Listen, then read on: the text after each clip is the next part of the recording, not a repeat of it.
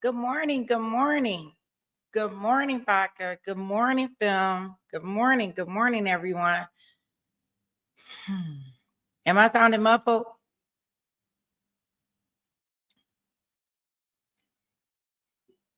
I don't know. For some reason, this sound system is not working the way it was once working. I tried the whole power off thing.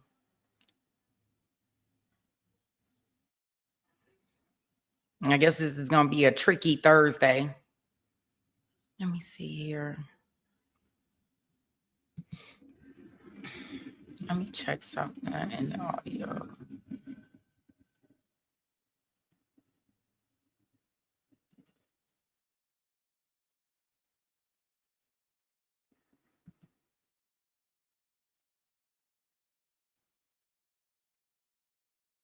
Working.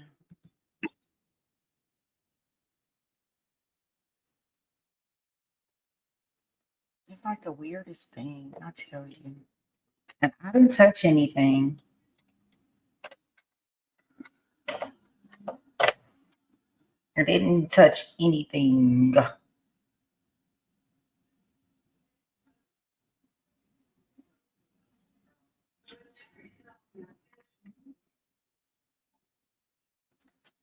Nothing. I don't know. It sound good? Good morning, OnlyFam. I don't know. Like, I usually can hear it in my earpiece too, but I can't hear it this morning. Hey, Irish, good morning. Good morning. You got your buckets? Good. I'm glad that everybody got their buckets. So I know in the Ali trial, it does appear that they are going to be showing the jury instructions.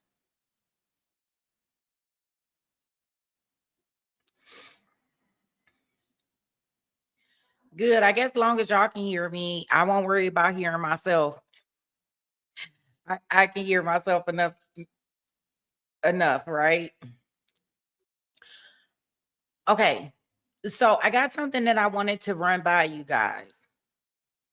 And I sent it to I was kind of let me see. How do I want to put this? I was thinking about it, right? So a trial just started in Florida. I didn't think it's not being streamed on Court TV. It's the local news that has it, and I came across it yesterday. The opening statements was yesterday. It's in regards to I want to say like some rapper kind of, at least from what I could tell, rapper gang kind of beef. What I found interesting about the whole trial, and I don't know if any of y'all have ever saw a trial like that, is the dad is expected to testify against the son.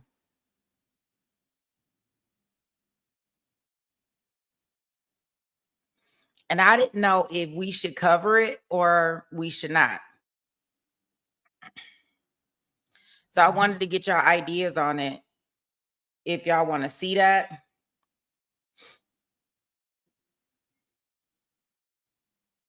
Or not, considering our Ali case is winding down, right? And I know we have Daryl Brooks going on, but I don't know. We have to take him in doses. Thank you so much, Film. Good morning. Good morning. Good morning. For the kickoff, I got to get like 2 more cups of coffee, and I'm gonna provide that chair dance. I'm like, sit up here. You know what song I was in my head right then? I had that song by I think it's Lil Jon. shots. I'm not taking shots this morning. The only shot that I'm taking is coffee. Look, shot. Thank you so much, film. Look, I'm gonna be on my best behavior, even in the midst of doing chair dancing. Thank you. If you receive that membership from film, make sure you say thank you. Yay. Yes, coffee. Don't even talk to me before I have my coffee. Like I be trying to text and stuff in the morning, like responding back to emails or whatever I'm trying to do. And I can't even type right.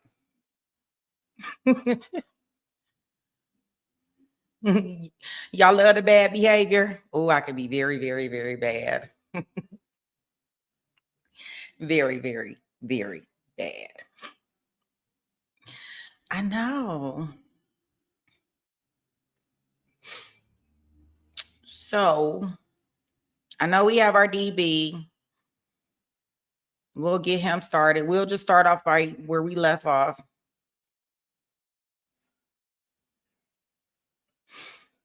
And kind of go from there. I do have the Ali thing. I think it's only a half day of court, just so y'all aware. I know she was saying that they were going to be doing that in the morning. And then because they were even contemplating whether or not to bring the jury back today at 1:30, but they decided not. There is a Brian Wash hearing on the motion to dismiss. That's this morning, film.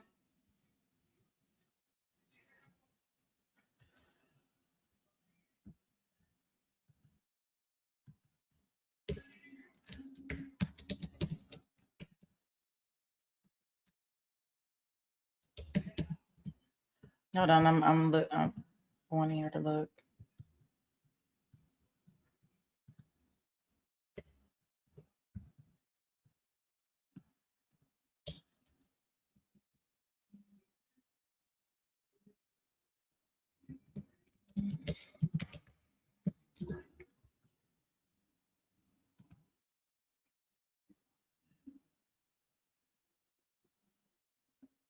Oh, Law and Crime is covering that trial that I was just speaking about.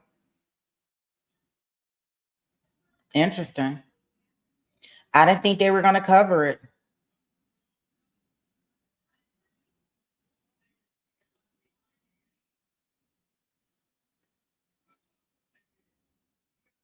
Yeah, I see it on here now. That they do have it on there.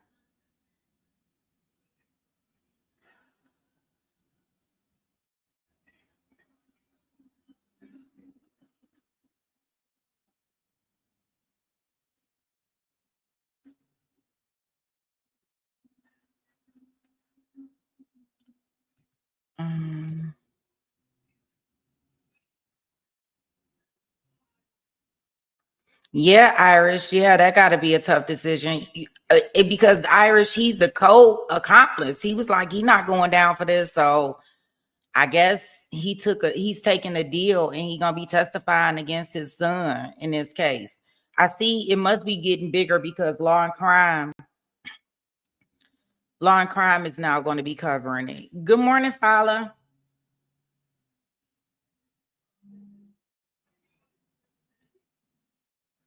No worries. We're not doing nothing but grounds today, right now. Hey, Rachel. Good morning. Good morning. You always driving. I don't think there has been a moment that you're not driving.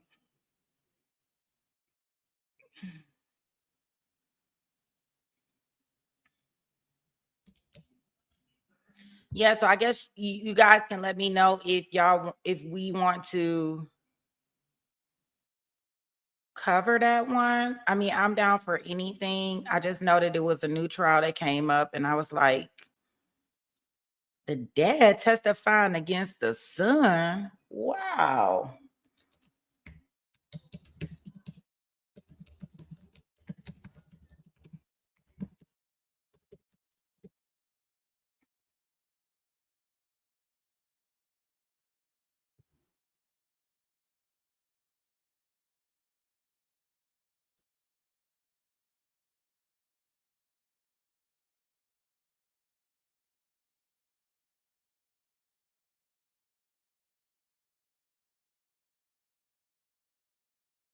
I'm looking up the Brian case.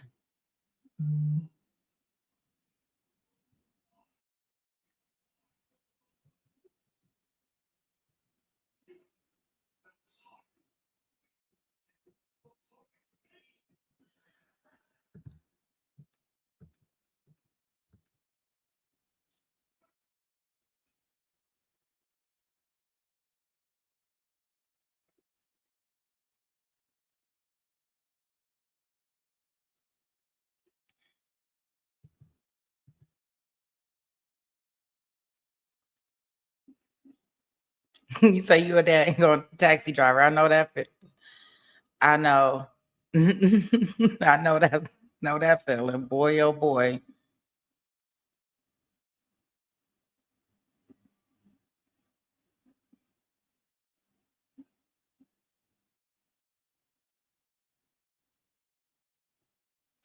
Oh, Baka, you say because the one unalive was a family member from what you called. Are you speaking in regards to the rapper unalive and trial that I'm talking about?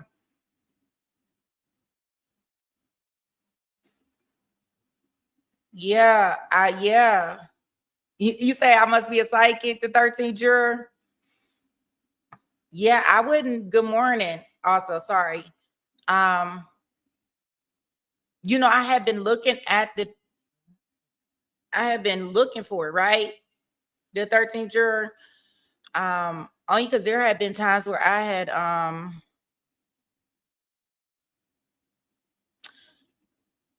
had been looking at the different I want to say rap beefs, right?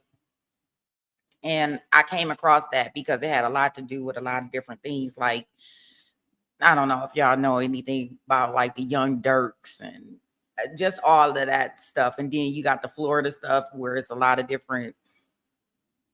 They make it, but they can't leave the hood, so they back in the hood doing all these things. And we know about the rapper that was unalive last year, the guy Fulio, right? So this is all in that same realm of things. If you're not aware of the 13th juror, so yeah, these is in regards to those type of.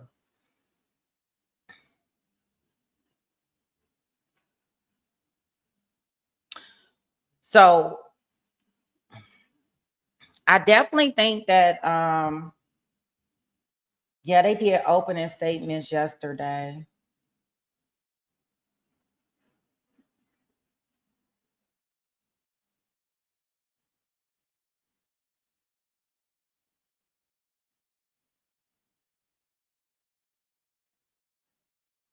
Yeah, Irish. I wonder, like, it's not done until the fat lady sing, right? But we talk about a whole dad that's about to testify. That, from my understanding, he's supposed to testify against his son. I've never seen anything like that.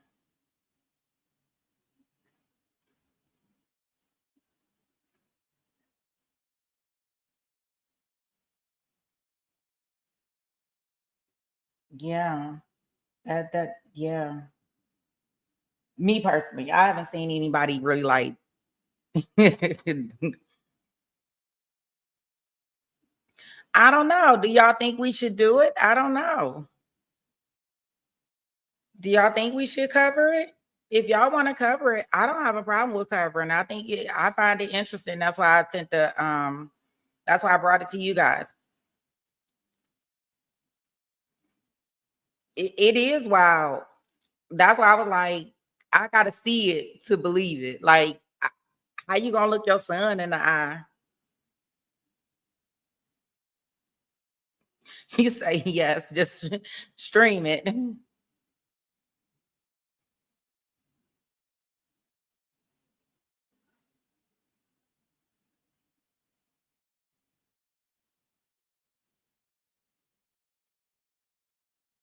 You think I should?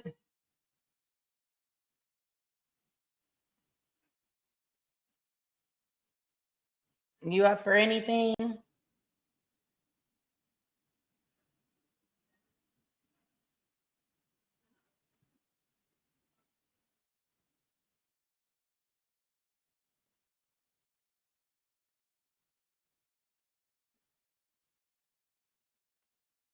Yeah, Irish, I get you. I don't know. It depends on what family member it is. Maybe for my kids. I can see my kids not taking the stand. Like, I'm cool on that. Okay, so let's do this. Baka, you said you saw half of the opening statements. What did you think?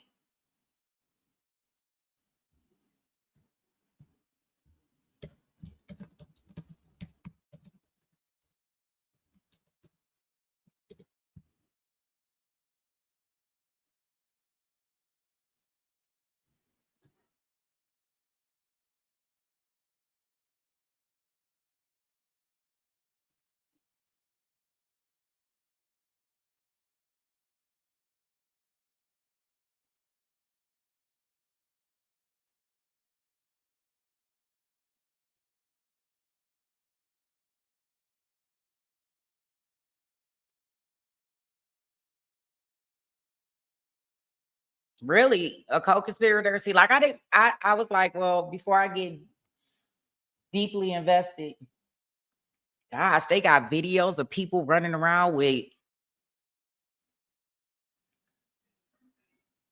It's gonna be interesting. Okay, okay, guys. Well, okay. Well, that's what we will do. Um. Okay, so let me ask y'all this. Do y'all want to, because I know everybody didn't see the opening statements. I didn't see the opening statements, all of it. Do y'all want to look at that now? Or do y'all want to still do our DB this morning?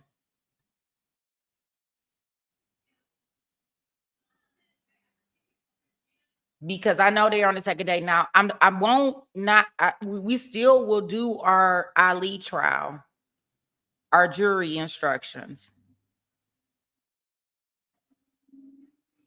Now that we'll still do, but remember they only have a half a day in court. So what I'm thinking in my head is that we can, if we wanted to do the opening statements from yesterday, now we'll go into our Ali trial, and then once the jury instructions have been hashed out, then we'll go into the second day for this trial that's currently going on.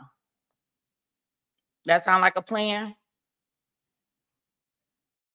Yeah, that's why I said we can do that right now, and then go into our Ali trial, the 13th juror.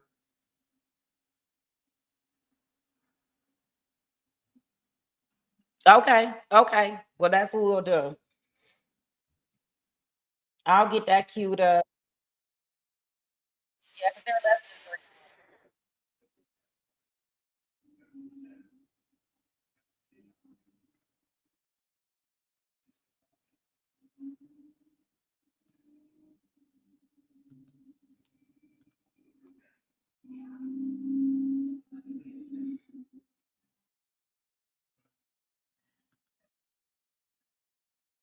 than okay. So I'm gonna take us in there. We'll do that. While that's playing and getting started, I am gonna go ahead and change the thumbnail, change that stuff around just in case. I don't want to be looking like clickbait, right? Make sure everything's smooth. And we'll see from here. Okay.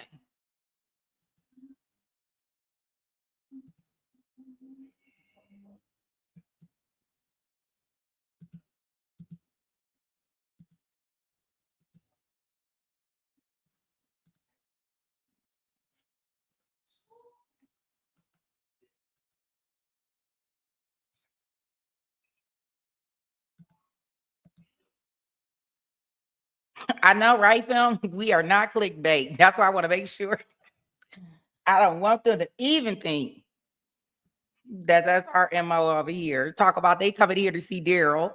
They coming here to see all the grounds and stuff and come find out that we talk about a rapper and a whole nother trial.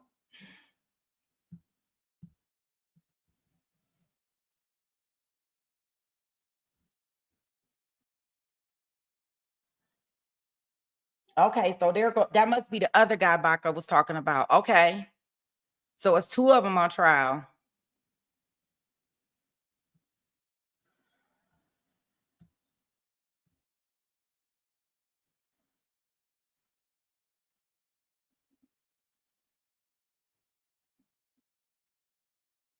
When when you click, you get the real thing. That's right.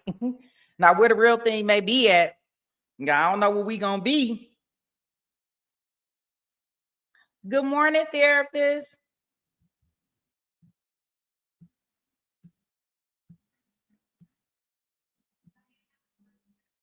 They must be bringing in the jury.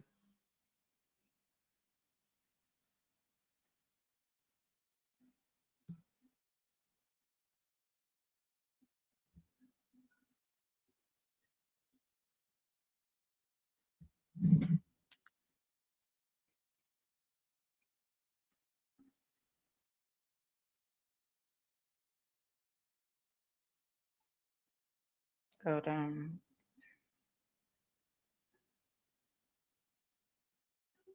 Go down.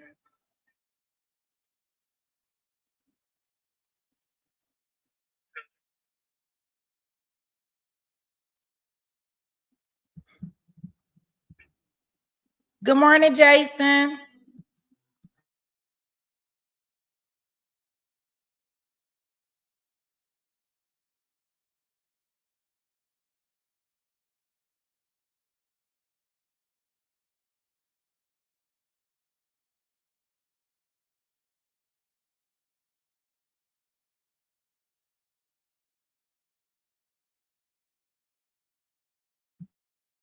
I'm trying to see if anybody talking right this second. I can't really tell.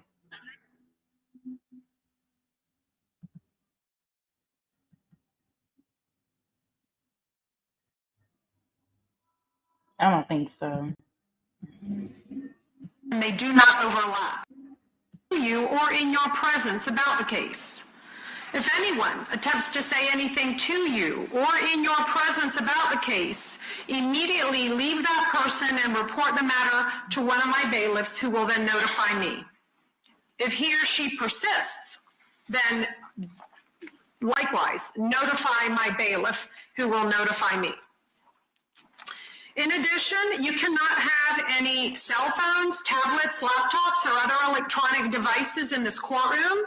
You may use these devices during recesses, of course, but even then you must not use your cell phone or electronic device to find out any information about the case or to communicate with anyone about the case or the people involved in the case.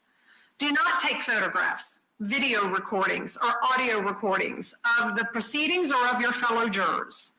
At the end of the case, while you are deliberating, you also must not communicate with anyone outside the jury room. If someone needs to reach you to contact you in an emergency, the court can receive messages and deliver them to you without delay. So if a contact phone number hasn't already been provided, we will do so before we leave this evening. Now, this case must be tried by you only on the evidence presented during your collective presence in this courtroom in front of the defendants, the attorneys, and the court. That means jurors must not conduct any investigation on their own. And this includes reading newspapers, watching television, using a computer, a cell phone, the internet, any electronic device, or any other means at all to get information related to this case or to the people and places involved in this case. And this applies whether you're at the courthouse, at home, or anywhere else. You must not visit places mentioned in the trial or use the internet to look up maps or pictures to see any place discussed during the trial. What are the reasons for all these rules? These rules are imposed because jurors must decide the case without distraction and only on the evidence presented in the courtroom.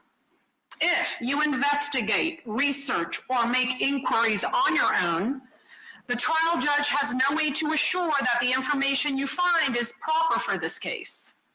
The parties, likewise, have no opportunity to dispute or challenge the accuracy of what you might find. And that is contrary to our judicial system, which assures every party the right to ask questions about and challenge the evidence being considered against it, and to present argument with respect to that evidence. So any independent investigation by a juror unfairly and improperly prevents the parties from having the opportunity that our judicial system promises. And any juror who violates these restrictions jeopardizes the fairness of these proceedings, and a mistrial could result, which would require this entire trial process to start over. A mistrial is a tremendous expense and inconvenience, not just for the parties and for the court, but for the taxpayers. So if you violate these rules, you may be held in contempt of court, and you could face sanctions, such as serving time in jail, paying a fine, or both. Further, you must not speak with the attorneys, the witnesses, or the defendants about any subject matter until your deliberations are complete. Now, in every criminal proceeding, a defendant has the absolute right to remain silent. At no time is it the duty of a defendant to prove his innocence. From the exercise of a defendant's right to remain silent, a jury is not permitted to draw any inference of guilt, and the fact that a defendant did not take the witness stand must not influence your verdict in any manner whatsoever. The attorneys are trained in the rules of evidence and in trial procedure, and it is their duty to make all objections that they feel are proper. When an objection is made, you should not speculate on the reason why it was made. And likewise, when an objection is upheld or sustained by me, you should not speculate on what might have occurred had the objection not been sustained, or what a witness might have said had he or she been permitted to answer the question. Additionally, during trial, it may be necessary to confer with the attorneys out of your hearing to discuss matters of law and other matters that require consideration by me alone.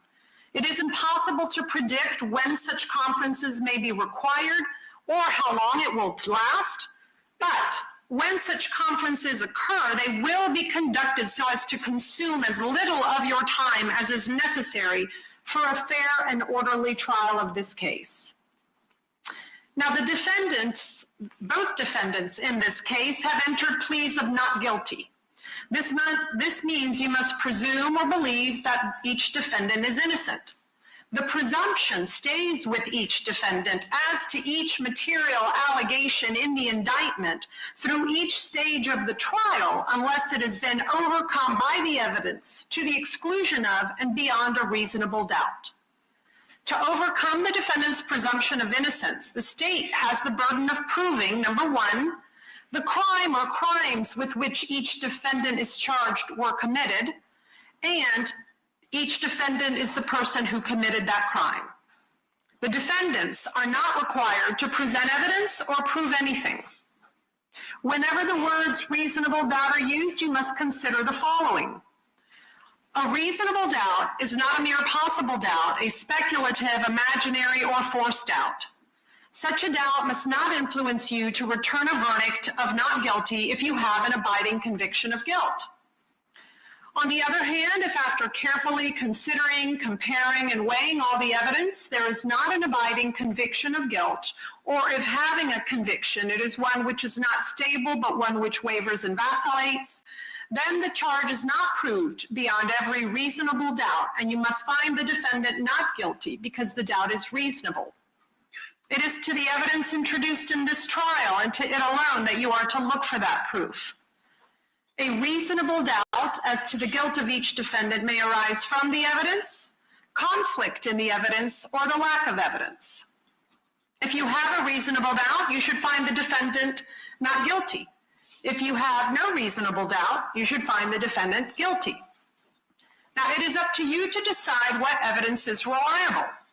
You should use your common sense in deciding which is the best evidence and which evidence should not be relied upon in considering your verdict.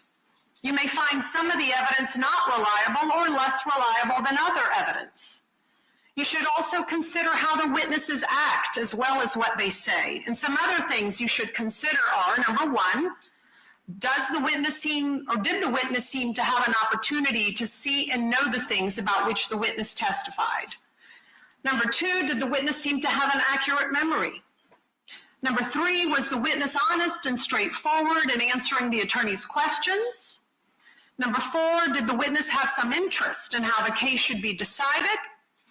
And number five, does the witness's testimony agree with the other testimony or other evidence in the case? You may rely upon your own conclusion about the credibility of any witness. You, a juror, may believe or disbelieve all or any part of the evidence or the testimony of any witness. Now, if you would like to take notes during this trial, you may do so. You have all been provided with a notepad and a pen for your use if you wish to take notes. Please do not write on the cover page of each of the notepads. That will prevent your notes from being inadvertently read when the notepads are collected. You should not take your notes with you during any recesses or overnight. During these recesses and overnight, your notepads will be collected by the bailiffs, and they're going to be locked and secured, and then they will be returned to you when we reconvene. After you have completed your jury deliberations and have been discharged from jury service, the bailiff will collect your notepads one final time, will turn them over to Madam Clerk for sealing, and then they will be destroyed. No one will ever read your notes, including this court. Now, if you do take notes during the trial, do not get so involved in the note-taking that you become distracted from the proceedings. It is sometimes difficult to take detailed notes and to pay attention to what the witnesses are saying at the same time. So if you do take notes, please be sure that your taking of notes does not interfere with your listening to and considering all the evidence. In addition, if you do take notes, please remember that any notes you take are for your individual use. Your notes are simply a tool to aid your individual memory. You should not compare your notes with other jurors in determining the content of any testimony or in evaluating the importance of any evidence.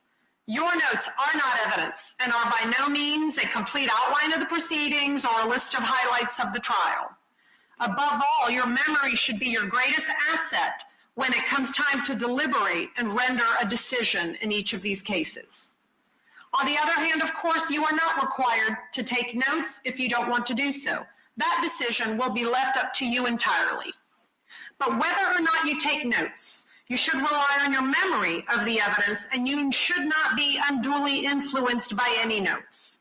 Notes are not entitled to any greater weight than each juror's memory of the evidence.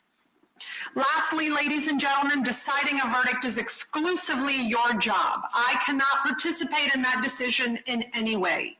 Please disregard anything I may say or do that might make you think I prefer one verdict over the other.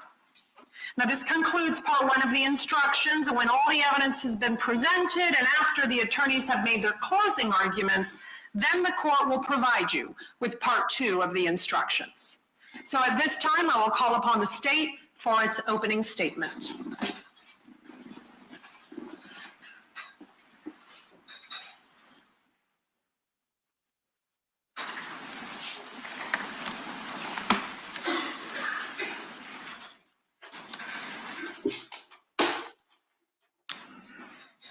May it please the court?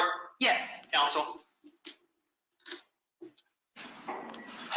We are all gathered here today because of a murderous plot that unfolded on January 15th, 2020. A wicked, premeditated murder, a vile scheme that was birthed by a specific group of co-defendants. Individuals who collectively, consciously, and callously worked together to ensure January 15th, 2020 was the day 23-year-old Charles McCormick died. The murder of Charles McCormick was personal. It was thought out. And it was brazenly executed in broad daylight without any fear of accountability. Why? Why did this group of co-defendants think they could exert such violence with impunity? The answer to that question comes down specifically to who was involved. Because this was not just any group of co-defendants. This was not a group of strangers. This was a group of individuals who knew one another, were close to one another, that were family. Every single one of them that participated in this crime were members of ATK, a local rap group. All but one of them were related by blood. This was a crime committed by family. The names of the guilty: Hakeem Robinson, who's sitting right here, whose nickname is Keemy to his family, Ksoo, his rap name, Leroy Whitaker, a co-defendant sitting before him, a cousin, whose nickname is Scotty, Dominique Barner, whose nickname is Butta, their friend, their co-defendant, the only one not related to the others by blood. But he might as well have been, because for years they have known Barner. For years they have accepted him.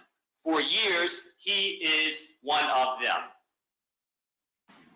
Abdul Robinson Jr., nicknamed Kareem K. Crazy, Hakeem Robinson's biological brother. Hakeem Robinson's mother and Leroy Whitaker's father are siblings. Abdul Robinson Jr., Hakeem's biological brother, Leroy Whitaker's cousin, and Torrigon Williams, another cousin, also played a role in this crime.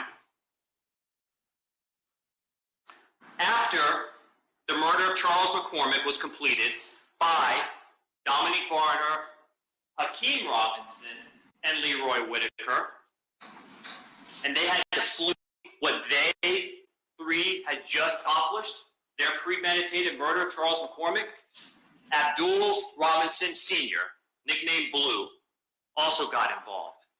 That is Hakeem Robinson's father, and he had to come to the rescue of Hakeem Robinson's cousin, Leroy Whitaker, and their friend and their co-defendant, Dominique Barner. Because Dominique Barner and Leroy Whitaker, after fleeing with Hakeem Robinson from the murder, trying to escape the police, crashing their car, Dominique Barner and Leroy Whitaker went one way, Hakeem Robinson went another. And Dominique Barner and Leroy Whitaker found themselves trapped in a house that Dominique Barner and Leroy Whitaker broke into to escape the police that were looking for all three of them, trying to avoid getting caught, avoiding accountability for the murder they just committed in broad daylight. And because Dominique Barner and Leroy Whitaker were trapped, Abdul Robinson Sr. had to come pick them up. He picked them up and drove Dominique Barner and Leroy Whitaker away from that home, away from the police, and it was during that ride that he found out exactly what happened. But he continued to help them and drove them away. And for his actions, he's been charged with accessory after the fact. Throughout history, one common truth has been shared by every person who has drawn breath in this world. There is a day you are born and a day you die. And between those two moments, the life that unfolds, uniquely shaped by one's choices and one's actions. Some of those choices are more profound than others, some actions more impactful.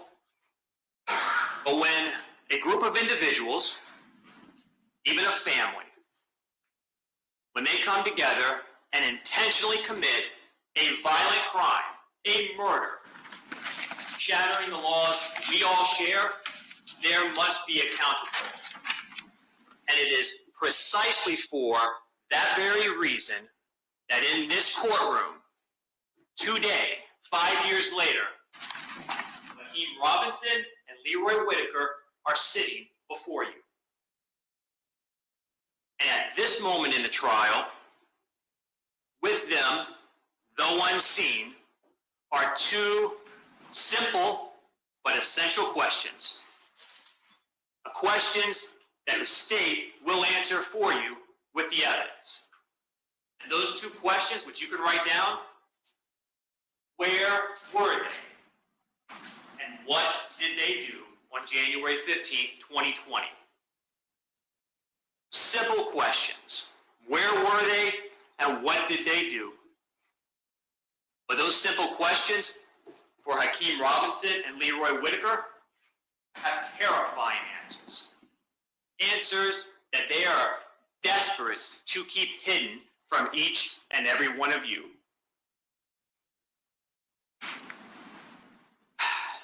The truth can be a funny thing.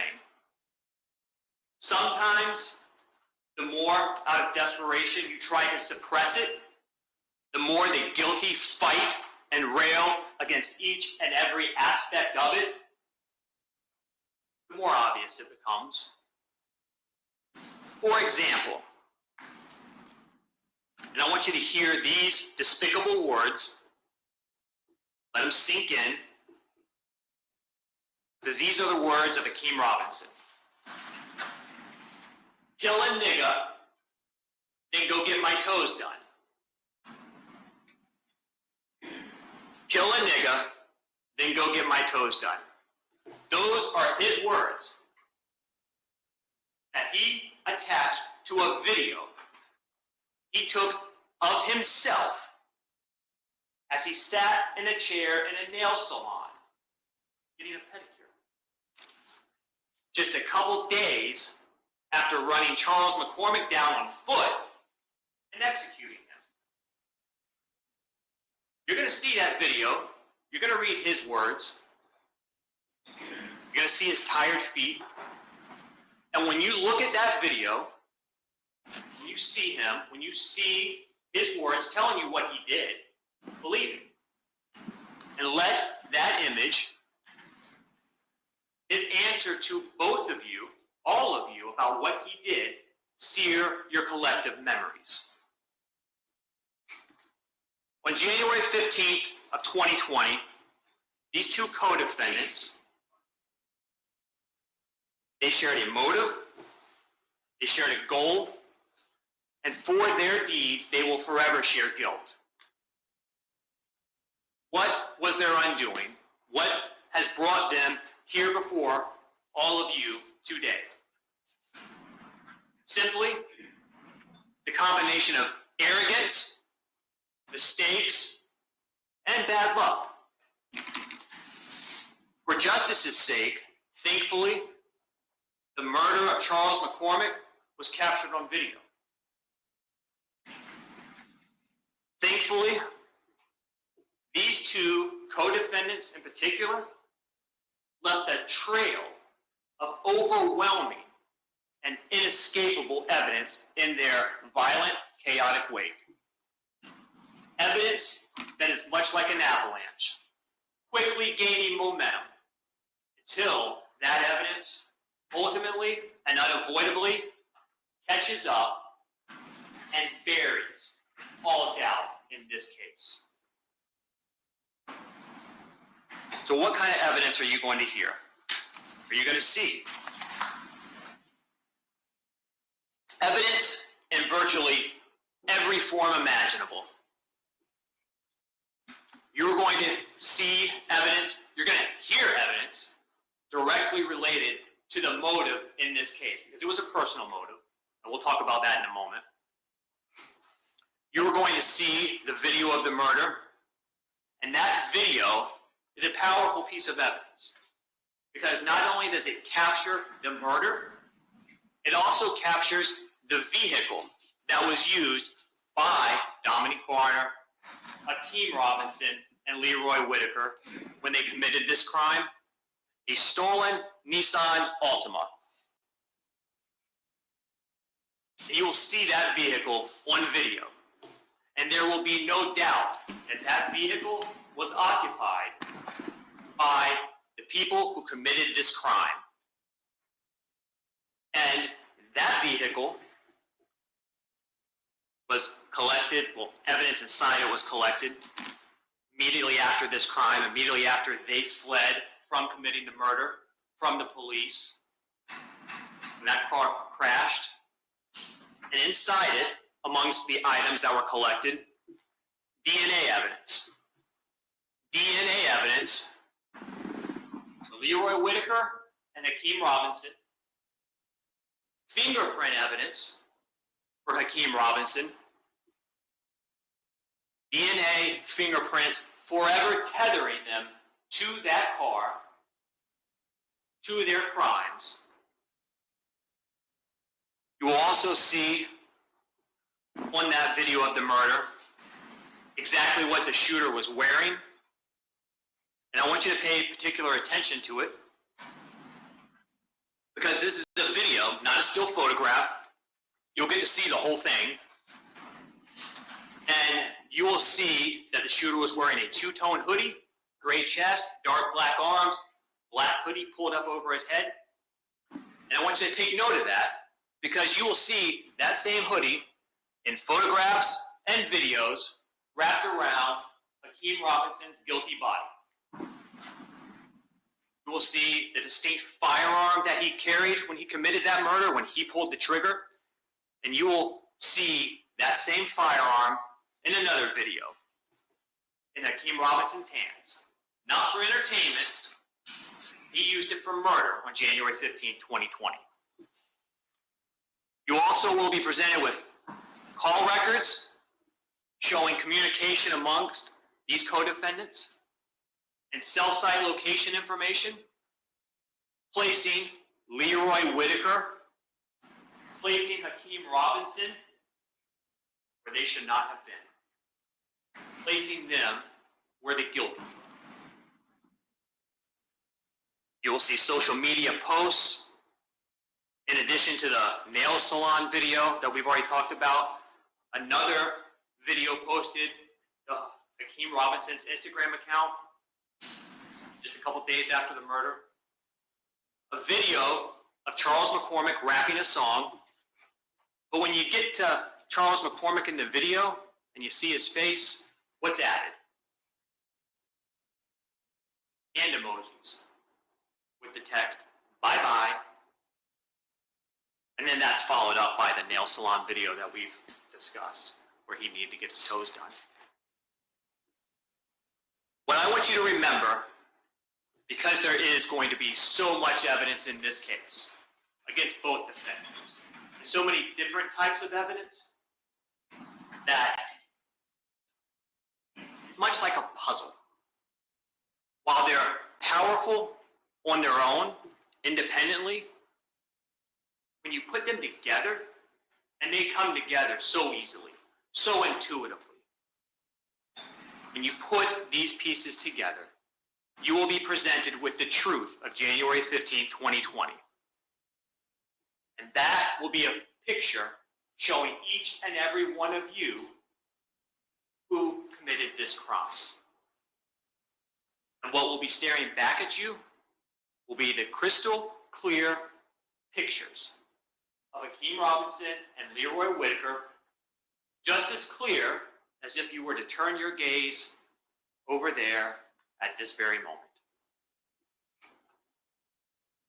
One of the key pieces of evidence that exists as I have said, is the video recording of this murder. That video recording exists because Victor Kruger, a citizen, has nothing to do with this, just happened to have a dash cam in his truck, and just happened to be parked at the right place at the right time. That video is completely independent, wholly unbiased, and incapable of lying. It just captured what happened in high definition for each and every one of you to see. And so, when you watch that video, I want you to trust your eyes. Because again, it's not a single photo, it is a video that shows in detail as Hakeem Robinson, who is the shooter in this case, tracked Charles McCormick down on foot and executed him. Now, that video, essentially it's going to be a time machine, transporting each and every one of you individually and collectively back 5 years. That's how long ago this was. 5 years. Placing you in the position Victor Kruger found himself when he witnessed Charles McCormick's final terror-filled seconds on this earth. But you will get to watch that video from the safety of this courtroom. And I want to be very clear.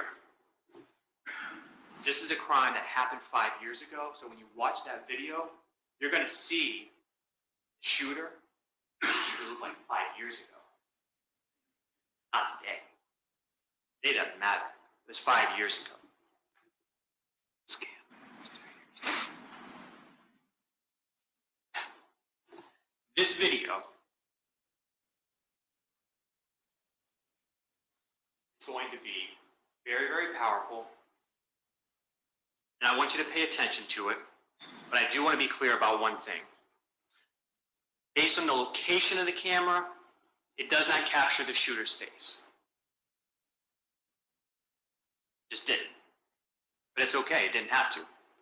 It captured more than enough detail that that video, along with all of the other evidence in this case, will make it crystal clear that that individual was Hakeem Robinson. I don't expect that there will be any debate that what happened to Charles McCormick on that video is anything other than first-degree murder.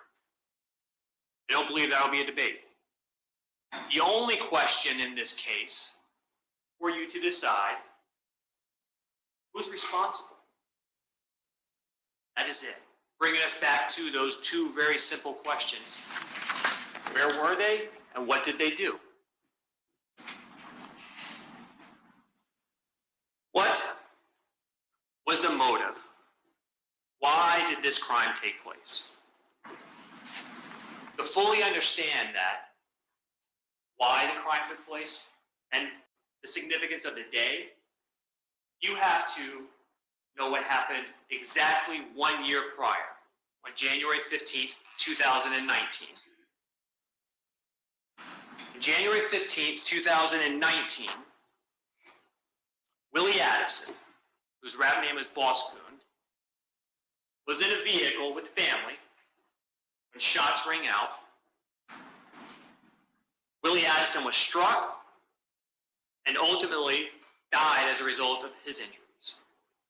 But he wasn't the only one in the vehicle. Also inside the vehicle on January 15, 2019, Abdul Robinson Sr., Hakeem's father, because you see, Willie Addison was Abdul Robinson Sr.'s stepson. He raised him as his own son. Willie Addison, Robinson's brother. Also in that vehicle, Abdul Robinson Jr., Hakeem's other brother, Leroy Whitaker's cousin, and Abdul Robinson Jr. was struck in the head. He survived, but he suffered lasting effects that would prevent him from running down his target a year later, physical limitations that Hakeem Robinson and Leroy Whitaker did not share. Also in the vehicle, Torgon Williams, their cousin, and a couple of others. And while it is true that neither Hakeem Robinson, Leroy Whitaker, or Dominic Barner were in the car when those shots rang out on January 15, 2019, it doesn't matter, because it was still their family in that car. It was their family whose blood was spilled. Physical injuries sometimes can heal. Physical pain can diminish. But memories, a vendetta, that lasts someone's lifetime. Now, I want to be very, very clear. Charles McCormick was not involved in the shooting of Willie Addison or anyone else in that vehicle. Wasn't involved. Charles McCormick's sin, what made him a target, was that he was affiliated with people who are part of another local rap group, 6 Block. And 6 Block and ATK are rivals. They don't like each other. They hate each other. And one of the traditions of both groups is producing rap music, drill rap, diss songs, songs that make fun of or talk disrespectfully about members of their ops, the other group, who have been shot and killed. So following that tradition, Charles McCormick in 2019 put out a song, and that song referenced the shooting of Willie Addison. And as you can imagine, that is not something that either Hakeem Robinson, Leroy Whitaker, or their family were happy about. So Charles McCormick became a target, an easy target. He's the ops. This was about sending a message. Because not only was it personal, but it's about respect. And we aren't going to let our ops sing songs like that, not about our family. That is why Charles McCormick was targeted. So on January 15, 2020, 1 year anniversary, Willie Addison's death, Charles McCormick walked out of his apartment on Atlantic Boulevard, made his way to his car, and then drove to Express Employment, a temp agency located on the Merrill Road Shopping Plaza. And he went there because he had just been selected for a new job. Charles McCormick needed to get the details to start that new job. But when he drove there, he had no idea that in a Nissan Altima, he was being stalked by Hakeem Robinson, Leroy Whitaker, and their good friend Dominic Barner, who was driving both of them, pursuing Charles McCormick from his apartment complex all the way up to the Merrill Road Shopping Plaza. And they pulled in, and they saw that Charles McCormick parked his car and had walked into Express Employment. So what did they do? They waited. Hakeem Robinson with his X-Star model rifle, Leroy Whitaker with his AR-15 rifle, both loaded, rounds chambered, ready to fire, because the plan at that point was when Charles McCormick walks out, Hakeem Robinson, Leroy Whitaker will jump out of that stolen Nissan Altima with their rifles and gun him down. And Dominic Barner, their friend, will pick them up and drive them out of there. But they had to wait. And they had to wait. And as they waited, Dominique Barner decided it was better to reposition their vehicle.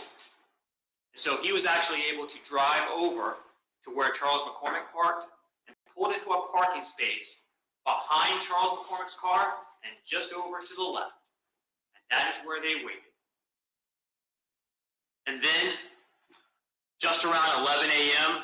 that morning, a Wednesday morning, Charles McCormick finished inside. He got a red folder with the paperwork and the details so he could start his new job. And with that red folder in his hand, he said his goodbyes. Ms. Saunders, who owned that agency at the time, was a friend of his grandmother. Said goodbye to her and opened the door and began to walk outside. When Charles McCormick did that, all he had in his hand was that red folder. And that red folder represented the promise of employment and the hope of a future filled with false hope. He began to take his fateful steps towards the parking lot, not knowing who and what was waiting for him. So, for a few seconds, the bright light of the morning sun warmed his skin, saturated his eyes, and fresh air filled his optimistic lungs. For a few seconds, Charles had no idea he would never get to start that new job. There would be no more birthdays to celebrate. He wouldn't see or talk to his mother again. He had no idea there were seconds left to believe in a tomorrow. Seconds left in his young life. And then, in an instant, that all changed. Because Hakeem Robinson got excited and jumped out of that Nissan Altima early. He didn't wait for Charles McCormick to make it back to his car, where he was going to then hop out and shoot him so he could easily drive away. He couldn't wait. He got too excited. So he hopped out early and chased Charles McCormick down on foot. And when he got out of that car, you will see in the video, again, two-tone hoodie, gray chest, dark black arms, dark hood pulled up over his head, not out of shame, but an attempt to conceal as much of his recognizable face as possible.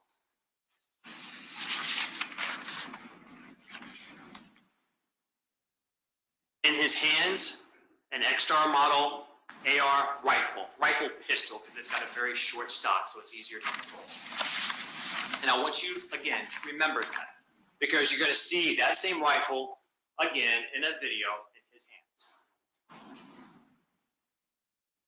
And that rifle was chambered in .223 caliber. And with that rifle in Hakeem Robinson's hands, his eyes locked onto Charles McCormick, their prey, the reason that they were there. His finger caressed the metal trigger to his rifle. But that wasn't just a piece of metal. On that morning, that trigger represented the power of life and death for Hakeem Robinson, for his co-defendants, for the plan that they came up with to murder Charles McCormick. And so intentionally, deliberately, Charles McCormick, as he tried to run away, Hakeem Robinson pulled the trigger. And when he pulled that trigger, a deafening sound thundered through the air as the gunpowder inside the chambered .223 caliber round ignited, propelling his round, their will, out of his barrel at thousands of feet per second. Charles McCormick did not stand a chance. And as he turned to run, first back towards Express Employment, and then around the building on the sidewalk, he barely made it that far before he was struck by one of those rounds and fell to the ground.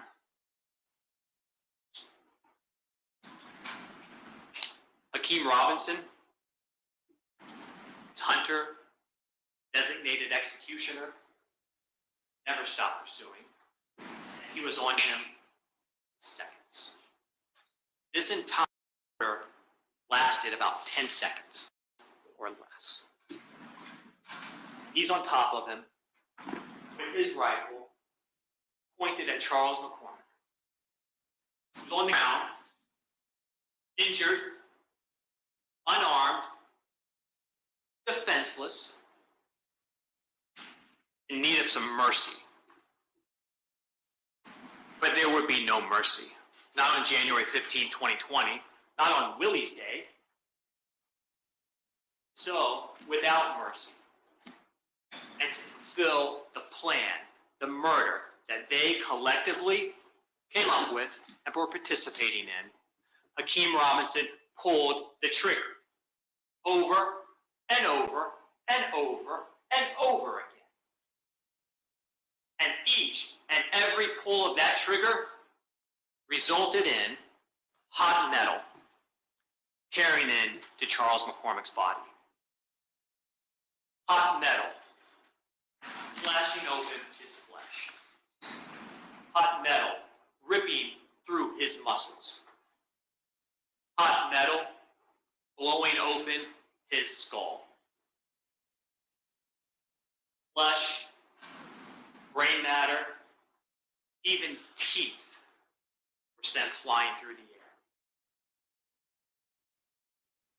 air.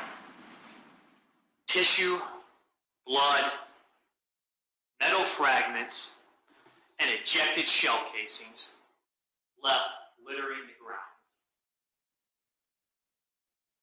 23 years of life undone in an instant. That paper folder that just a few seconds ago Charles thought meant he had a future, obsolete, meaningless, discarded, on the ground, soaking in his blood. It took Hakeem Robinson, Leroy Whitaker, co-defendants, less than 10 violent-filled seconds to turn the cold, concrete slab beneath Charles's body into an unpeaceful resting place, forever stained with Charles' blood and forever stained with their guilt for what they did. You were going to see that unfold on that video.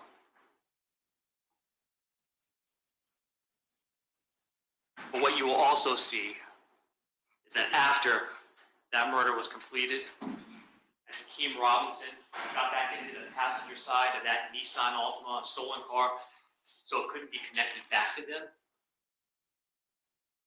driven by Dominique Varner, they took off. They sped away from their guilt, trying to outrun it. But unfortunately for them, they didn't just have a dash cam video from Victor Kruger. Because this was a shopping plaza, at the other end was a Publix. And coming out of the Publix was an officer, Officer Collins. And Officer Collins heard the gunfire. Now he's a great distance off at the other end of that shopping plaza, but he hears the gunfire and he looks over and he sees that two-tone hoodie individual with a rifle hopping back into that Nissan Altima on the passenger side.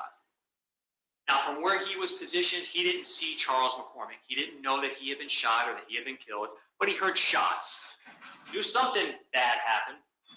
That the individual with that rifle was getting into that Nissan Altima and taking off. So he got into his patrol car and tried to get behind it.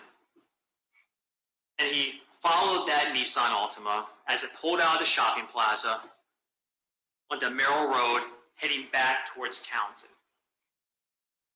Officer Collins pursued it. Dominique Barner was driving. Leroy Whitaker, Hakeem Robinson still in that Nissan with their guns. And Dominique Barner, trying to get all of them out of there, drove at a high rate of speed, reaching speeds of approximately 100 miles an hour, driving recklessly, turning onto Townsend, going into a residential neighborhood. So Officer Collins is trying to keep up, activates his lights and sirens, but they're not stopping. And he radios other officers for assistance. And as he's trying to maintain a visual on their car that they are in, he notices that the Nissan Altima is going to Townsend, and it blows through an intersection at Townsend and Lone Star. And that's where he loses visual. But just as he's losing visual of that Nissan Altima, another officer is radioing.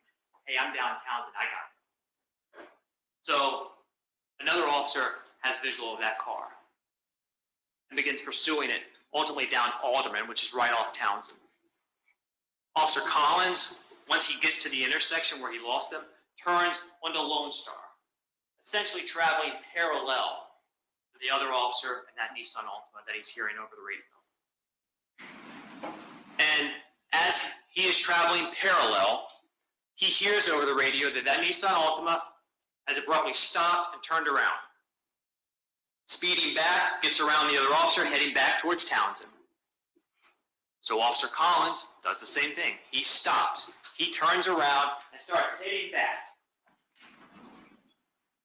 And once he gets from Lone Star down to that intersection of Townsend, he looks to the left, and further down Townsend, great distance from where he is at, he sees that same Nissan Altima pop back out, trying to get out of there, trying to escape. And so he is trying to catch up. But it's also a little after 11 a.m. on a Wednesday in a residential neighborhood. So he's having to pay attention to his surroundings.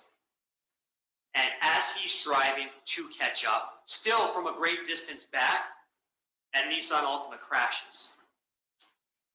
And when it crashes, based on where Officer Collins is at in his vehicle, still a good distance back, he notices one individual get out and run east towards the house that they crashed in front of, and another wearing that two-tone hoodie with a rifle, who you will know is Hakeem Robinson, goes west towards another house in the direction of Belmead.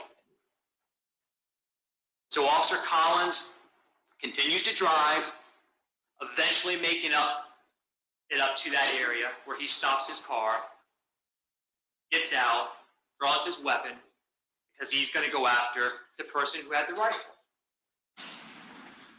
But he only saw the person with the rifle for a couple seconds as he darted across the street as he's driving from way back. So he cautiously approaches the house where that individual ran. And then there's a fence. And when he gets to the fence, he sees for about a second that individual in the two-tone hoodie clearing the backyard fence. Never sees him again. Doesn't get close to him. You will see that person as they dart across Belmead, because it was captured on a video from a house on a Ring doorbell, wearing that same two-tone hoodie. Officer Collins radios to other officers direction of travel so they can try and find him, but they don't. And he goes back to that Nissan Altima to secure it, make sure any evidence inside it could be collected. Based on where he was at when that Nissan crash, he completely missed that there was a third person in the car. But we know that there are 3 people in the car. So on many different types of evidence that you will see in this trial. But one is video surveillance. Because just as the shooter, Hakeem Robinson, is running across Belmead, west, another house, east, is video surveillance of 2 individuals running through the backyard. And those two individuals, you will come to know, based on the evidence, are Leroy Whitaker and Dominique Barner. They, just like Hakeem Robinson, were desperate to escape what they had done. Unlike Hakeem Robinson, they left their firearms behind in that Nissan Altima. And what happens next doesn't have anything to do really with Hakeem Robinson. It has more to do with Dominique Barner and Leroy Whitaker. Only it shows how desperate all three of them were to get away from the murder they were all too willing to commit. Dominique Barner and Leroy Whitaker made their way to the backyard of a home located further down Townsend. 1033 Townsend. A home that 57-year-old Barbara Buckley lived in, along with her husband. But that morning, her husband had gone to work. She was home alone. So she thought. However, what she did not know in that moment was that Leroy Whitaker and Dominique Barner had made their way into her backyard because the police are in the neighborhood looking for them, looking for all three of them. So they go into her porch, her patio, and through her rear sliding glass door, Leroy Whitaker and Dominique Barner decide they're going in. They don't have permission. They don't know her, never met her, never been in that home before. But they are desperate to escape the police, to evade them, to evade getting caught for what they had just done. And with that intention, to evade the police, Dominique Barner and Leroy Whitaker go into Barbara Buckley's home without permission, and they try to hide inside. Miss Buckley comes out of a back bathroom, and she notices the front door to one of her bedrooms is shut. And she thinks, that cats, maybe the cats ran in and accidentally shut the door, and now they're trapped. So she goes to her bedroom door, and she opens it, step inside to check on her cats. Her cats aren't inside. Leroy Whitaker and Dominique Barner are. Two people she does not know, has never met, never seen before, and should not be in her home. And she tells them, get out. Uses some more colorful language, but get out. What are you doing here? They try and plead and say, well, we're hiding from people. Doesn't say, we just committed a murder and it's the police looking for us. But she's like, I don't care. Get out of my house. She walks to her front door, telling Dominique Barner, telling Leroy Whitaker to get out. She opens that door, and she begins to yell for help. But Leroy Whitaker and Dominique Barner aren't going anywhere. They can't go outside. That's where the police are. They just committed a murder along with Hakeem Robinson. So Dominique Barner and then Leroy Whitaker, who assists him, physically grab Barbara Buckley and pull her inside her own home. Shut the door. She is physically thrown to the ground. And while she's on the ground, Dominique Barner and Leroy Whitaker are there. Dominique Barner reaches down with both hands, puts them around her neck, and begins to choke her. At one point, Leroy Whitaker even asks Dominique Barner wants him to hurt her.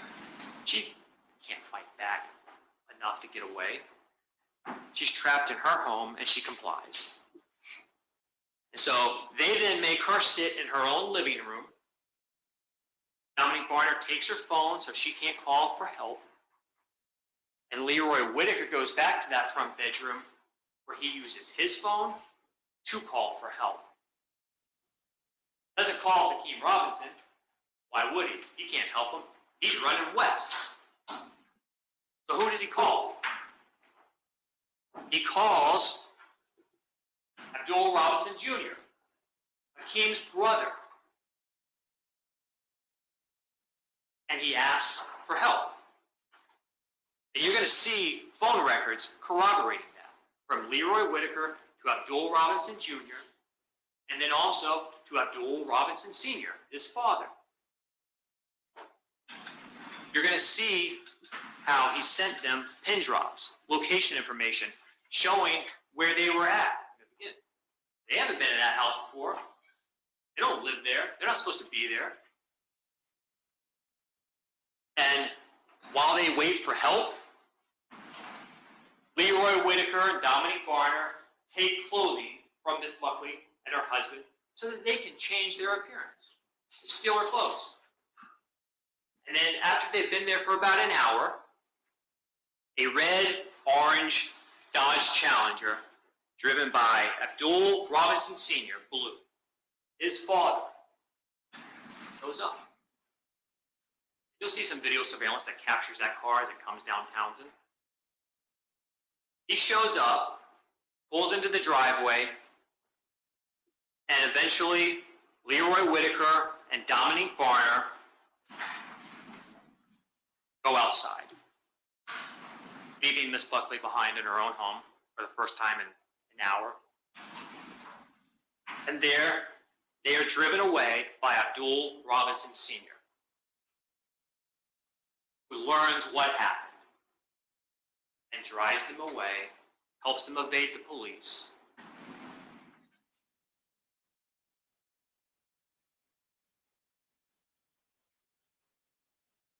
After they drive Leroy Whitaker and Dominique Barner away, Miss Buckley goes outside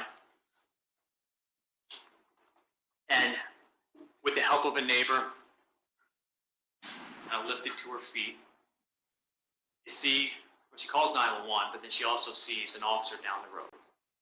Guys, down the road, there crashed Nissan Altima, the murder car. And she tells the officer what happened to her. The officer tells her she's got to go back and wait at her house. He's sending officers, and detectives go and show up. And they meet with her because, again, they're still looking for the suspects. So they meet with Miss Buckley. She's able to give a very good general description, clothing description that matches the video of the backyard showing Leroy Whitaker and Dominique Barner as they run through it. You see their clothing. Her description matches those two individuals. She also got a very good look at the arms of Dominique Barner because he had some distinct tattoos on his forearms. She provides that description to the police. And so, based on her descriptions that day, Dominique Barner is identified as a potential suspect. They put together a photo spread, and they showed that photo spread to Miss Buckley. She identifies Dominique Barner, one of the two that came in my house, battered me, stole my phone, my clothing. The other individual, who is Leroy Whitaker, she never got a good look at his face, so she can't identify him. She didn't have to, because he did that for her.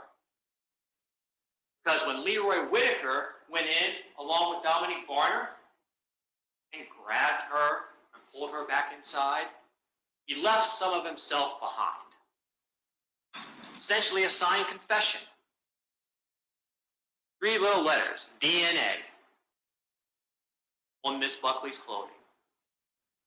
A place it had no right to be. That DNA evidence, along with his cell phone records and location information, proved beyond all doubt it was Leroy Whitaker and Dominique Barner that broke into Miss Buckley's home and held her hostage as they tried to escape the police because of the murder they, along with Hakeem Robinson, just committed. Also, just down the road in that Nissan Altima, the murder car, some more powerful and unrefutable evidence was discovered. Inside that car that was occupied by the suspects in this case when it crashed. A couple of white shirts. DNA. DNA for Leroy Whitaker, Hakeem Robinson. From the interior swab of the vehicle, mixture of DNA included Hakeem Robinson. DNA in a car it had no right to be in. A car that's not connected to them in any way. Connected to the people who committed this crime. And also in that vehicle, 2 firearms. Now, neither one of the firearms recovered is the murder weapon, because that was carried away in the hands of Hakeem Robinson when he ran west and wasn't caught. But in that vehicle, a loaded AR-15 in the back, 26 rounds, including 1 round chambered, ready to fire. That was Leroy Whitaker's rifle. He wasn't a spectator in this. He was armed and fully willing and ready to participate, and participate he did, even though he did not pull a trigger. Also, a Glock handgun. And on the slide of that Glock, a fingerprint. Hakeem Robinson's. It's not just the evidence, it's also the location of that evidence in that Nissan Altima that was just occupied by the people who committed this crime. Now, you already know how Leroy Whitaker and Dominic Barner got out of there, but what about Hakeem Robinson? How did he escape? Well, based on his path of travel west through Townsend, that neighborhood, takes him to a nature preserve. And he went through that little park nature preserve and made it out of the other side in an apartment complex on Arlington Expressway. There, he needed a ride.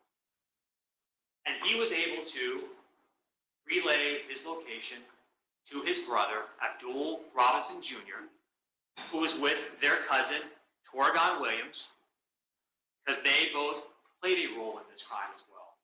And at that moment, Abdul Robinson Jr. and Torgon Williams were back at Torgon's house on Dalehurst Drive, just behind the Merrill Road Shopping Plaza, where Torgon lived with his girlfriend 5 years ago, named Natalie. Now, Natalie was asleep and had no idea what had happened that morning.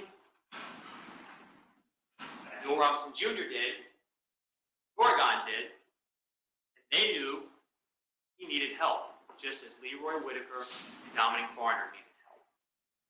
So they woke up Natalie. She was asked to go to that apartment complex and pick him up. She did. She brought him back to their house, where he was reunited with his brother, Abdul Robinson Jr., and his cousin, Torgon. That will be corroborated by another witness who lived at the apartment complex at the time, who saw a white female in a silver car, matching the description of Natalie and the vehicle she drove over there, driving around the parking lot like she was looking for somebody. And that resident realized Natalie didn't really belong in the area. And she had also gotten an alert on her phone about JSO looking for suspects and a clothing description, including that two-tone hoodie. And as Natalie was out front trying to find him, she heard another person coming through the woods wearing that two-tone hoodie. Now, she didn't get a long enough look to be able to say, I recognize that person. She's not going to be able to identify him. She got a quick glance because when she saw the clothing based on the alert, she got scared and ran back inside. But that was Hakeem Robinson coming out. Natalie picked him up and drove him back. For Torgon, for Abdul Robinson Jr. Dominic Barner was the first to be identified, first to be arrested, the first to be charged. And when he was initially arrested on January 15th of 2020, that same day, he wasn't completely forthcoming. He didn't walk in to the police and say, "You got me. This is what I did. This is what we did." He minimized. He made some statements, but he minimized and didn't say who he was with. But he was charged, and he's going to testify in this case. So when he testifies, he's going to come out the back because he's in a jail uniform, he's in shackles, and you will learn that he has been charged with multiple crimes. That he has pled guilty to multiple crimes. He has pled guilty to second-degree murder for his involvement in driving and taking and participating in the murder of Charles McCormick with Hakeem Robinson and Leroy Whitaker. He's pled guilty. He's pled guilty to burglary with an assault or battery for what he and Leroy Whitaker did to Miss Buckley, breaking into her home to escape the police and grabbing her and pulling her back inside and holding her there. He's pled guilty to aggravated fleeing and attempting to elude law enforcement. And he has also pled guilty to a separate second-degree murder charge. When he testifies, he does not know what sentence he is going to get because he has not yet been sentenced. But for each and every one of those charges, he's pled guilty to the court, to the judge. And the judge will decide what sentence Dominic Varner gets. All he knows is what he's looking at. And he's looking at up to life in prison. Life, without parole. You can get that. His guideline sentence, which reflects the minimum he should get, absent a legal reason to go below, is 41.8 years, up to life in prison. Now, this cooperation does provide the court with a legal basis that allows the judge to go below 41.8 years, if the judge wants to. Doesn't have to. Entirely up to the judge. He also knows that best case scenario, there is no way he can get anything less than 20 years. So he's looking at 20 years, 2 decades, up to life in prison. And even with his cooperation, he can get life. But he's going to tell you what he did. And when he testifies, knowing what he has been charged with, what he has done. State's not asking that you like him. State's not asking that you think, I'd be friends with that guy. I'd hang out with him. Though that's exactly what Hakeem Robinson and Leroy Whitaker did, and what they have done for years. They were, they're the same.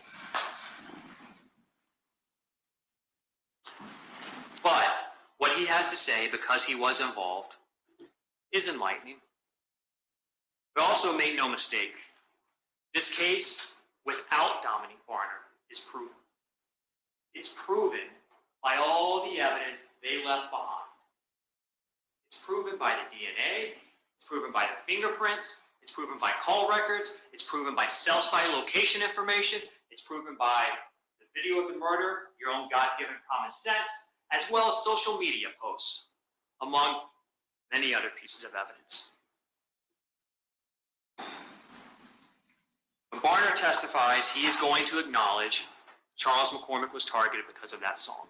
A song that, by the way, you will see in evidence because it was on Hakeem Robinson's iCloud account. You get to hear it.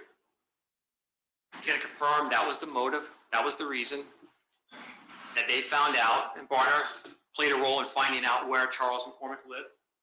And on the morning of January 15, 2020, he calls Abdul Robinson Jr., his brother, Leroy Whitaker's cousin, says he's back. That's going to be confirmed by call records. And then what happens?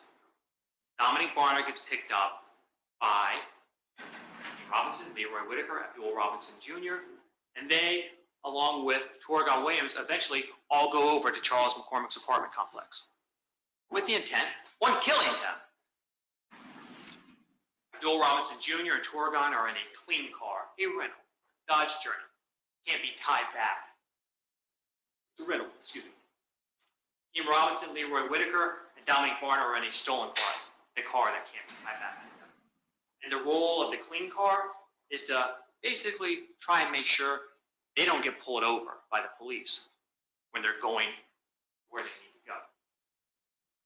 So collectively, they go to Charles McCormick's apartment complex. And again, Hakeem Robinson is armed with his rifle, as is Leroy Whitaker. And there, they wait for him. But as they wait, because it takes so long, they get distracted. They miss Charles McCormick when he comes out of his apartment. He's able to make it to his car. Then he's able to drive away from his complex towards the shopping plaza on Merrill Road. And so they pivot. Dominic Barner, Hakeem Robinson, Leroy Whitaker pursue him, stalk him, follow him, all with the intent to end his life. And that's when they make it to that shopping center. And ultimately what unfolds, you will witness with your own eyes. What Dominic Barner will add is that when they got to the shopping plaza, not only initially was it, again, Leroy Whitaker and Hakeem Robinson that were going to jump out and kill Charles McCormick, but Barner says, I changed the plan. We were too far back. It's a shopping center. It's getting busy. So he relocates closer to Charles McCormick's car, and the plan then becomes that Hakeem Robinson's going to hop out as soon as Charles makes it back to his car. While they wait for Charles to exit, Hakeem Robinson does two things. One, using Instagram on his phone, he contacts Raekwon Howard. Raekwon Howard, who is affiliated with Sixth Block. Their office. Tells him, got one of your boys slipping. Let him know they're getting ready to take somebody out, but doesn't say who. That will be confirmed by Instagram records showing that video call between Hakeem Robinson's Instagram account and Raekwon Howard's right before the murder. Dominic Barner will also tell you that as they waited, Hakeem Robinson thought about not using his rifle. He didn't want to burn that gun. He used it to murder and so he thought about using Barner's glove. Remember whose fingerprints were on that?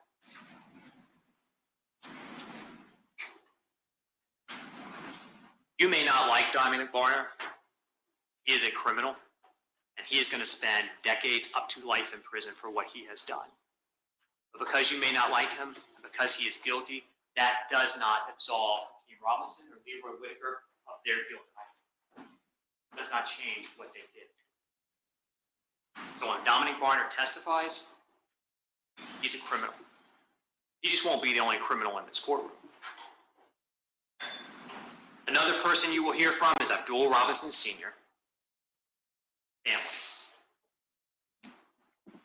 And when he testifies, you will learn that he has been charged with and pled to 2 different counts of accessory after the fact. One for this case and one for another. Unlike Dominic Barner, there has been a partial negotiation with Abdul Robinson, and the maximum sentence he can get is 20 years. Again, it will be decided by the judge. But he's also in his mid-50s. And he has some health issues. And a sentence of 20 years could take him to his life expectancy. And he knows when he comes in that he's going to be despised, that he's going to be hated by his family, by Hakeem Robinson, Leroy Whitaker, maybe others in this courtroom. The question is not, do you like Abdul Robinson Jr., or excuse me, Sr.? The question isn't, do you think he's being a good father? The question is, what he has to say, is it corroborated by the evidence? Independent evidence. Evidence he has no control over, that he could not manufacture. Is it corroborated by the evidence? Not, do we like him? And what he is going to tell you is that Willie Addison was his son. That he was in the car with him, along with his other son, Abdul Jr., when they were shot. Oregon, shot. And that shooting, they became aware of Charles McCormick's song, and they didn't like it. Abdul Jr., who was shot in the head but recovered, and his brother Hakeem Robinson, they were very angry over that song. And he will tell you that he was contacted on January 15, 2020 by Abdul Jr. and Leroy Whitaker, Scotty, because they needed help. And though he didn't know about the murder before it happened, didn't participate in it, he went, he picked them up, and he found out all about it. And he still drove them away and helped them get out of there. He also will tell you that he is aware of that dash cam video that captured the murder. And he has seen it. He will tell you in this courtroom, regardless of what you think of him, the shooter in that video is his son, Hakeem Robinson. He knows his son. You may have thoughts about him as a father, good, bad, or indifferent. He knows who Hakeem Robinson is. And he knows that's him in that shooting. That shooting on that video.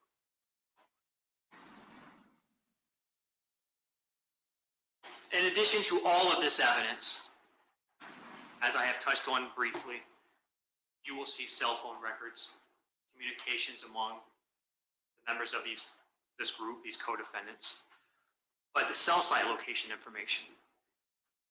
Cell site location information confirming what Abdul Robinson Sr., Blue, will tell you. He was somewhere else when this crime happened, and how he arrived at Townsend Boulevard to pick Leroy Whitaker, Dominic Barner up. See that cell site location information as well as the pin drop sent to him and the calls. You will see cell site location information for Abdul Robinson Jr. He had two phones in his possession that day, a 904 number and a 478 area code number. And both of those place him going to pick Dominic Barner up that morning, going over to the apartment complex where Charles McCormick lived, and then back over near the shopping plaza where Torgon lived. And then finally, after relaying information to his father so that Leroy Whitaker and Dominic Barner could be picked up, back over on Brown Jersey Court, where he lived with Hakeem Robinson and their father. Leroy Whitaker, his phone, places him where he did not want to tell you he was at.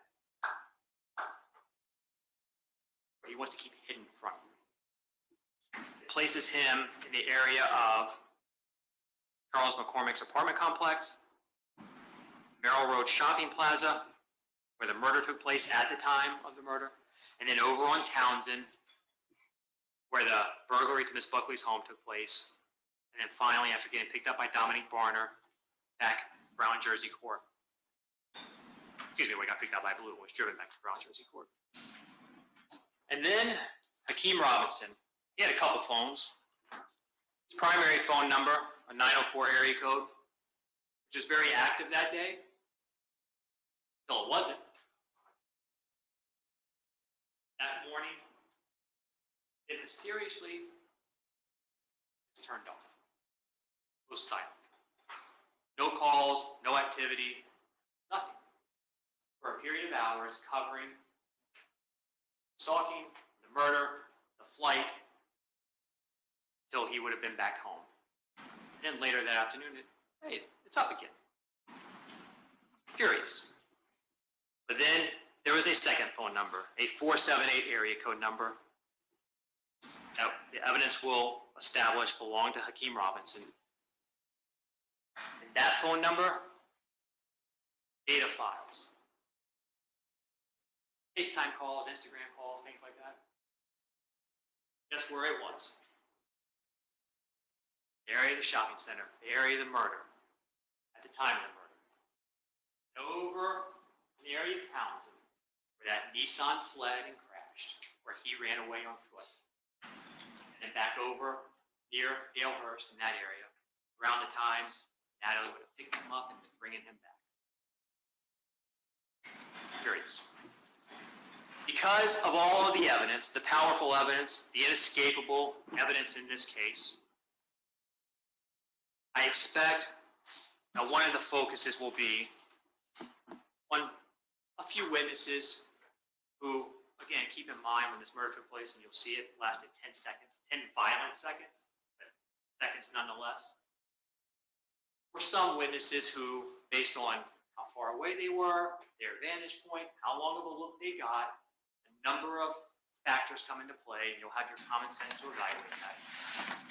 Some witnesses who, when they estimated, provided a guess of what they thought the shooter's height might be as he was running and gunning, underestimated the height that we know Hakeem Robinson to be. You'll be able to evaluate that because you'll also have the video. And the video will show what Hakeem Robinson, the shooter, 5 years ago in relation to the victim, Charles McCormick. You'll be able to make your own observations and determinations as to how they physically compare to one another. I also expect that there will be some attacks of Dominic Barner and Abdul Robinson Sr. because their testimony is damning. But when they testify and when those attacks come, I just want you to do two things. One, simply ask yourself, removing emotion as to whether or not you like them or think they're good people. They're criminals. Just not the only ones. Does the evidence, the independent evidence in this case, corroborate what they have to say? Does it establish what they are telling you? And then secondly, remember, they're not strangers. This is a family. And consider, when co-defendants come together to commit a violent murder, angels aren't invited.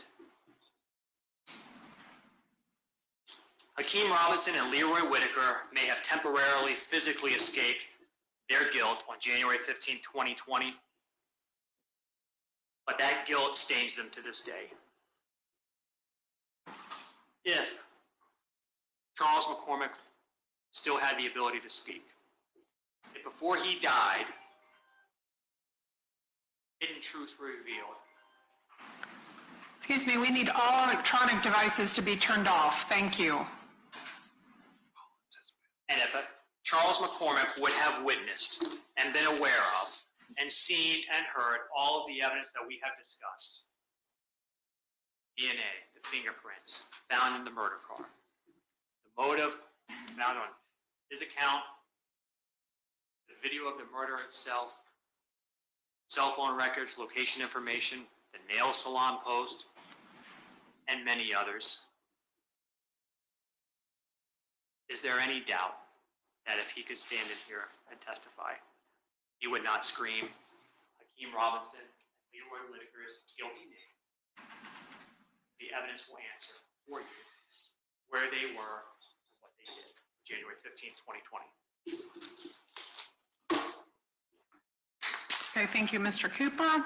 All right, ladies and gentlemen, I'm going to ask that you each step into your respective jury rooms for a bio break since it is 3:50 p.m., but I do want to explain something. This trial is being tried together, and the majority of what will be presented together, but there are some times that things must be presented separately.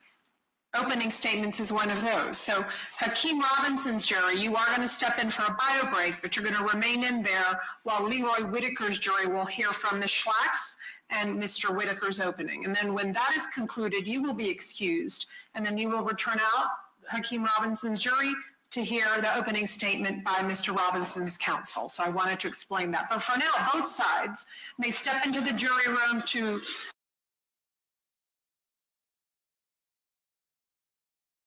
I haven't seen one of these in a very long time. What about you guys? We got two separate juries.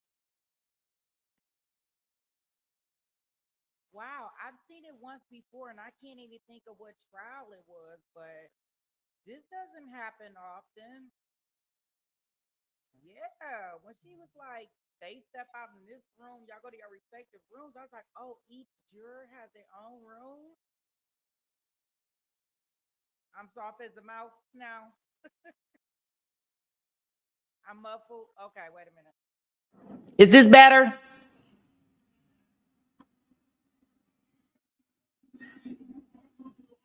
Can you hear me now? Okay. I was working on my little headphones and stuff while I had the mic all the way turned down. Sorry, guys. I've never seen this before. I mean, I've seen it before. I can't remember what trial it was where they had two separate juries, but it wasn't like,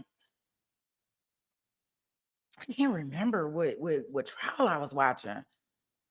But I was sitting up here when she was telling them to go to their respective rooms, guys. I was thinking in my head, I said, oh, so each juror, they really keeping them apart from each other and they can't talk to each other, right? I'm like, okay, they going back to individual rooms until she was like, this jury go this way and this jury go that way. Oh my. So we gonna be confused. The 13th juror gonna keep us all the way together with this trial because we gonna be confused. How we know whose evidence go with who? Oh boy.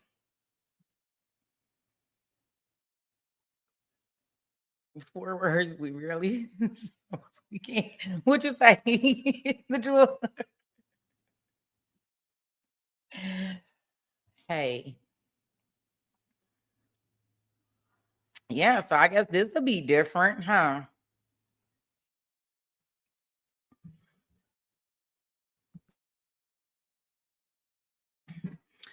You know, if I was a defendant, I would not be okay with this. I mean, like, do they have any say so on this? Like, I would not be okay with you put me on trial with somebody else, and I just don't understand how that works.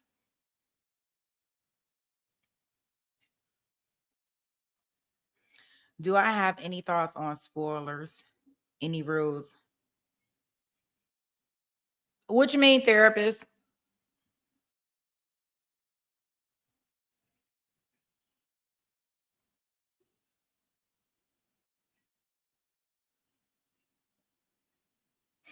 I know it's always with love. You definitely want to hear from me, right? If nobody else, at least from me, right? The Jules. Are you saying like spoilers in regards to this trial?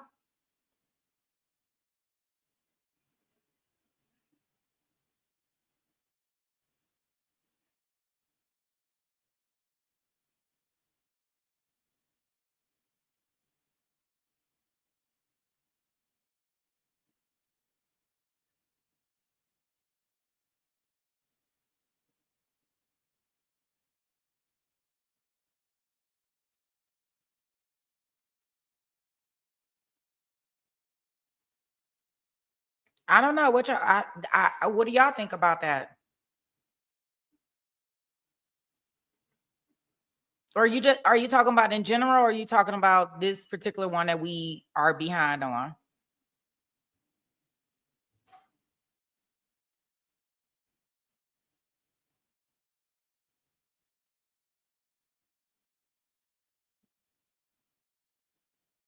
Okay, that's fine with me. I mean, because either way, we gonna watch. I want to watch it for myself, right? That's the whole thing, and like doing it with you guys. That's fine.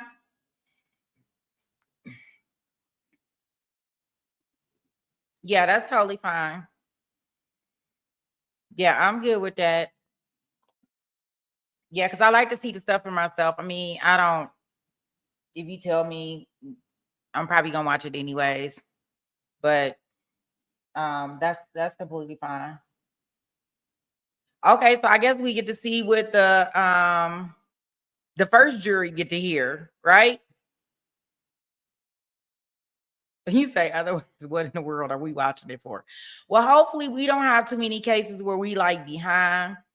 And I hope today, remember, um, the jury for Ali is not there tomorrow. So they don't have any court Friday. So we'll be in here Friday, right? And they only have a half a day of the jury instruction. So we should be caught up, and I'm hoping that with that being said, that we'll be all caught up. Yeah, we'll be caught up in no time. That's what, yeah, so I'm hoping that we'll be fine. Okay, let me go ahead and play so we can make sure.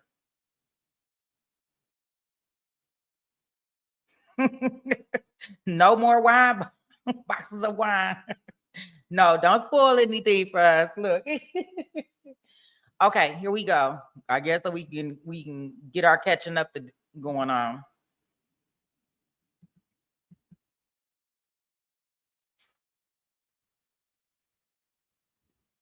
Okay, it looks like they took a break right there. Let me.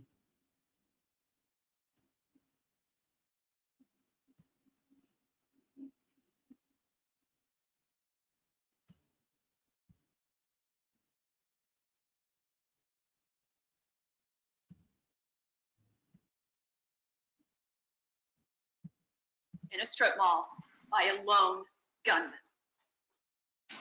There will be no question about that.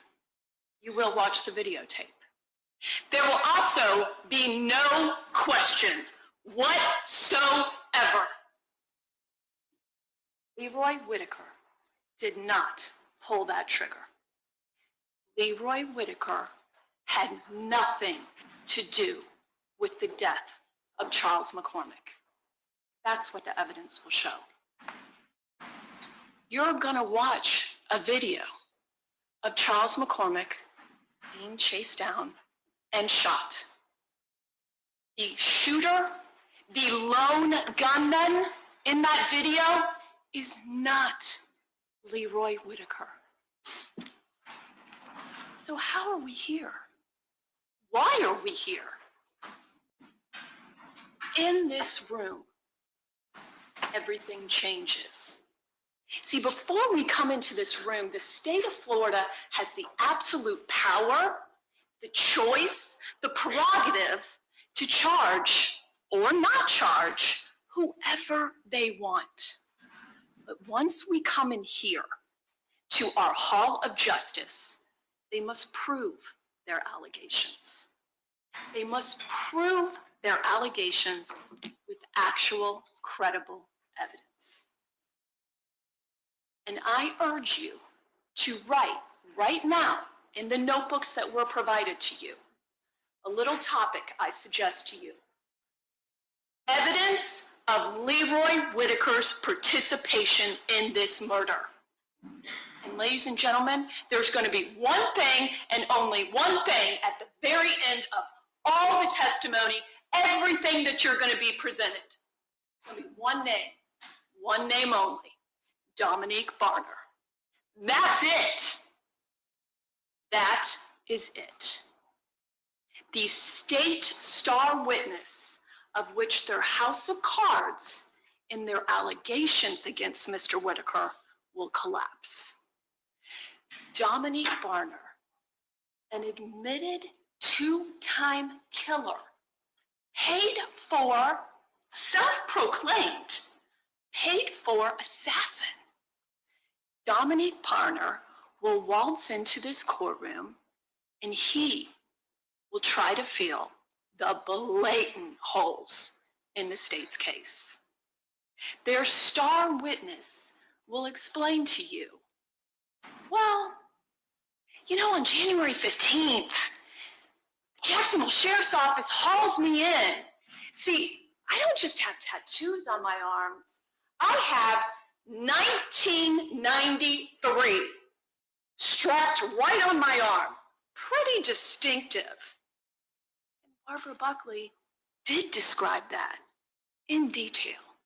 And so the Jacksonville Sheriff's Office was able to put together a photo spread within hours of Barbara Buckley's home being invaded by Dominique Barner. And lo and behold, she was, in no uncertain terms, you're going to meet her. She's going to tell you all. Dominique Barner sure scared me. Dominique Barner came into my home. Dominique Barner choked me out. Dominique Barner got me to the point where I just kind of finally faked passing out and sat on my couch and then ultimately smoked a cigarette. Dominic Barner was caught.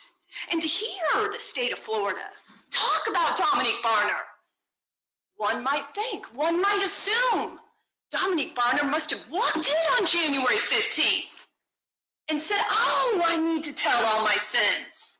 Oh, I need to confess. That's not what the evidence is going to show. What you're going to learn is that Dominic Barner came in on January 15th and he told just enough about himself to get him off his case. So let him go. He's still in jail, but he's not charged with murder yet.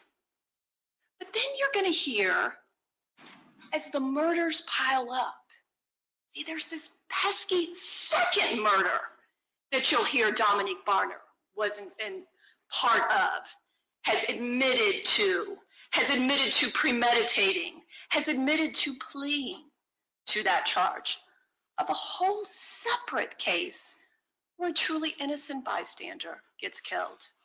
Because unfortunately, Dominic Barner misses who he was really gunning for. Interestingly enough, you will ultimately hear Abdul Robinson Sr.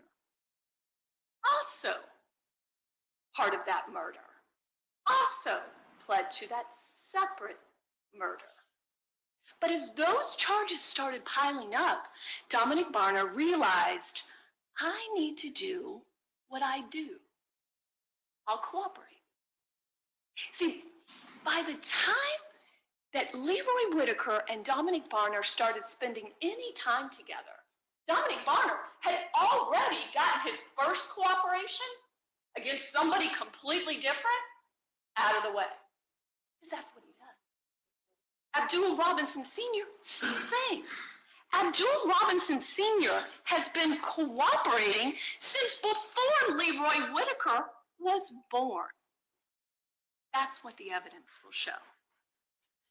Dominic Barner will be the one and only piece of evidence the state will even attempt to convince you that Leroy Whitaker had any part in the death of Charles McCormick.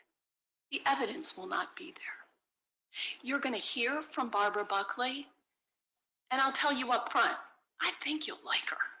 She's feisty. No one pulls anything over her eyes. And she's going to walk in and she's going to honestly talk to you about that morning. How it was just a normal morning. How she sees two people in her house and she says in very colorful language, get the hell out of my house. Dominic Barner didn't accept that and then was violent with her. And because of that, she was able in no uncertain terms, with confidence, with 1993 emblazoned on his arm, she picks him out. Dominic Barner did that. The second person, the other person in her home, she can't identify. What will the state try to rely on? Dominic Barner. Dominic Barner and Abdul Robinson Sr., you will learn, have learned the system. They've learned what to say and how to say it. I urge you, listen carefully as they describe their cooperation agreements. For the two murders that Dominic Barner will tell you in no uncertain terms that he thought about, that he wanted to happen, he put into action, and did commit the murder. For two human beings being gone, what does he look forward to? Well, he has every hope and expectation of walking amongst us again in 20 short years. No mandatory life imprisonment for Dominic Barner. Dominic Barner, by singing the company line, can look forward to 20 years. That's the state evidence. You're going to hear from DNA experts. And I urge you right now, as I remember from jury selection, some of you had done 23andMe, Ancestry.com. I urge you to listen carefully. You're going to hear words like, well, This unknown profile, well, it's consistent with perhaps Mr. Whitaker, and provide computations to try to explain that to you. It is not, I submit to you, and you'll ultimately evaluate for yourselves, like what was revealed for each of you when you did 23andMe and Ancestry.com. Objection, Judge. In the ground.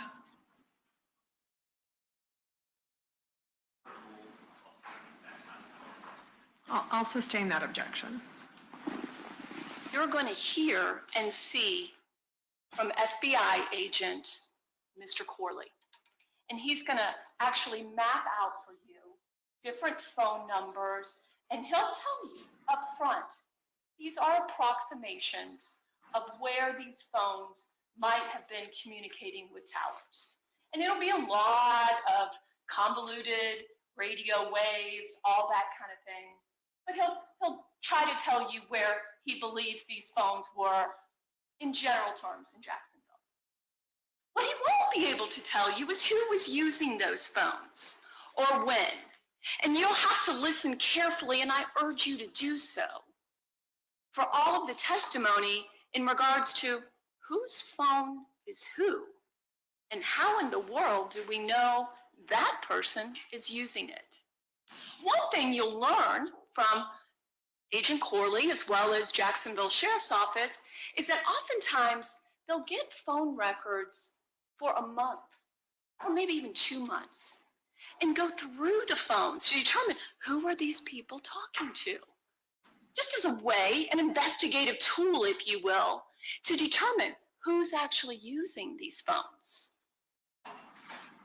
Ultimately, no such evidence will be presented like that in this case, as will there be many things that you will wonder about, but will not be presented. Why?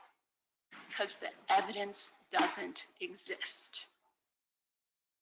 At the close of all the evidence, after you carefully and critically analyze it, you will realize the state of Florida is on a quest for conviction. They will do so on a house of cards of Dominique Barner, two-time murderer paid for assassin. And at the close of all the evidence, you will ask, you will suggest and demand that you render the only verdicts that will be appropriate based on the evidence you receive. Those are verdicts of not guilty for Leroy Whitaker. Thank you. All right, thank you, Ms. Schlax. All right, at this time then I'm going to ask Mr. Whitaker's jury to have a step back into your jury room while we bring out Mr. Robinson's jury for his opening, and then we'll bring you out here just as soon as we can. Thank you, ladies and gentlemen. Okay, so we got one jury going back and another jury coming in. Uh-oh, I see some video. They ain't playing this game. They about to show some video. Okay. Talk about going in tough this morning. Woo woo. I'm excited. I guess it'll keep us from the dryness, right? Hey, Kim. Yay. Yes. Hopefully we'll meet that mark today, Kim. Good morning. We're starting a new trial today. Yeah, so this, I see where we're about to see some video. So I'm like, okay, like video. Hey, Samantha. Thank you. Yes, we have two juries in this one because the defendants are charged with different charges, but some of them, it looked like they worked together on one. So it looked like one is charged with a single incident and one of them is charged in two of them. So we got two defendants. Today is 1K day. That's right. 1K day. Okay, guys, I'm going to go ahead and play so we can get to this video that they gonna show us, because I see.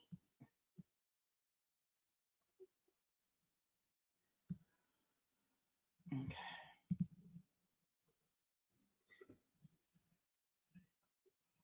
God, I kind of wanted to just go because I don't want to miss none of it. Let's see. Okay.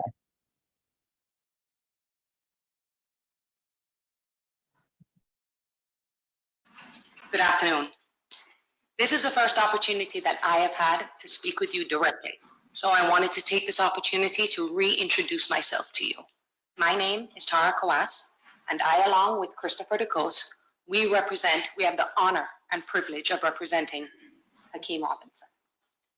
Now, the government just got up here and told you that they're going to prove to you, beyond and to the exclusion of all reasonable doubt, that Hakeem Robinson is the person who shot and killed Charles McCormick on January 15th of 2020. For members of the jury, they are not going to be able to do that because Hakeem Robinson is innocent. And you are going to be able to see that for yourselves, that there is no way that Hakeem Robinson is the person that shot and killed Charles McCormick. In order to try and prove their case, they're going to ask you to do something that I've never seen before. They're going to ask you to not believe your eyes. They're going to ask you to ignore what you see right in front of you.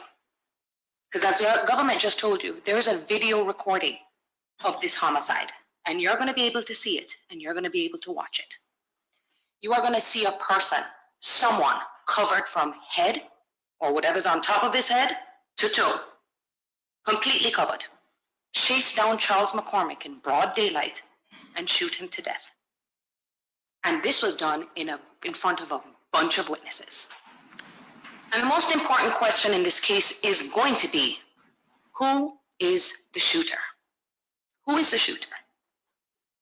Members of the jury, that is the shooter. That is a still shot from the video that you will be presented with this during the course of this trial. And what these prosecutors are going to ask you to do is to find that Hakeem Robinson, who's clearly well above 6 feet tall and a heavier set person, and was like that 5 years ago, is that person. And it's not just that.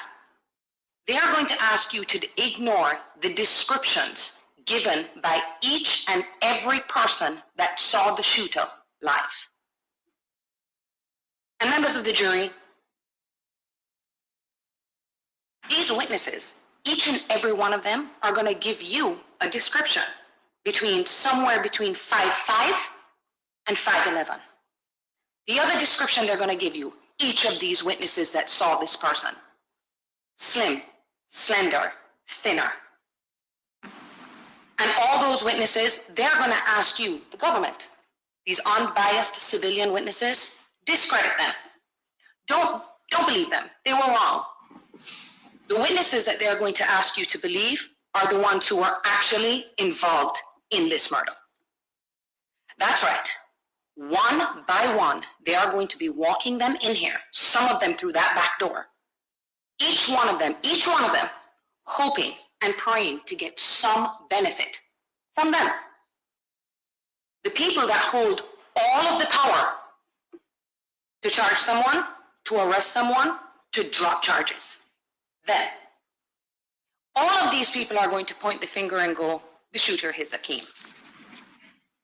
They are not going to present you one piece of reliable, direct evidence that definitively proves that Hakeem Robinson is a shooter.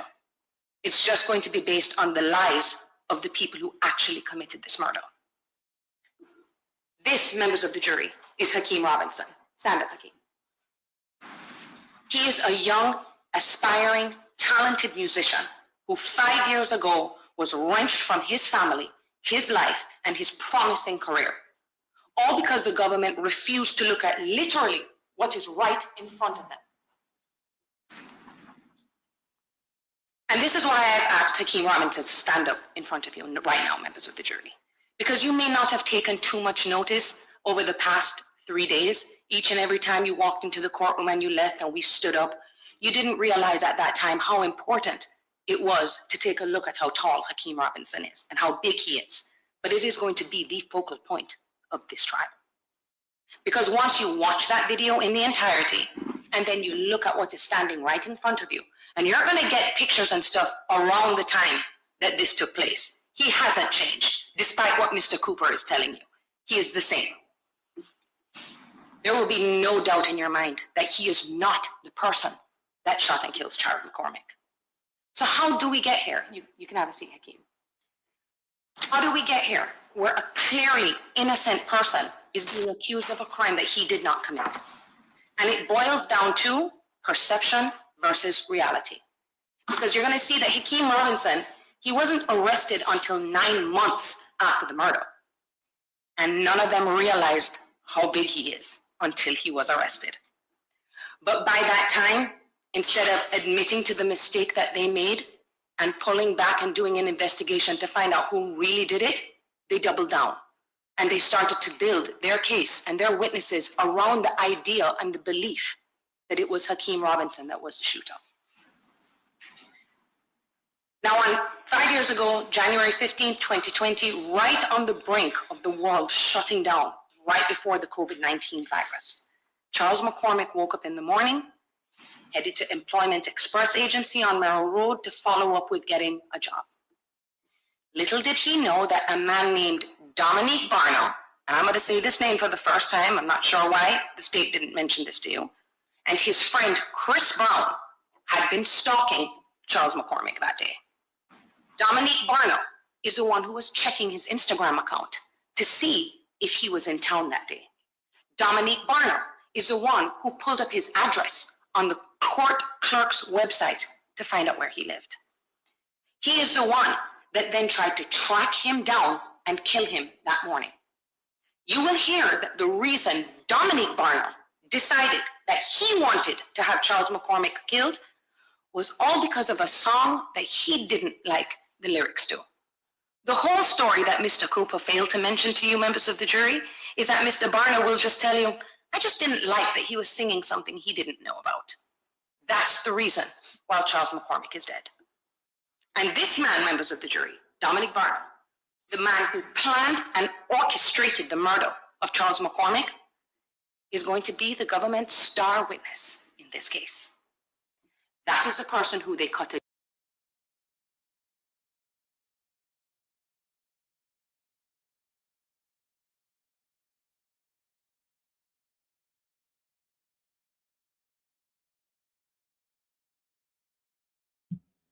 That's not me. That's the that's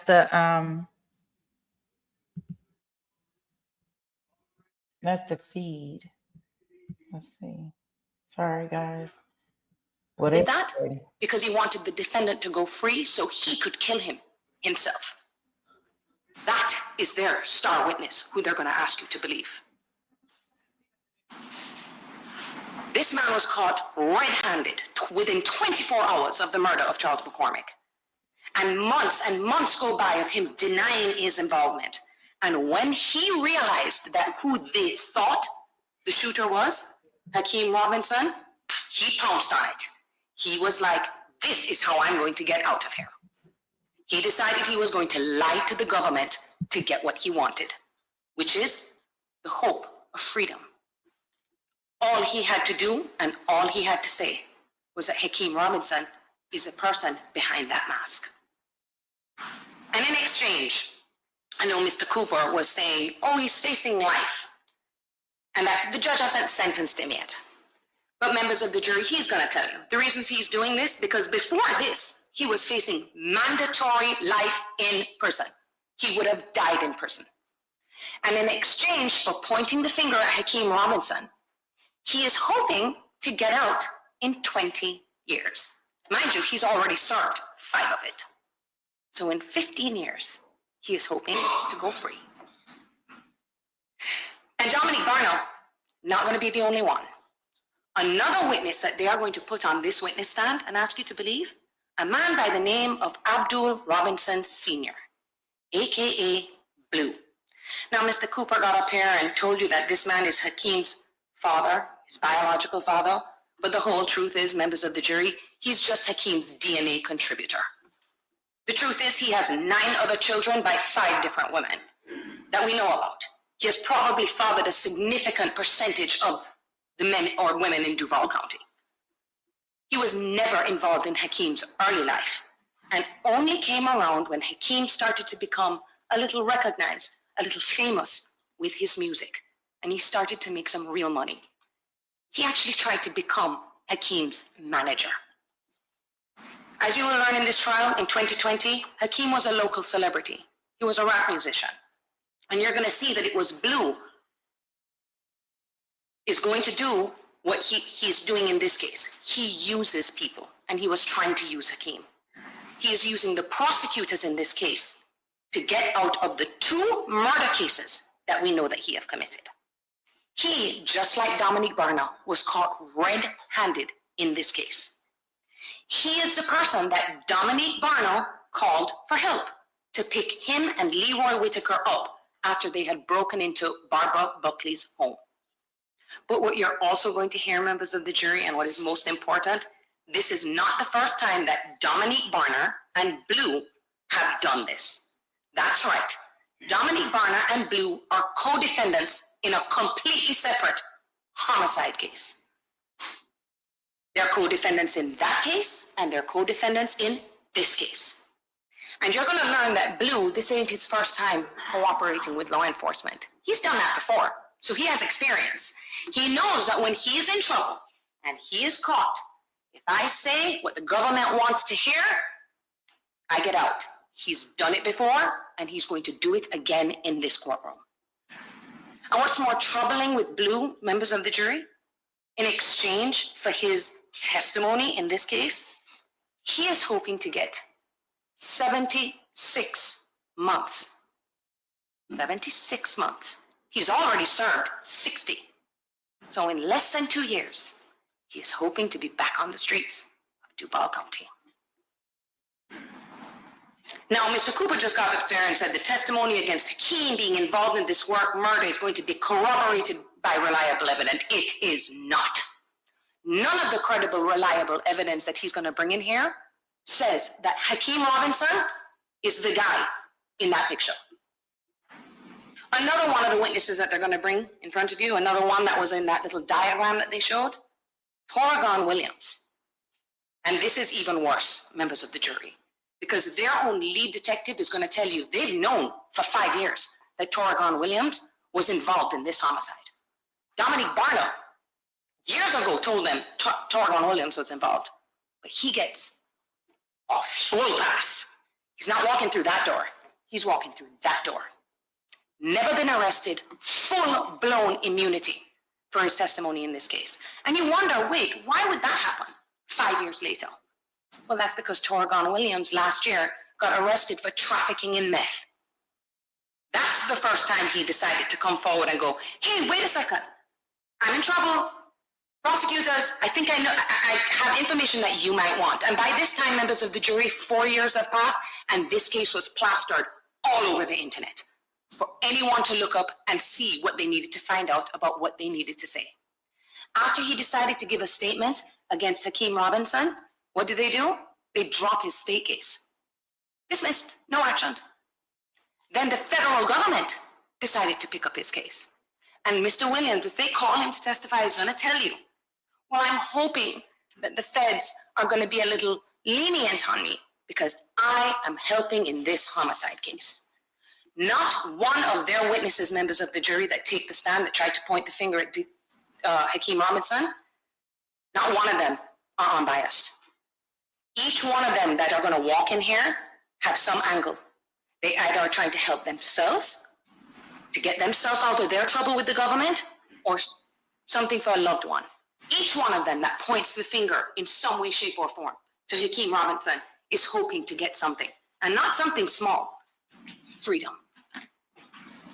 But members of the jury, what Mr. DeCoste and I are going to ask you to do is to listen to the reliable, credible witnesses in this case. Because what you will see that all the reliable witnesses say was that actually the shooter, they actually saw them with his own eyes, as I told you before. Slim, slender, 5'8" to 5'11", Some of them say 5'5" to 5'8". Notice that not once when Mr. Cooper was giving his opening statement did he give you a description. I'm having to tell you that. And I'm talking about not just civilians, I'm talking about trained police officers. We'll talk about Officer Collins, the one who took chase. You notice when Mr. Cooper was talking to you? Oh, well, you know, he was far away. He was jumping the fence and didn't get a good look.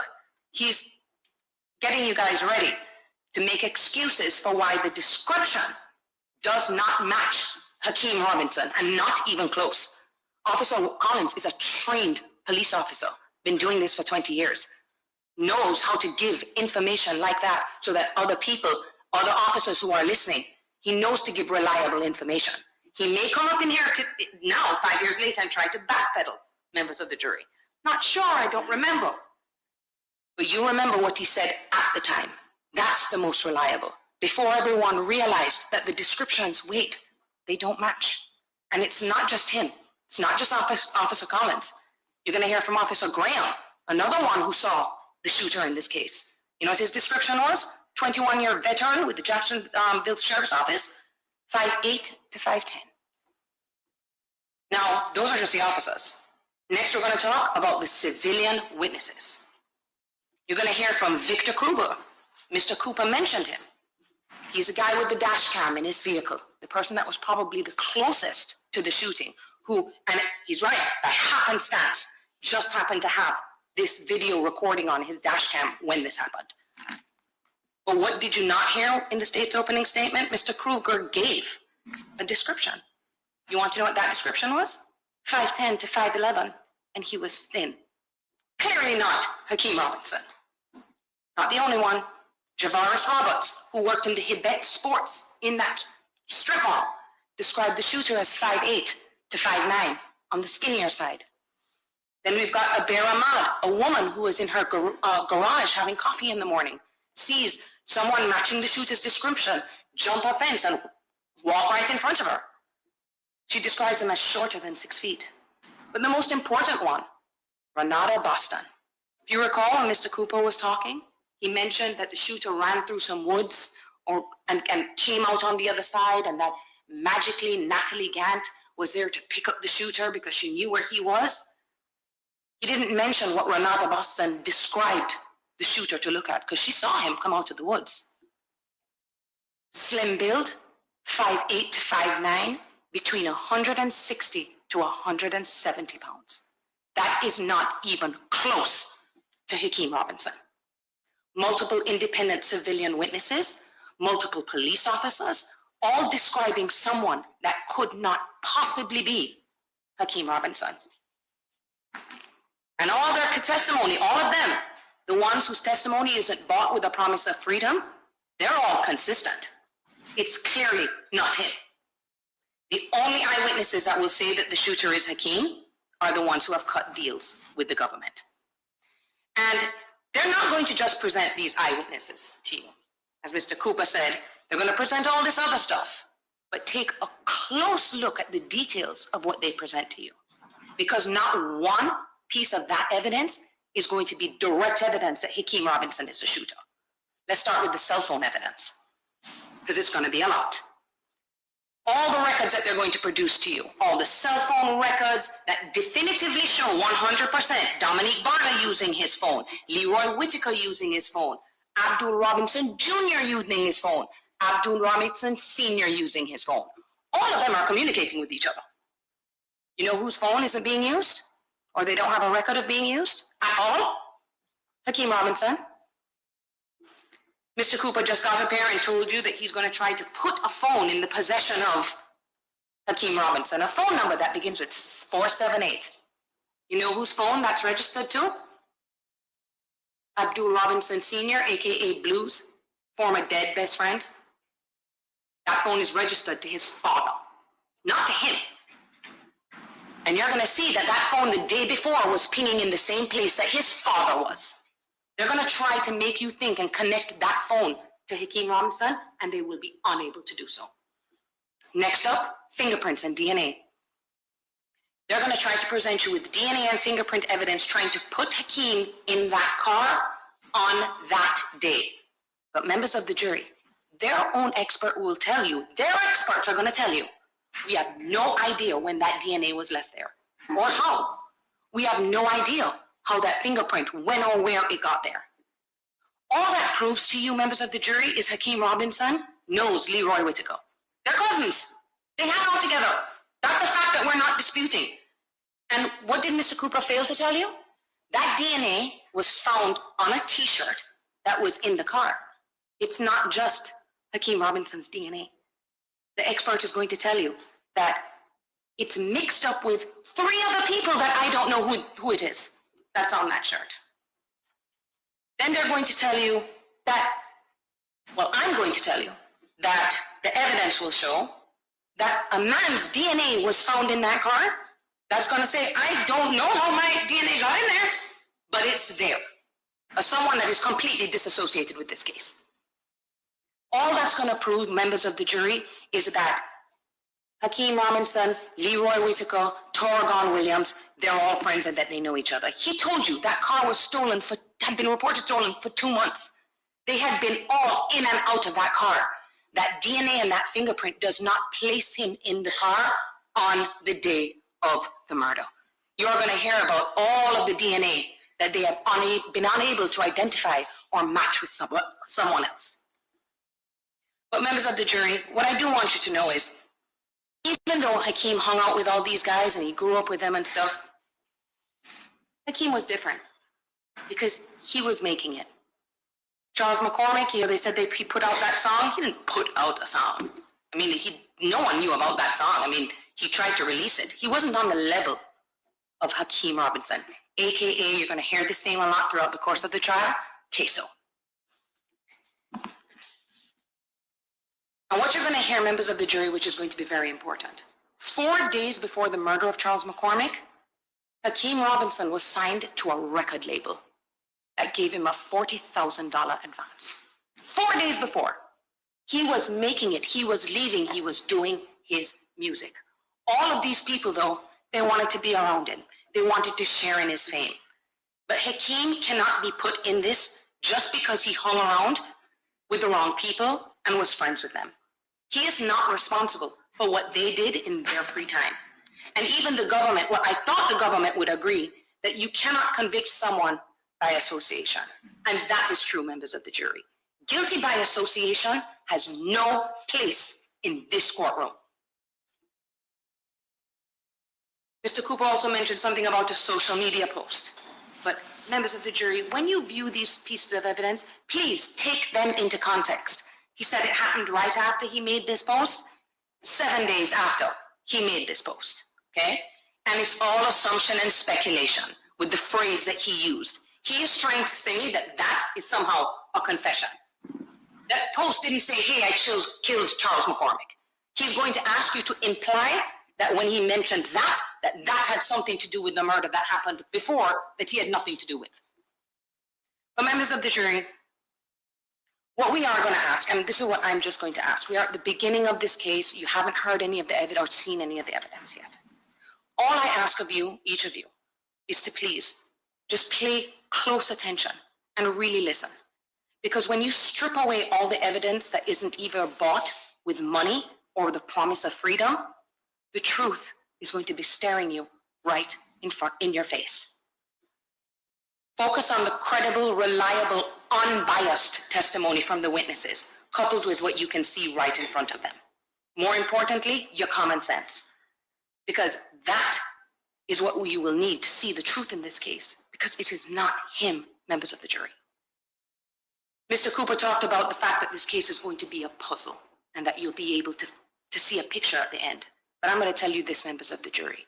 If one piece of that puzzle doesn't fit, it is not guilty. Do not shave the pieces of those puzzles to try to force it to fit. Because when you look, you are going to see the description does not match Hakeem Robinson, not even close. Now, members of the jury, there is a reason why the framers of the Constitution, this country's Constitution, ensured that the government would not have too much control over the freedom of the citizens they are meant to protect. And that was by giving the final word, not to the court, not to the state, but to you. People are innately flawed in that they sometimes can't see the truth when it's staring them right in front of their face, or they can't admit it when they've made a mistake. You are 12 members of this community, 15 members of this community, who have promised to look at this case through fresh eyes. That is all we beg of you, to objectively look at the evidence that is presented to you in this case. Because when you listen to all the credible, reliable evidence in this case, it's only going to prove to you one thing. Hakeem Robinson is innocent. Find him not guilty. Thank you. All right, thank you, Ms. Kwas. All right, I'm going to allow the court reporter to reposition. Like, really? Wow. I don't know. I've seen a lot of y'all talk about how much y'all like her. I'm like, she got me believing. Y'all say y'all vote not to watch this.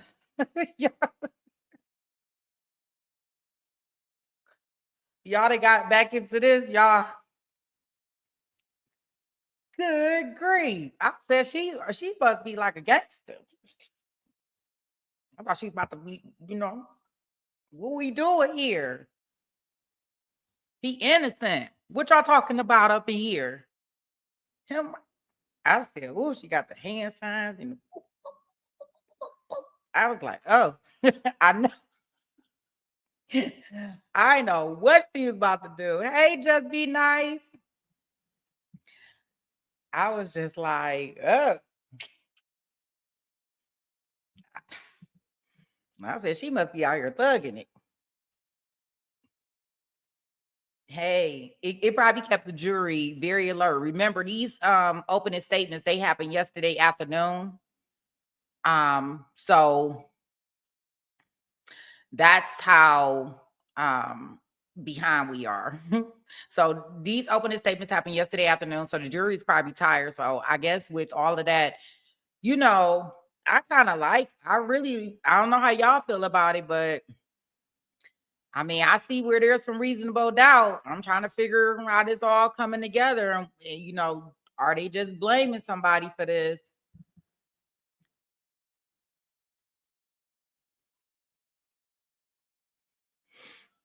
Yeah. So, yeah.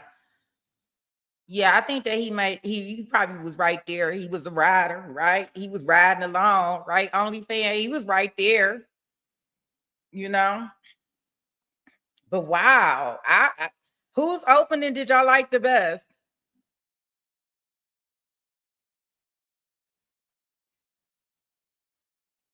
I'm just curious. I vote for her. Yeah, she got you questioning it for sure.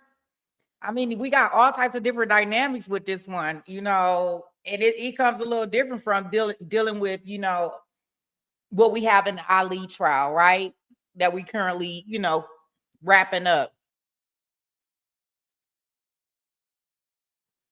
We got a lot of different dynamics. Like we got two juries, they going in and out. We got, video that look like somebody that not somebody. Like, wow. So far, we have awesome microphones.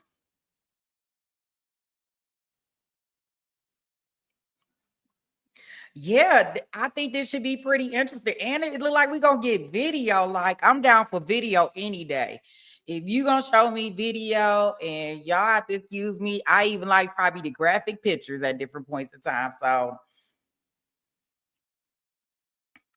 yeah, I know that opening statements are not evidence. I absolutely know that, the 13th juror, but I appreciate them for them being fired, right? Because I'm gonna be looking from what they have provided to me in opening statements, how they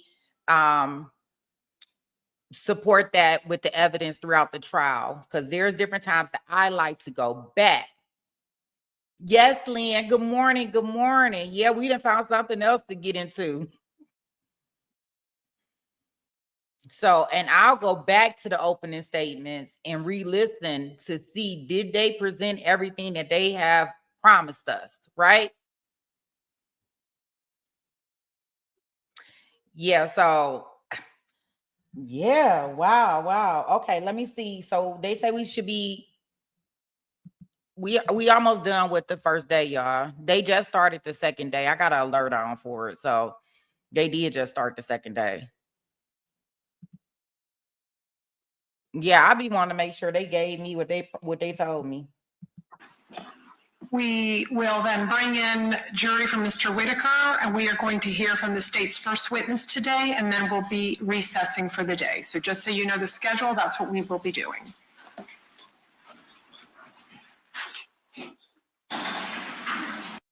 Hey, Leanne, we just watched the opening statements. They're about, and I'll post it once we get done. So it's just the first day. It's just the opening statements. They just on day 2 today, so you haven't missed much.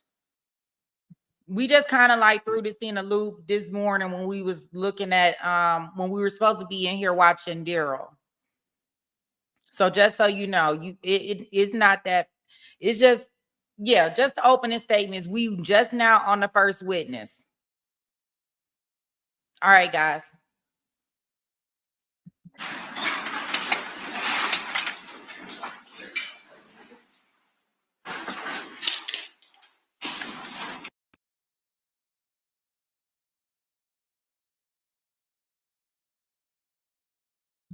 I guess instead of us looking at the ceiling, they just do a black screen when the jury's coming in, considering we got juries coming from all different directions. They coming from all different doors.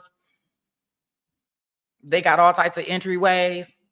So I guess they just do a black screen during the period of time that the jury entering. So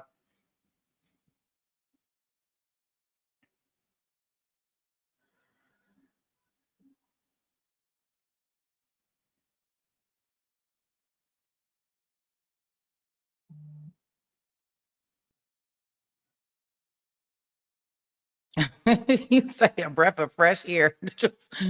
Right? She definitely keeping us woke. They definitely keeping us woke. And just the description, like the prosecution teams even open. I'm like, dang, he done went to the teeth, to the brain splatter, to everything. I'm like, gosh, I feel like I'm right there. Good grief. Like he didn't leave anything.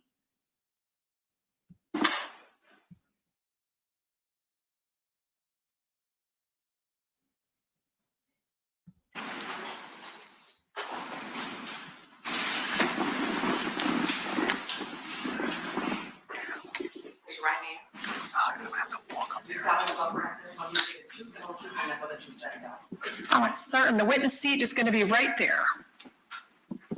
Please be sure to speak loudly and clearly into the microphone and state. You may proceed. Thank you. Would you please state and spell your name for the record? Victor R. Kruger Jr., Victor Kruger. Can you pull that microphone up to your mouth, Mr. Kruger? Thank you, sir. Victor R. Kruger Jr., Victor Kruger. And Mr. Kruger, do you currently live in Jacksonville? I do. What area of town? Arlington, And how long have you lived here in Jacksonville? since '94. Are you currently retired? I am. And when did you retire? 2017. What type of work did you do before you retired? Computers. I worked for CSX and was a computer architect. Are you familiar with the shopping center located at 7001 Merrill Road? I am. And that's here in Duval County? Yes. And did you go to that shopping plaza on January 15th of 2020? I did. And what was the reason that you went to that location? I have a UPS box for handling mail. So the UPS store there, I'd gone to pick up mail. And what type of vehicle were you in when you went to the shopping plaza? 2007 Dodge Ram Mega Cab, 1500. Does it have a lift on it? 4 inches. So that makes it sit up 4 inches higher than a regular? Correct. It came from the factory that way. Okay. Was anyone else with you when you went to the UPS store? No. And do you recall where you parked? Behind the UPS store and directly facing the employment office, which was at the end of the storefronts in the back. And by employment office, do you mean express employment? Yes.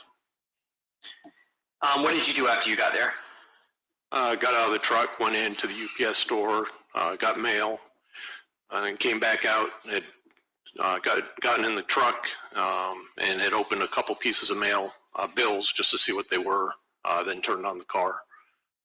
And what happened after you did that? Right about the time I started the truck, I heard the first shot. I wasn't quite sure what it was. I had music going on the stereo. But I looked around and saw a young gentleman running, and maybe a second or two right behind him, another gentleman chasing him with a rifle, firing at him, and eventually hit him, or he tripped and ended up shooting him multiple times while he lay on the ground. The person that was being chased, did you see where he came from? He had come out of the employment office. Now, when this shooting took place, was there anything that obstructed your view? No. How close would you estimate you were to the person being chased and the person chasing him? I'd say they're about 20 feet off to my left. Did they run across where you were parked? Yeah, so it's kind of a little to the right of the employment office, but right on the edge of it. So out of the corner of my eye, he came running past, and I saw, then turned and saw the other one. So that distance between the chaser and chasee was about 15-20 feet, and then he was being chased down the promenade. Do you recall approximately how many gunshots you heard? My estimate would be 12, but between 10 and 15. Did all of this happen fairly quickly? Yes. After the shooting stopped, the person that chased the other person and shot them, what did they do? They came running back. The car that I didn't see them exit the car, but they came back to a Nissan that had come racing up to my left. Almost hit my truck because I was pulling out, and he jumped in that Nissan. And what did you do at that point? At that point, I had pulled up farther, was actually perpendicular to the other side of the employment office, and I was kind of rolling forward, just kind of watching on my back window. They took off down the Publix shopping lane, and I chased after them. Prior to chasing after them, when you were in that area where you just pulled up and you saw the Nissan coming up, did you see anyone else outside in that immediate area? Not in the immediate area, no. Would you consider yourself to have been the closest person outside in that immediate area? Yes. And what was the purpose of you trying to follow after that Nissan Altima? Ultimately hoping to catch the license plate of the Nissan. More than that, I don't know whether I thought through what I was doing.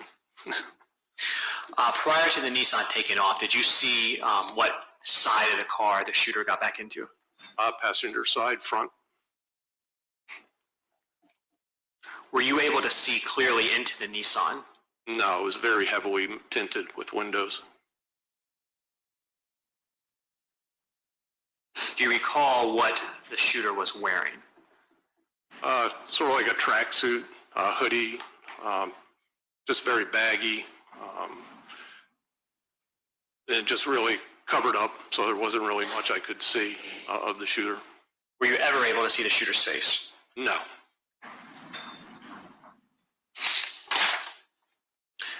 Could you tell anything about the shooter? Could you tell what color the person was?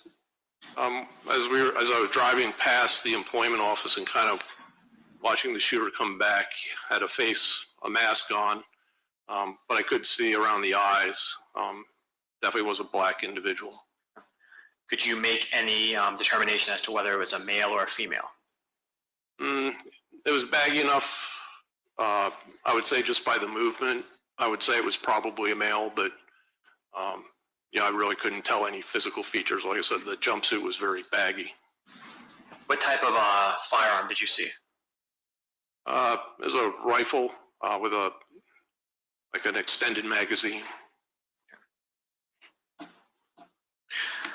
Did you have a dash cam in your vehicle? I did. Where was that equipped? I was on the front windshield, up high on the windshield to the right of the rear view mirror. Did you have to turn that dash cam on in order for it to record? No. I do have to, it's not wired into the battery, but I do, whenever I leave the house, I plug it into a cigarette lighter, so until I unplug it, it stays running. So even when you got to the shopping plaza, parked, and went to UPS, was that dash cam still recording? Yes. And approximately how far did you follow the Nissan after it took off? Well, as I was going down the Publix, had a police officer pull up beside me, wave him in front of me, and I followed them to the exit of the Publix shopping center. They exited onto Merrill. At that point, I couldn't exit safely because of oncoming traffic, so I waited. Eventually got onto Merrill and went down Townsend where they had gone. But I never caught up to them at that point, turned around and went back to wait for police and paramedics and all. And when the police showed up, did you tell them that you had a dash cam in your vehicle? I did. And did you allow officers to view that video and download it? They downloaded it, yes. Now, on your dash cam, does it include the date and time of the video? No, because of the fact that I'm always unplugging it and it's losing power. It'll just read whatever the default date is. Okay. So not necessarily the accurate date and time, but it still records. Okay. Your Honor, may I approach the witness? Yes. Is it?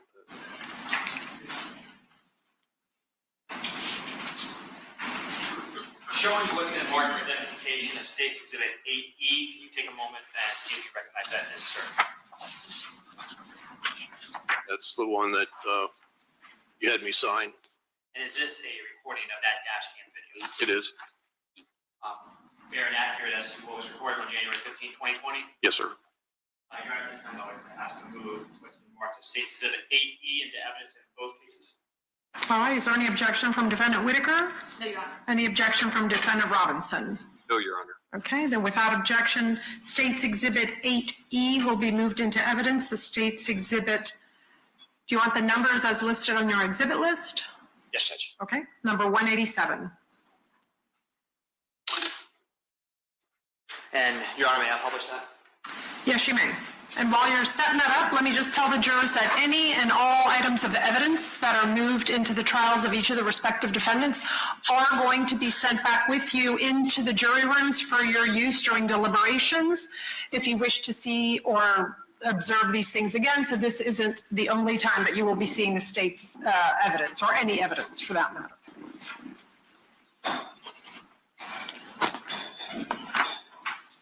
That's awful. We can change that.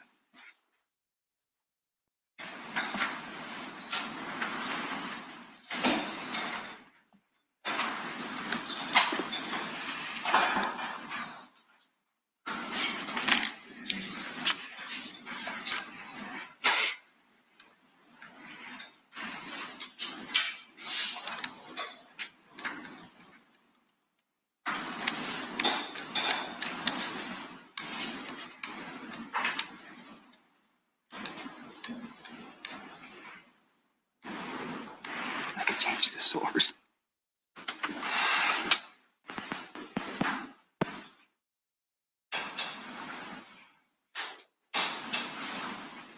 What's the source?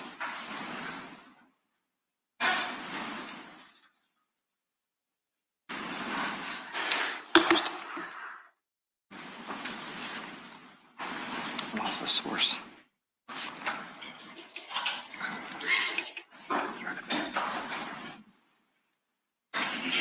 It's on. Source. I can't see it. Hang on.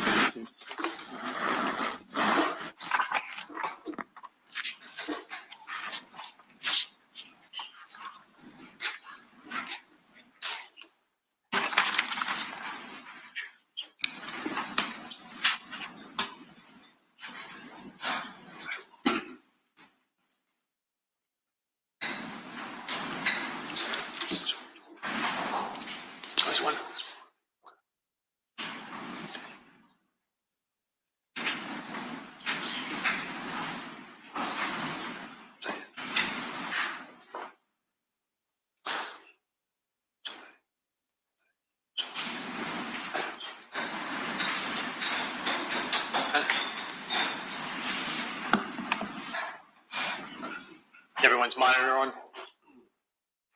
All right, yes, let's confirm, are both juries' monitors on? Very good, and counsel, everyone's monitors on, and the witness's monitor is on as well. All right, you may proceed. Mr. Kruger, I'm going to show you a clip from your dash cam video and ask you a question.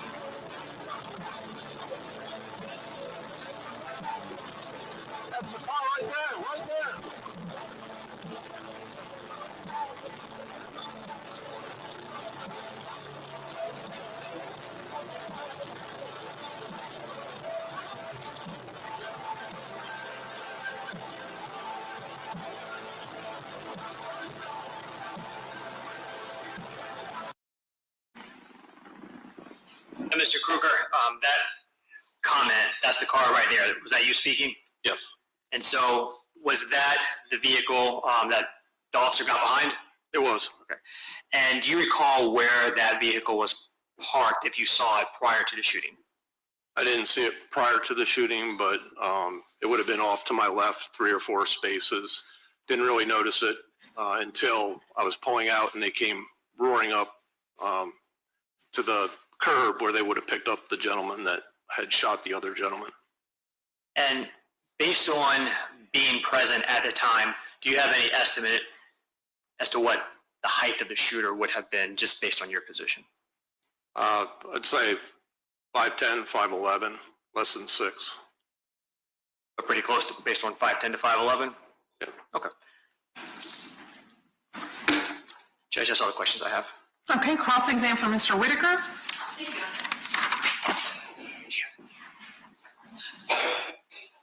Good evening, sir. How are you doing? I'm doing well. Yourself? Good. You mentioned that this is a strip mall you go to fairly regularly.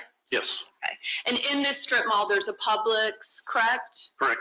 And a Bailey's, I think it's now Choose Gymnasium. Yes. And even like a medical office, like a Baptist outpatient. Yeah, that was in front of that is where the young gentleman was actually killed. And obviously, we could see from your dash cam video, there's a lot of cars, there's a lot of people out there, correct? Yeah. Okay. You mentioned you were not able to see into the inside of this silver car, correct? That's correct. And as you, I know you may have watched it now multiple times, but as you were watching it that day on January 15th, could you tell it was a Nissan Altima? Yes. Okay. But you were not able to see how many people were in that car, No. one way or the other, correct? It had to be 2 at least. Okay. The driver and the gentleman who got in the passenger side. Because logic would dictate the shooter that we see in your video isn't driving that car, right? Correct. And your testimony is that you watch that silver car go closer to the shooter to pick the shooter up, right? Yes, And that's where you get the very logical assumption there had to be at least two people in that car, correct? yes, ma'am. But other than that, you have no information. No, Okay. And you certainly only saw one lone gunman, correct? correct, One shooter, correct? correct. And you didn't hear any kind of words before the first shot, correct? No, ma'am. You didn't hear any kind of words throughout the entire dash cam video, correct? Correct. Besides your own proclamation trying to make sure that the officer saw, hey, that's the car that was involved, right? Yes. Okay.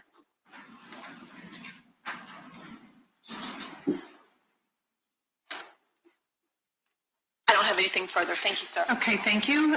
Cross for Mr. Robinson. Please, Your Honor. Good evening, Mr. Kruger. Hello? You consider yourself precise, correct? As precise as I can be, yes. You own an esports team. I do. You were a computer architect for a number of years. I was.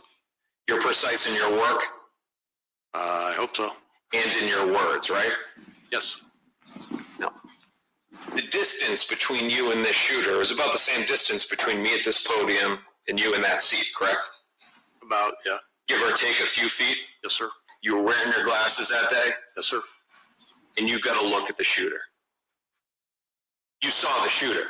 I saw the shooter in the sense that I saw the individual in a tracksuit, but I did not see identifying anything that I could identify him with.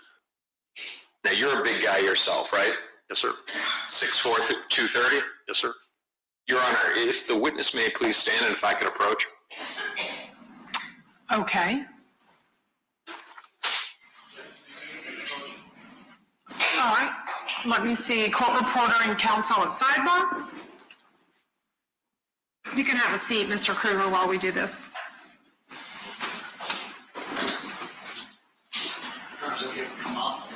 Right this side. Yes, y'all can come up. It's only, I can't find the white noise on here.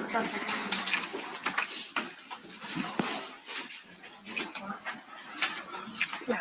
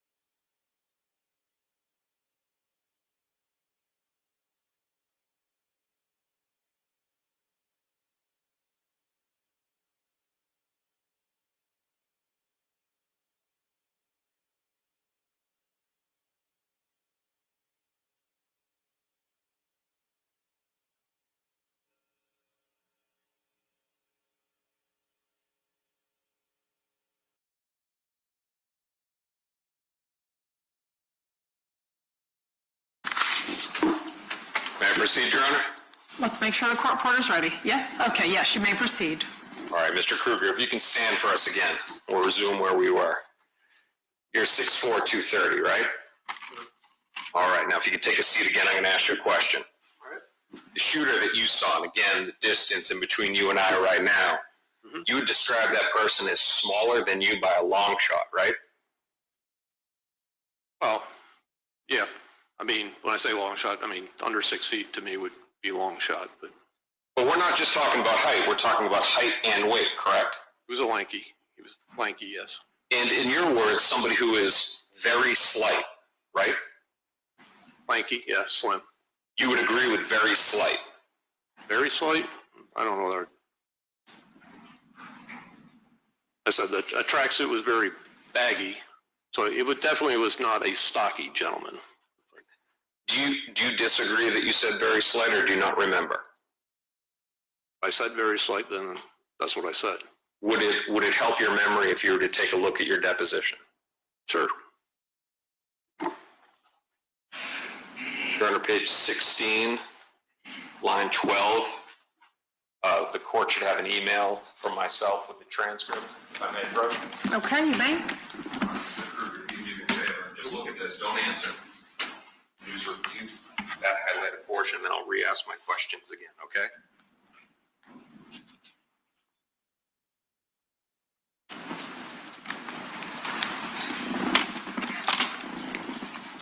Okay.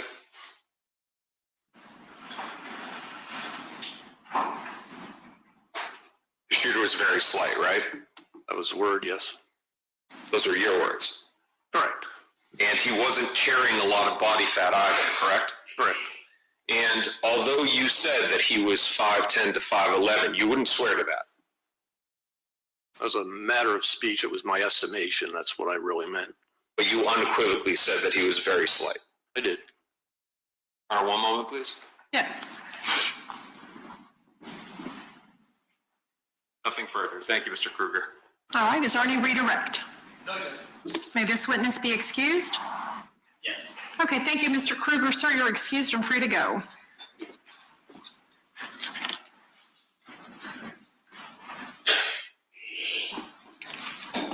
All right, ladies and gentlemen, it is 5:30 p.m. and so we are going to recess for the evening, each of the two juries. I'm going to ask that you leave your notepads behind.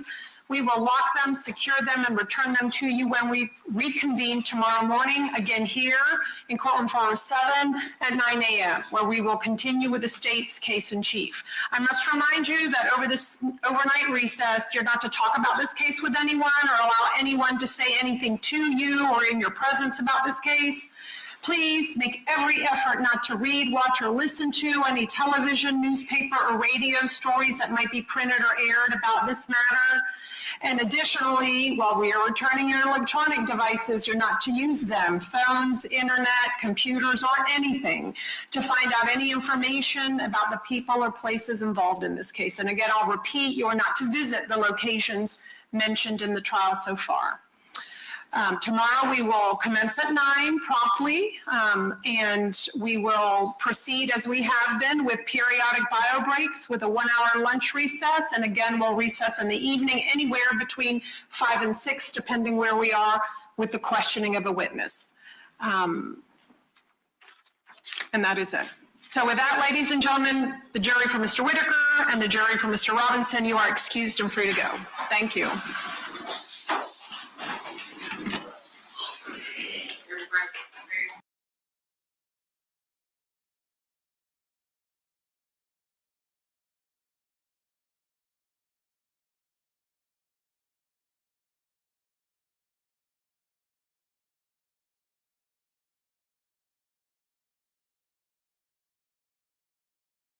I know y'all can't hear me. Okay. So that's the first day of this new trial. My question is going to be,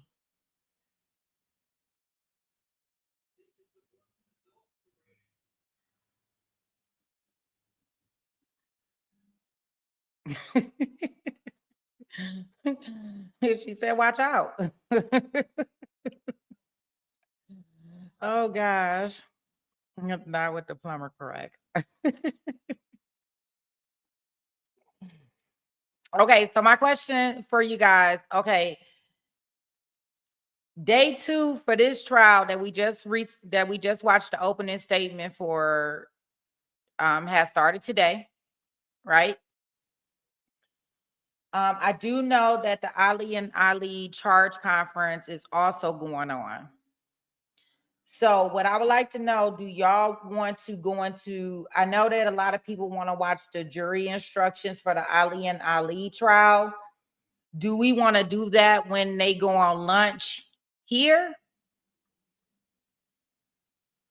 And just go into day 2 for this trial? Or do we want to go into the Ali and go ahead and catch up on the jury instructions on that trial? So I guess if you want to go into the Ali trial and we start going over the charge conference now, we can type Ali in the chat if we want to stay and go into day 2 testimony for this current trial that we are starting, we can put in the chat stay.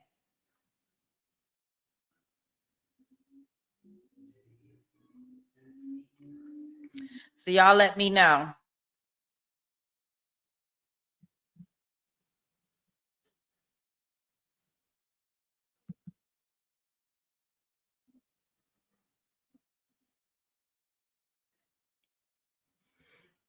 So I see a Ali, I see a stay. Now, either way, we will do the Ali charge conference.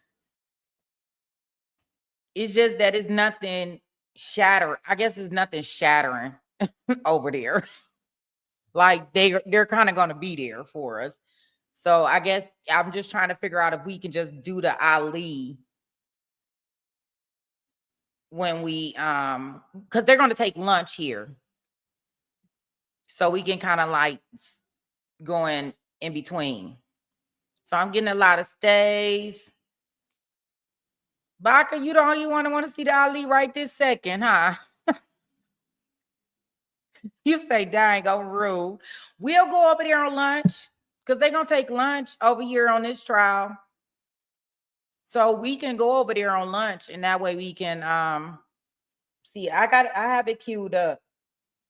And they're not gonna be over there all day. It's a charge conference. Grounds. Okay, so let me get day 2 queued up. It's on, I'm gonna do it off a law and crime. It looks like law and crime has it. You say you here for the ride. We gonna go over there, but we'll stay here. Let me get I'm gonna remove this. Let me add it. Share.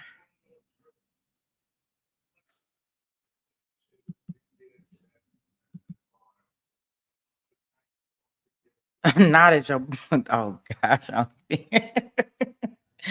I like to hear the legal arguments in regards to them. So I wouldn't mind us going over there on, and us watching some of it during lunch. That I wouldn't mind doing. So we can always do that, right? All right, I'm gonna go ahead and hit play. Let's see what they got going on today. This is our trial with 2 juries, all types of unalivings, all types of drama, plenty of video, I'm assuming. So we shall see. Okay. Again, was just as I am between you and me right now. Okay. And from what I could see, without my glass, I could not see any tattoos that were visible to me. Okay. But back when you gave your deposition, you did indicate that you had gotten a good look at his arm. The only thing I could, get a good look of is, I see the shape, I see shapes, I see colors. It's the fact that he had really skinny arms. Okay. Now, this person, Squirrely Dude, you described that the hoodie was not only on, but it was actually tied, correct? Yeah, he pulled it. As soon as he saw me, he pulled the hoodie up and pulled it tight. And Squirrely Dude, you didn't end up having much interaction with, correct? Right. Okay. It appeared that Tattoo Guy was kind of calling the shots, right? I don't know. Well, according to you, it was Tattoo Guy that kind of tells Squirrely Dude, hey, go change your clothes. Wait a minute, guys. This is off of Law and Crimes feed. Hold on. Let me see if I can go back to First Coast News and see if I can just get their live feed up, because I don't know if it's the way Law and Crime is doing it. And then they kind of like started it in the middle of the testimony. Like, who is this person and what are they about? So let me see if I can find it. I know they're streaming it.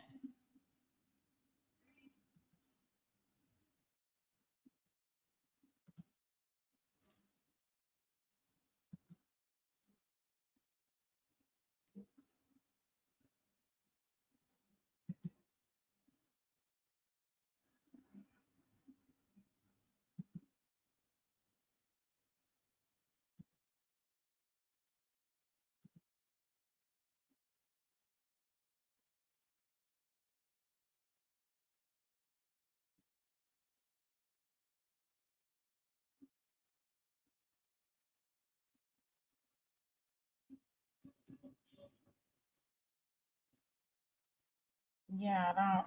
Wait a minute. I know. I don't know what law and crime be doing sometimes.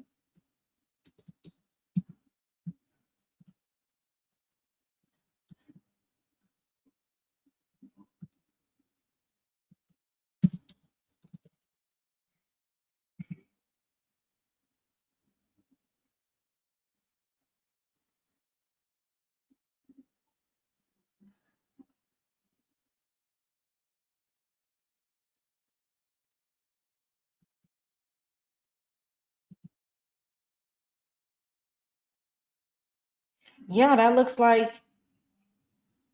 Yeah, I don't know. Let me see. Wait 1 second.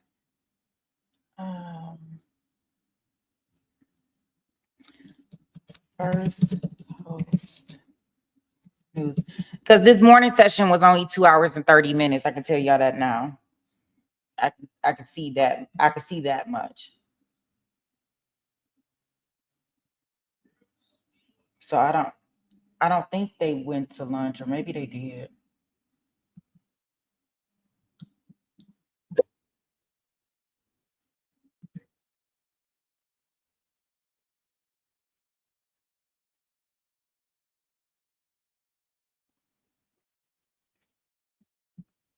Okay, so they say court is in recess.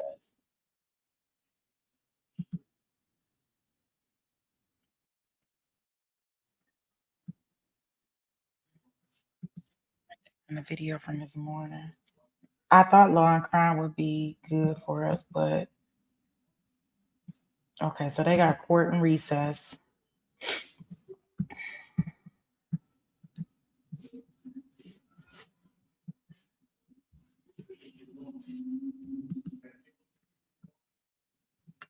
Let's see if they uploaded. Their sound on their videos is really, really good.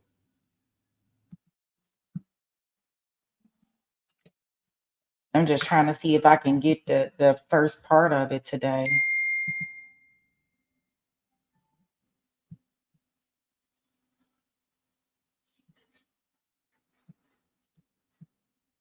No, I guess we may have to work with law and crimes.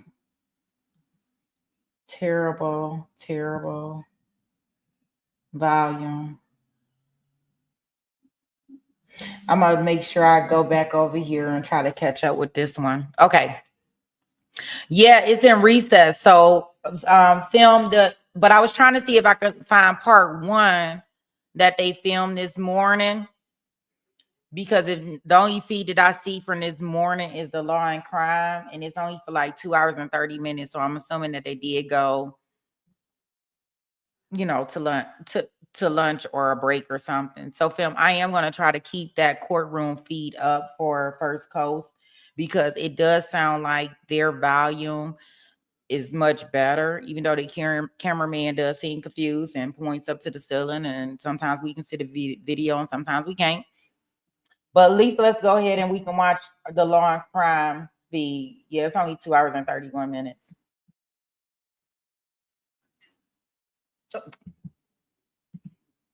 Oh no, it's not available. Maybe we don't have it. Maybe we don't have it.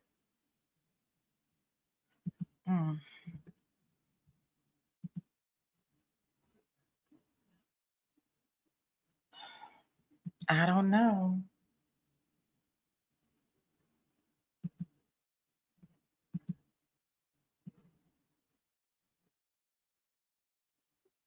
I don't know. Maybe they don't. I don't know.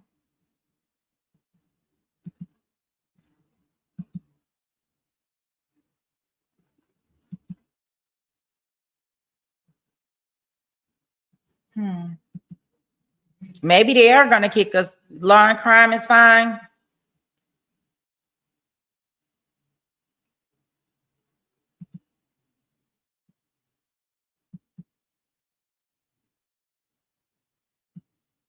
Okay.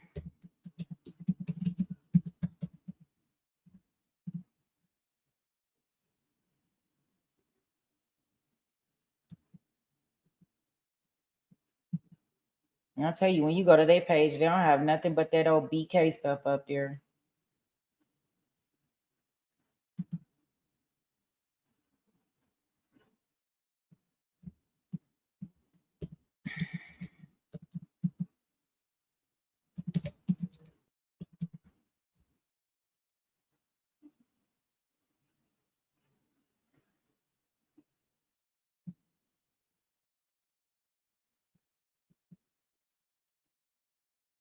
Hold on, I'm looking.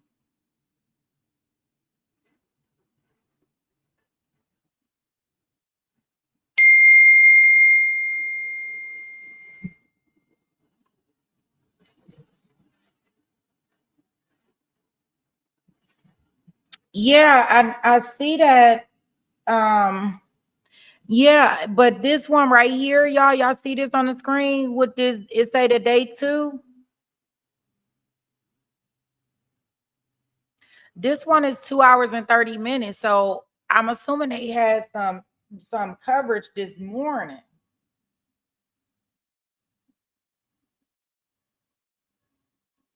Is all is what I'm trying to find out is where we watch that at. Because I think that the other stream is coming up at the end. Let me see.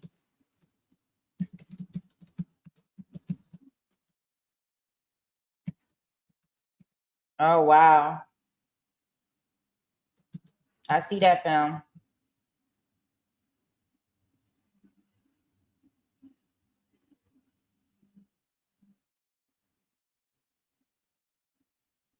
Let me see.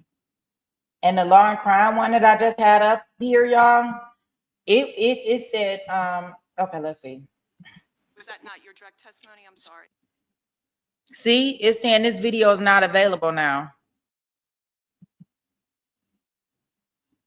I don't know what that means. Like, why would they take the video down?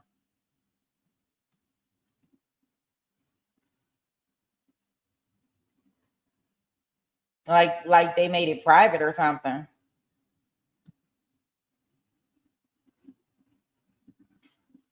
That's weird. Okay.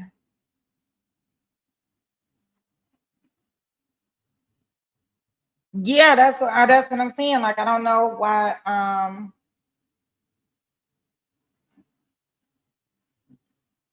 Right, and that's why I was trying to get that law and crime feed up, because I think that Jacksonville, the First Coast.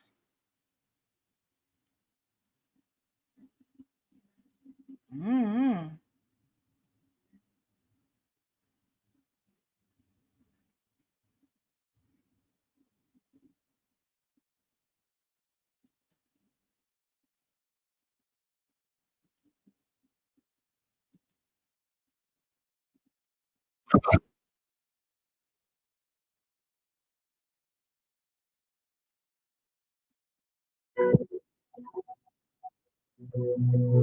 Yeah, I know they have court and recess, but I don't understand why law and crime would have took theirs down. You think they pulled the feed?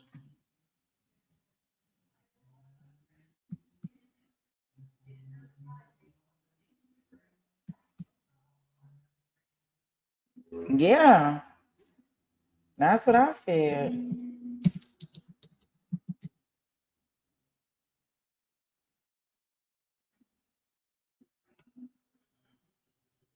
Because law and crime was not covering it originally. Originally, it was just only this First Coast news place.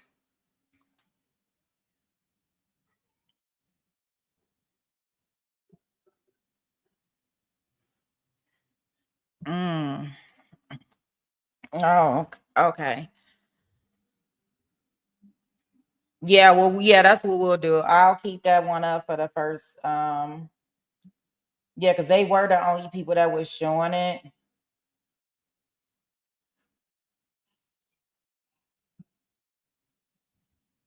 Unless they're gonna make us see everything behind closed doors. I guess in the meantime, I'll kind of like um look behind there. Okay, no worries. Well, we will go and we will check out our Ali stuff in the meantime.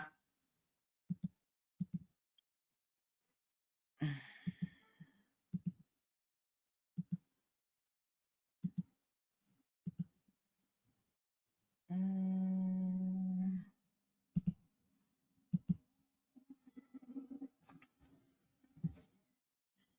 That's fine, and I'll just clip it and take it out of here and put this in there. Not a big deal. And in the meantime, I'll try to see if we can find some other type of feed. Yeah, like we were just in that law and crime thing and they pulled it right on down. And I'm not sure why.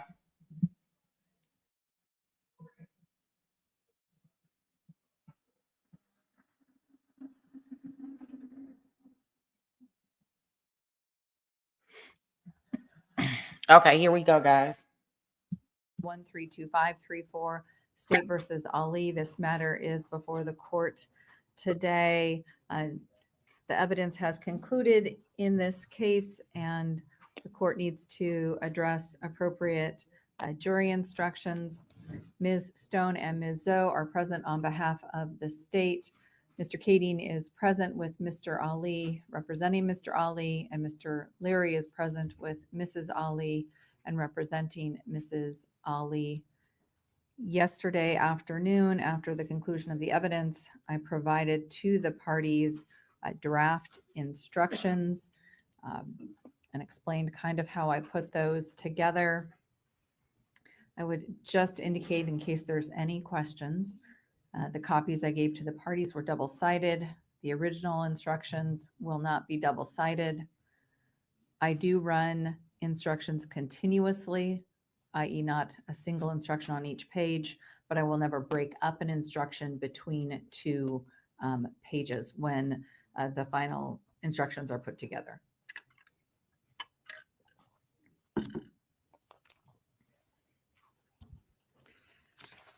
As to, and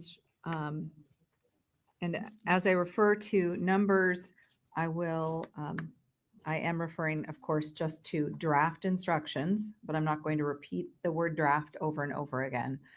So as to instructions 1 through 3, any issues with those? And I don't know if Ms. Stone or Ms. Zoe are going to be dealing with issues related to jury instructions. I will. I'm sorry. May I remain seated while we have this conversation? Of course. Thank you. No issues. What's 1 through 3? All right, Mr. Kading. No issues, Your Honor. Mr. Leary. No exception. All right. Number 4. The state and Mr. Kading submitted the same instruction. Mr. Leary submitted an instruction that has bracketed information from the WIPIC, which includes what is often referred to as the abiding belief language, the last sentence. And I have that bolded in the instructions so that it would be clear that that was the issue that I would be addressing. Mr. Leary, I thought I would hear from you first.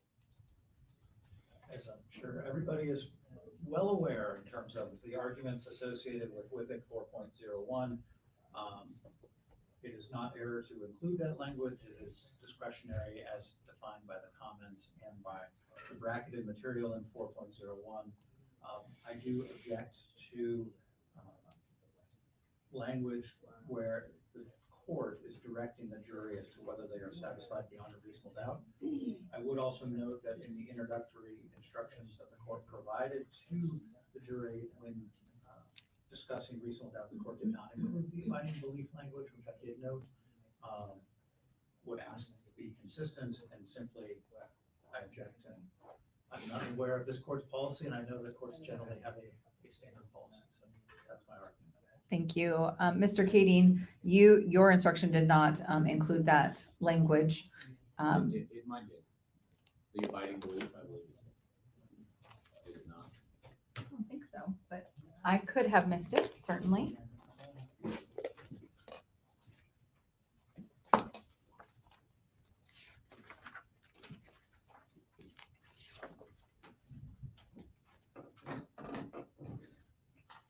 I'm looking at your initial instruction, and you included the abiding, so you want the abiding belief I don't language. object to it. I mean, Okay, because that's what was in your proposed instruction. Yes, so that's, and I apologize if I wasn't clear. You did propose that language. Right. Yes, all right.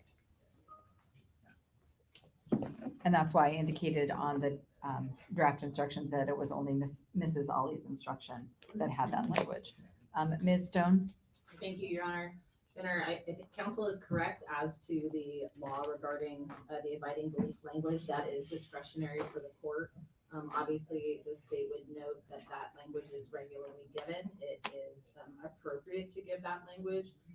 The state's position consistently has been when we are talking about reasonable doubt, that is not a objective measurement that the jury can look at information and say it's this percentage. There's no numerical value.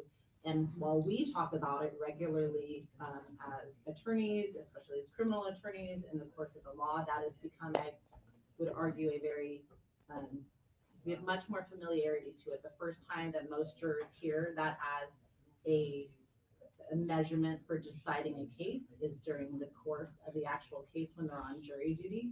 So they don't have that same familiarity. The state's position is and will remain that by giving essentially the opposite side of that coin, that helps the jury decide what otherwise could be I don't want to say amorphous, but a oftentimes difficult standard to apply with any level of certainty. So by giving them the opposite of of reasonable doubt with abiding belief, that is the opposite side of that coin, that helps give them another means for discussing with each other if they have a reasonable doubt. I would ask the court to provide that as additional definition for them to help them make that consideration. It is appropriate, it is not error, and I think it is helpful to the jury. Thank you. Anything further, Mr. Leary? All right. First of all, Mr. Leary raised the issue as to when I gave my opening information to the prospective jurors, to the entire panel, I give them what I tell them is a definition of reasonable doubt. And Mr. Leary is correct. I did not read the abiding belief language, and I don't ever include the abiding belief language when I give that just general definition to a jury.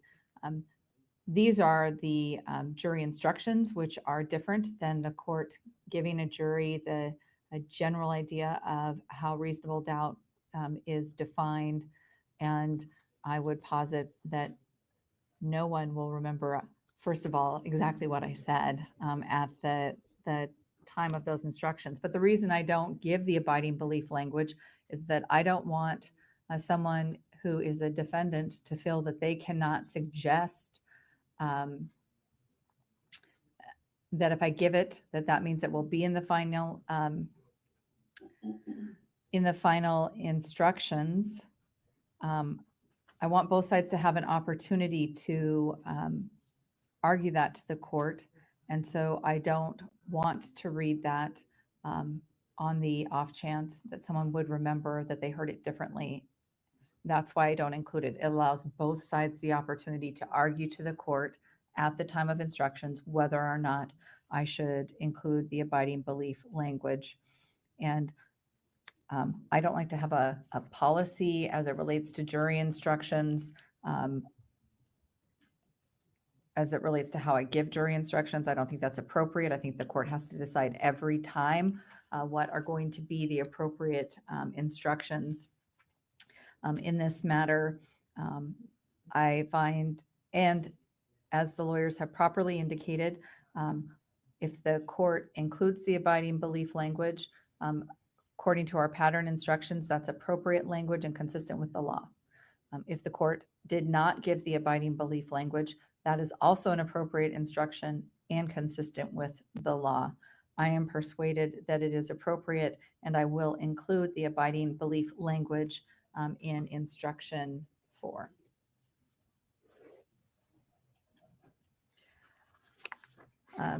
Any issues with 5 through 7, Ms. Stone? No, Your Honor.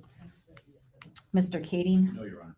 Mr. Leary? No, Your Honor. Ms. Stone, any issue with number 8? My question, if it was necessary, Your Honor, in terms of the state going back through the evidence, I saw statements obviously that Mrs. Ali had made, which had come in, and statements that Mr. Ali had made, or I guess not made, but referenced in terms of arguments between his daughter and students at the scene, but not as it relates to each other or that necessarily discussed the actions of each other. As the state's position is that Mr. or Mrs. Ali did not reference really her husband's actions at all. Her husband was referenced only in terms of what people were doing to her husband. So I don't think that it's necessary, and I think that it could be confusing to the jury in terms of how they identify what is happening in the case. That instruction number 8 is essentially a rule to address Bruton, and we don't have those types of statements here. There's no confession statement that implicates their co-defendant in terms of behavior. So I think this instruction number 8 is confusing, and I don't think it fits in this case, even though it is a co-defendant case. All right, thank you. Mr. Kading? Your Honor, I don't know what the final argument of the government is going to be, but I think that this instruction is necessary because I know there has been references to statements she made after this event that the state has been eliciting from the witnesses.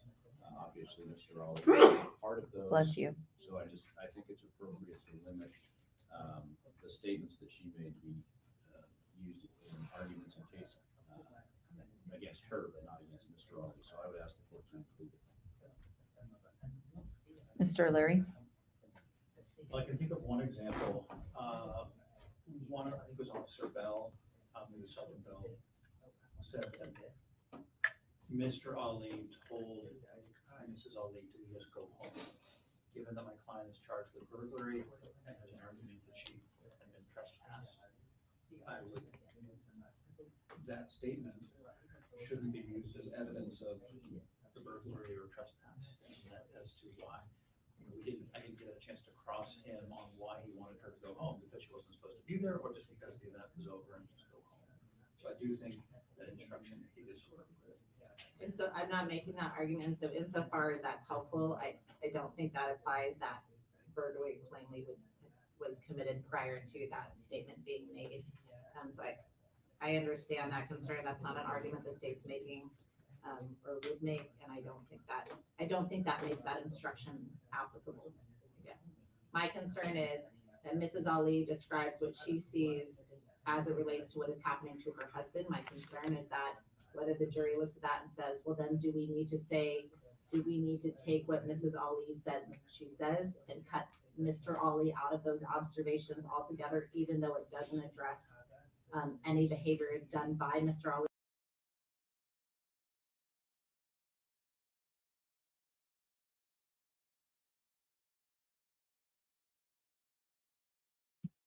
Hey guys, I just wanted to give y'all a quick update. I am looking at this the live feed. They just put it on the Great Seal of Florida, right? And it's coming from First Coast News. Maybe Law and Crime got kicked out of the courtroom. I don't know. But I have the live feed up. I don't know. I'm kind of worried in some ways that if we not watching it when they're streaming it, that I don't know when we'll get the actual feedback in. So I just wanted to kind of let y'all know what I see. It's still in.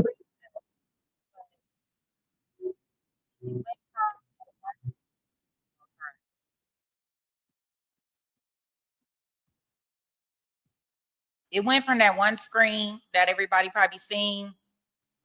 Okay, so they are back in court. So we going back over there? Yeah, I don't know. I don't know where the morning stream is at. And I'm so, let me see.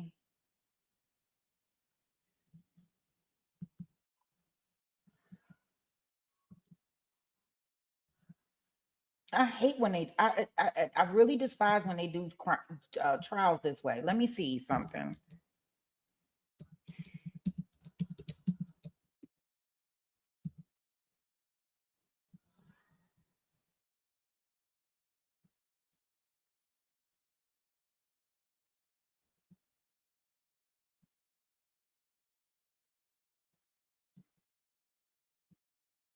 This is like so irritating. And that's what I'm saying. I don't know if we have to be in here live every day at the time, or when they put the videos up, or I don't know.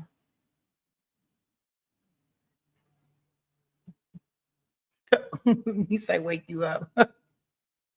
Okay, he had a suggestion. Let me see.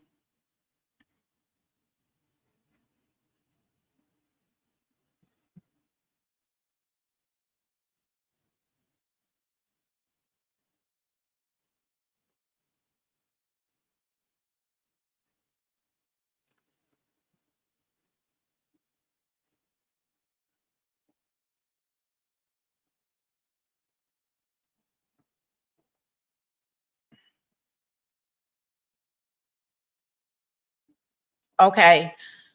You say leave it up to me, huh? Is that the suggestion?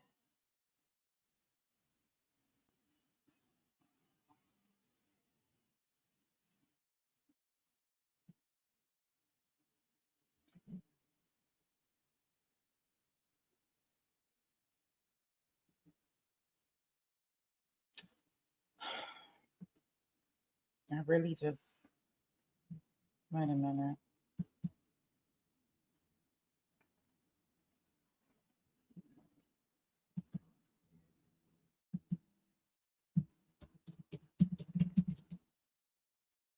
Yeah, see, I don't know. OnlyFans, am I allowed to do that?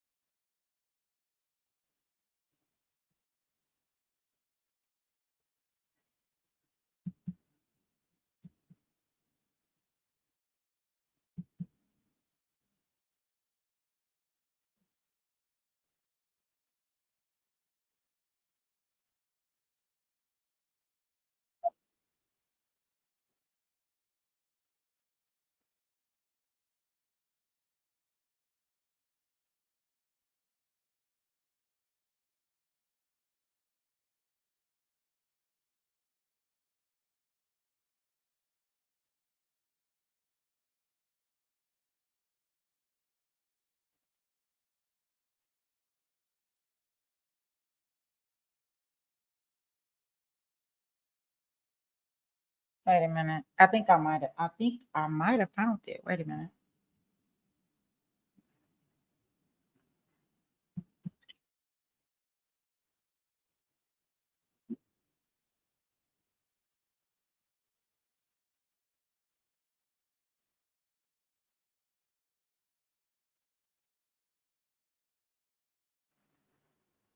Wait a minute.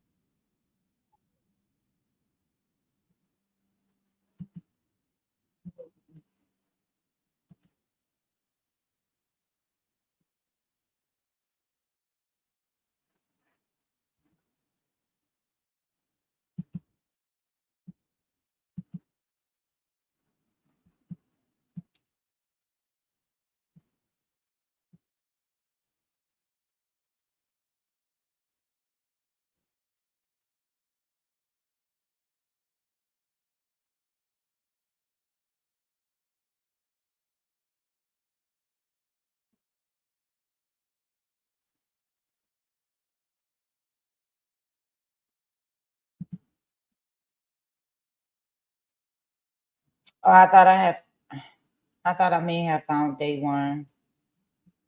No, not day one. Sorry.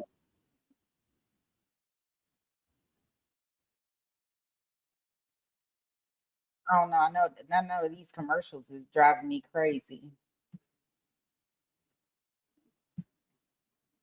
That's what I can tell y'all. They are very loud. Yeah, I don't know. OnlyFans, am I able to do that? You see it on the first part film? I got I got the other part up that just started streaming.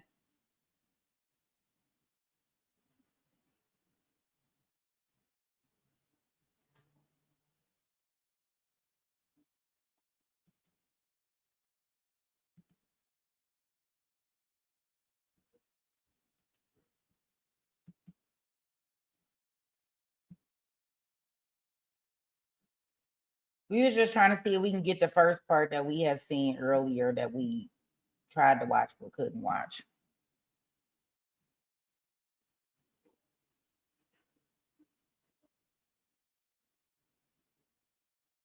Okay.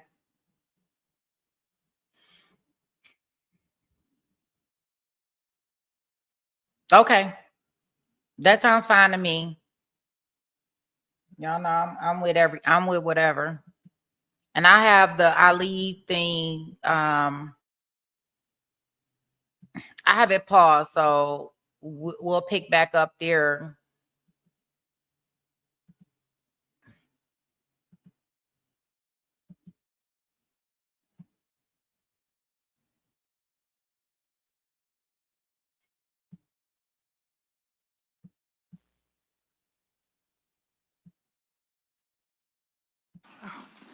Sorry, no, I haven't.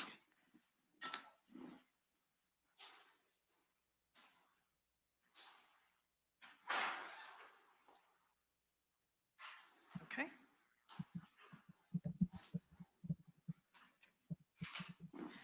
All right, we'll go back on the record. Wait, do we have the court reporter? Oh, there she is. We'll go back on the record. The defendants are present with counsel, as is counsel for the state. I need everyone to please be quiet as they enter the courtroom, and a reminder, everyone is to turn off their devices. There shall be no use of electronic devices or you're going to be asked to leave the courtroom. So come on in, have a seat so we can get started, and everyone, please, I would appreciate some quiet. Are the jurors in their jury rooms? They are. So I would ask Mr. DeCoste not to speak into the microphone. We'll continue and address the Richardson hearing request that was made prior to the lunch break. And I'll hear as succinctly as you can any additional argument that you may have been able to now with a 1 hour lunch break more thoughtfully thought through. No, some more, Your Honor. Okay. Florida is a discovery state. Scipio stands in this exact situation. That I trusted Your Honor saw the case law. The Yes. Commission was very similar. It was considered to be harmful. The situation here is different. Now, I objected and I went sidebar because I thought he was going to try to comment on the video based on the knowledge of him in the video. But that's not what this was. He sat down in their office and he did what they have Latham do. He did photogrammetry. He sat down and looked at one photo and another, not based on any personal knowledge from when he was there, and made an assessment on height. Now, there's a whole host of things that I would have done. The stuff that I said before, I would have done that. I'd also get an accurate reading on his height. I don't think he's 6'4". That's my lay opinion. But I'd want to know exactly what is his height. He's also giving an opinion based on a person that is running. We touched on this in the Dauber hearings that when a person runs, they draw. Interestingly, their expert Latham said he would never touch that video because it wasn't reliable for him to do an expert analysis. Okay, but let's focus it. I care nothing about Mr. Latham and programmetry at this point. It's this witness and the discovery violation that you're alleging involving this witness's changed testimony? Okay. So, Your Honor, I've brought out yes, redacted testimony, or recanted. So I've laid out what the prejudice is to us. I mean, the fact that I'm having to do on the fly a cross-examination of a case that's 5 years old on something that I can prepare for, that I've been preparing for years. So there's that. That's the prejudice. Was it willful? Absolutely. They knew that this was coming in when they created that slide. Again, we don't have a problem with the slide. We have a problem with what came out of the officer's mouth. Based on Scipio, the second that they knew that he was going to say, I was wrong previously. They were under a duty to give it to us. Now, the reason why we stopped, and this wasn't asked about anymore in deposition, because in deposition, he was asked a question, Your Honor has a full transcript. Do you know the height or weight of the shooter? And his answer was, I don't know, I don't know. The remedy that we are looking for is to strike that portion of his testimony with an instruction to the jury. Which portion specifically? When he said, based on my view of that exhibit, I was wrong in that and then gave his new opinion of the person was around my height.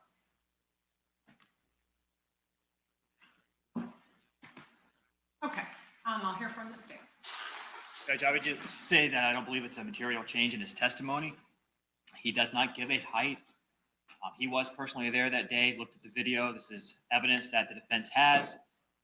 His testimony today is, and as it has been when it's brought up by the defense, he gave estimates, he gave ranges. And today he just said, looking at that, knowing how tall I am, that's me in that video.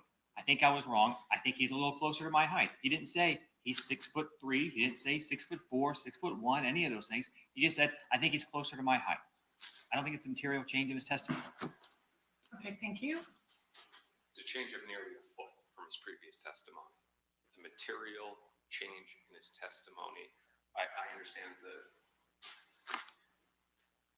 and the important thing, Your Honor, this is our entire defense. We have been very clear what our defense is on this case, that it is all based on a misidentification. The height and the weight is the biggest thing. We're under an obligation to give that. They didn't. It's a violation. Okay, thank you. I am guided, of course, by our rules of procedure that deal with discovery, Rule 3.220, B1B specifically, but also case law as expounded upon by our appellate courts that set a precedent. And the Florida Supreme Court has stated that unlike a failure to name a witness, changed testimony does not rise to the level of a discovery violation and will not support a motion for a Richardson hearing. And I'll cite to you the case of State versus Evans, 770 Southern 2nd, and that's at 1178. But if this were a Richardson violation, I would further make the finding that I don't find it to be willful, I don't find it to be substantial, and I don't find it to have a prejudicial effect on preparation. A witness who comes in to make a different statement than he or she has made previously is subject to impeachment, which you successfully did with the use of your deposition, as with any witness. But more critically, this isn't focusing on the substantive nature so much of the violation, but the procedural nature of the violation. This is a discovery procedural rule. And under our rules of procedure 3.220, B1B, the Florida Supreme Court has also advised, and the specific language in the rule does not require the disclosure of an oral statement when such a statement has not been reduced to writing or recorded in any manner prescribed by the rule. And this witness's oral statements to the state attorney in preparation for trial, as all witnesses meet with attorneys every time they prepare for trial, there is nothing at all improper about that. And in fact, I will be advising the jury that there's nothing improper about that. Is not subject to disclosure since it was not recorded, as I understand, not recorded or transcribed in any way. Is that correct? Yes, Judge. Okay. It was a pretrial prep meeting a week ago where he looked at this exhibit and estimated, well, of course, he knows his own height and told us what his height was and gave his explanation or estimation as to height. So I'm not going to find a Richardson violation. I'm not going to strike the testimony, but I think the record is made on behalf of the defense, and that's my ruling. So other than that, are we ready to bring the jury in and move on? One thing I wanted to bring to the court's attention, I've let one of the counsels know. I didn't let the selection if she wasn't in here. I guess, well, two things. One is in the break, the state of Florida became aware of some of the jurors' faces on live stream. The court has become aware of that as well. We have talked to the cameraman. He is aware that the jurors' faces shall not be filmed. The streaming, we do have a 2-minute delay, so we were able to take it down off YouTube, take it down off Law and Crime Network, take it down off other news video clips, but I want.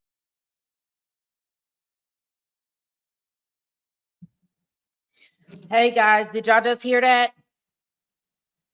So that's why we don't have the morning feed and everybody pulled it. I think a juror was accidentally showed, and a judge is just speaking about how they do have a 2-minute delay, and so they were able to pull the feed from everywhere because it, like I said, it just disappeared.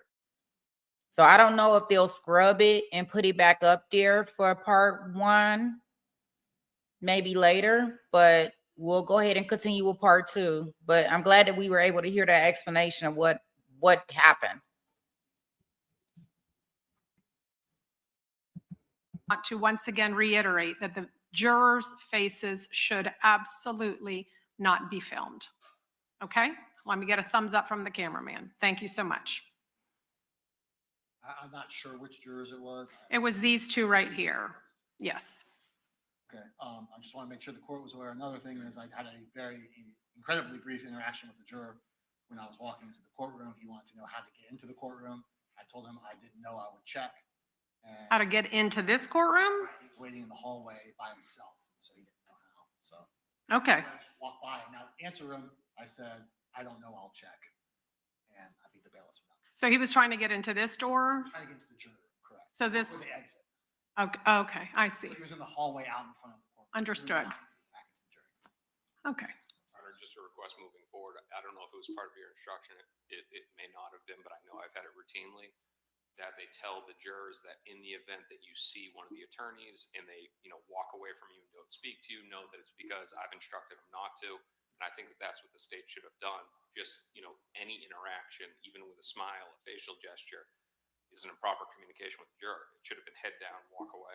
Okay. I have instructed them and I will instruct them again. If that would, I'm not saying the jury, I'm asking the other attorneys that in the event that any juror tries to speak to them, that they, as an officer of the court, walk away with it. okay. I will ask all attorneys to not speak to the jurors and to walk away from the jurors. I will advise them again that that's what y'all are going to do because you've been instructed to do so by the court. But I've also instructed them on multiple occasions that they're not to approach you. And, it's human nature. It's holding the door open for Ms. Schlacks. I think one of them did on Monday. But I will once again remind them so that we don't have any issues with juror contact going forward. I don't want to make it seem like the state got in trouble for that interaction. No, understood. Yeah, the court has done it before. Certainly. I will remind them again along with my other reminders and admonitions, so it'll be part of my usual warnings to the jury. Your Honor, final request is an or tennis motion to compel. Officer Collins has made his own height material in this case. But that's all based on his own assessment. I had my opinion when he walked by of height. I don't believe that it's 6'4". I have him under subpoena. This is not something that I've done before, but I do want to have an accurate measurement of his height if he's saying that the person that he chased was around his height. Okay, is this something we have to deal with right now? He's not the next witness, right?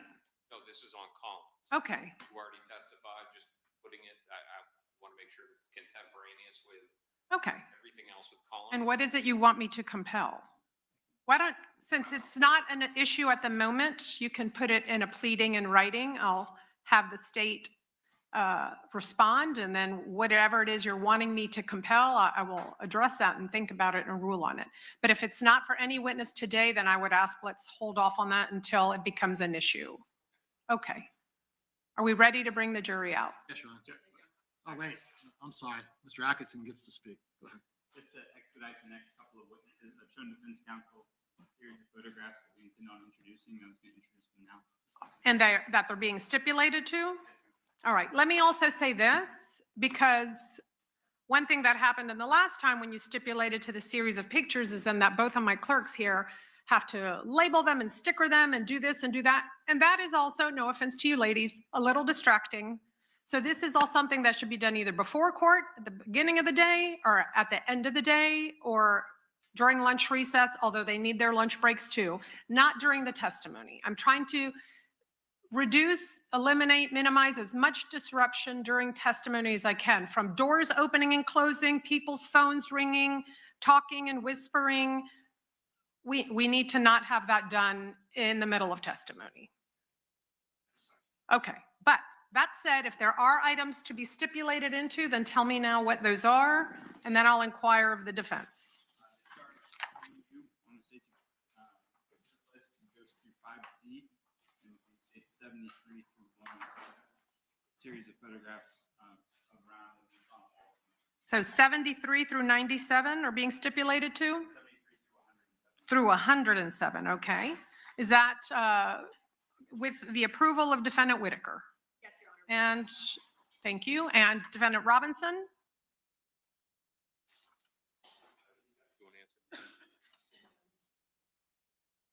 Photos number 73 through 107. No objection. Okay, those will be marked into evidence by stipulation.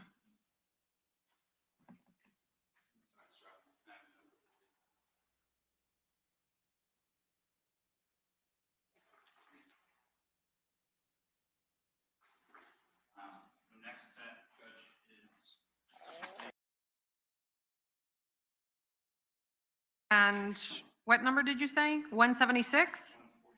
147. 147. Next. Defendant Whitaker? Any objection from Defendant Robinson? Okay, those will be marked into evidence by stipulation. Final judge states 10 in, and I believe it's 248.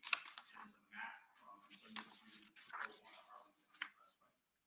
10N? I think it was written in after. Oh, I don't have that one. Okay. 248.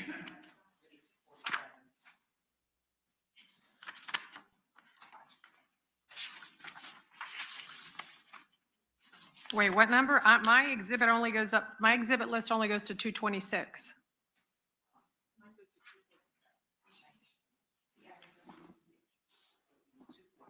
Oh, all right. Well, okay. I'll want an updated exhibit list if possible, but any objection from Defendant Whitaker? Any objection from Defendant Robinson? And this is 244 to 247? No, what numbers are these? Just number 247. Oh, just number 247, the map? Okay, got it. 247 will be moved into evidence by stipulation.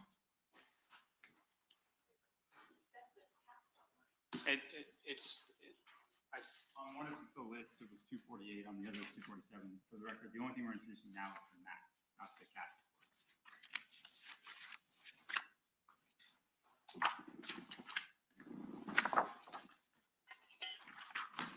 All right, anything else we need to take up before we bring the jury out? No, ma'am, not from the state. All right, very good. Then let's bring them out, please.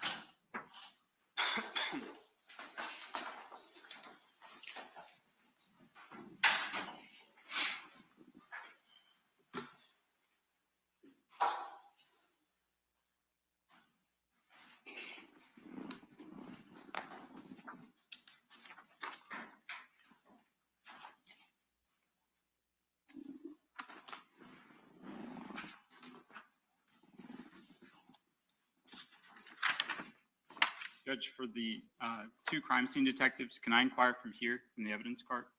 Yes, as long as you speak loudly and clearly into the microphone.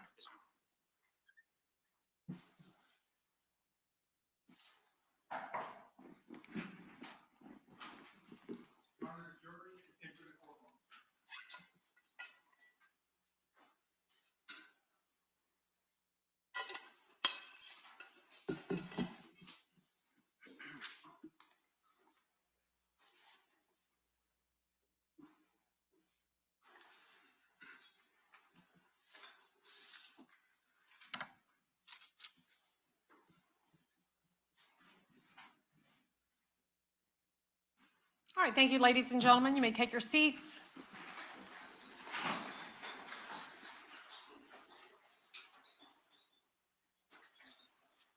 Okay. Well, while we wait for Mr. Whitaker's jury to come, I do want to inquire if during this lunch recess, any of you heard, watched, or listened to any newspaper, television, or radio stories that may have been printed or aired about this case? No? Okay, I see no hands raised. And has anyone attempted to speak to you or approach you in any way to provide you any information or any reason about this case? And I see no hands raised. All right, let me also remind you, ladies and gentlemen, that during the course of this entire trial this week and next week, of course, you're not to talk among yourselves. You're also not to speak to any witnesses who might be waiting outside the courtroom. You're not to speak to the attorneys about any subject matter whatsoever until your deliberations are complete. In fact, I have told the attorneys that they are not to engage with you at all. And so if they see you coming, they are going to turn around and go in the opposite direction. They're not going to talk to you. And that might seem rude and disrespectful, but I assure you that they are not being so. They are following this court's orders and their rules of professional conduct to have no contact with you until your deliberations are complete. So please, again, do not engage them in any conversation whatsoever, even on a topic as mundane as the weather. All right. I thank you for that. We will await Mr. Whitaker's jury.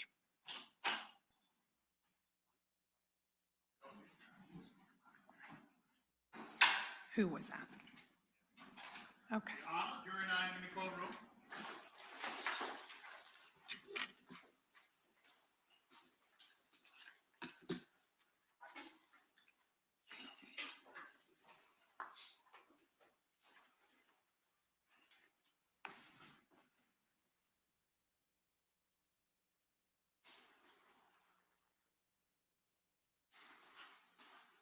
All right, thank you, ladies and gentlemen. You may take your seats. And before we begin, let me just inquire of you all if during this 1 hour lunch recess, any of you read, watched, saw, listened to any news stories about this case. If so, please raise your hand. Okay, I see no hands raised. And did anyone approach you to speak to you or have anything to do with anything having to do about this case? If so, please raise your hand.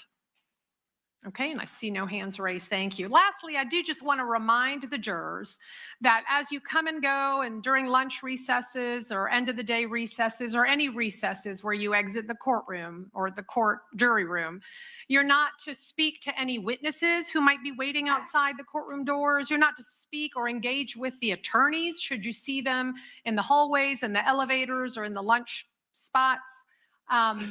They are not going to be able to speak to you about anything at all. In fact, if they see you coming, they're going to turn and go in the opposite direction, or if you get on an elevator that they're on, they're going to get off of it. And that might seem rude or disrespectful, but I assure you they are simply following this court's orders and their rules of professional conduct that they are to have no contact with you whatsoever until this case is completed. So please do not engage them in any conversation whatsoever. All right.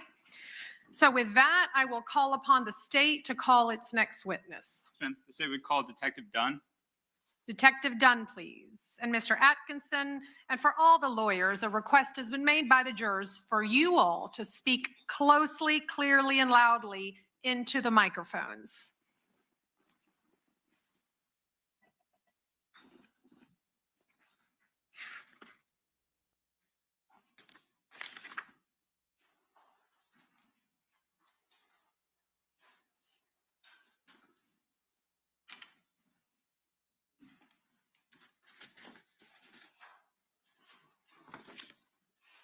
All right, Detective, if you'll come forward and be sworn.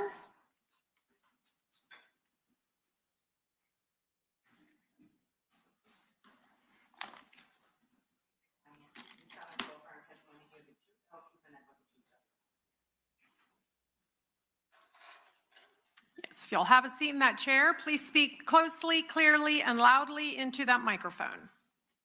Good afternoon. You may proceed. Thank you, Judge. Good afternoon, ma'am. Will you please introduce yourself to the jury?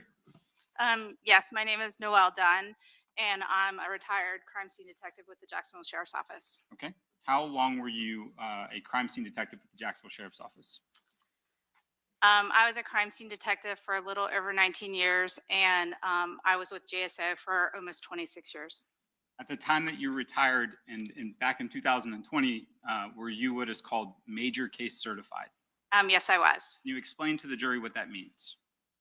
Basically, it means that I've undergone additional training where I'm able to handle homicides and also other advanced types of crime scenes, such as officer-involved crime scenes, successfully. And it also means that I've gone through additional training.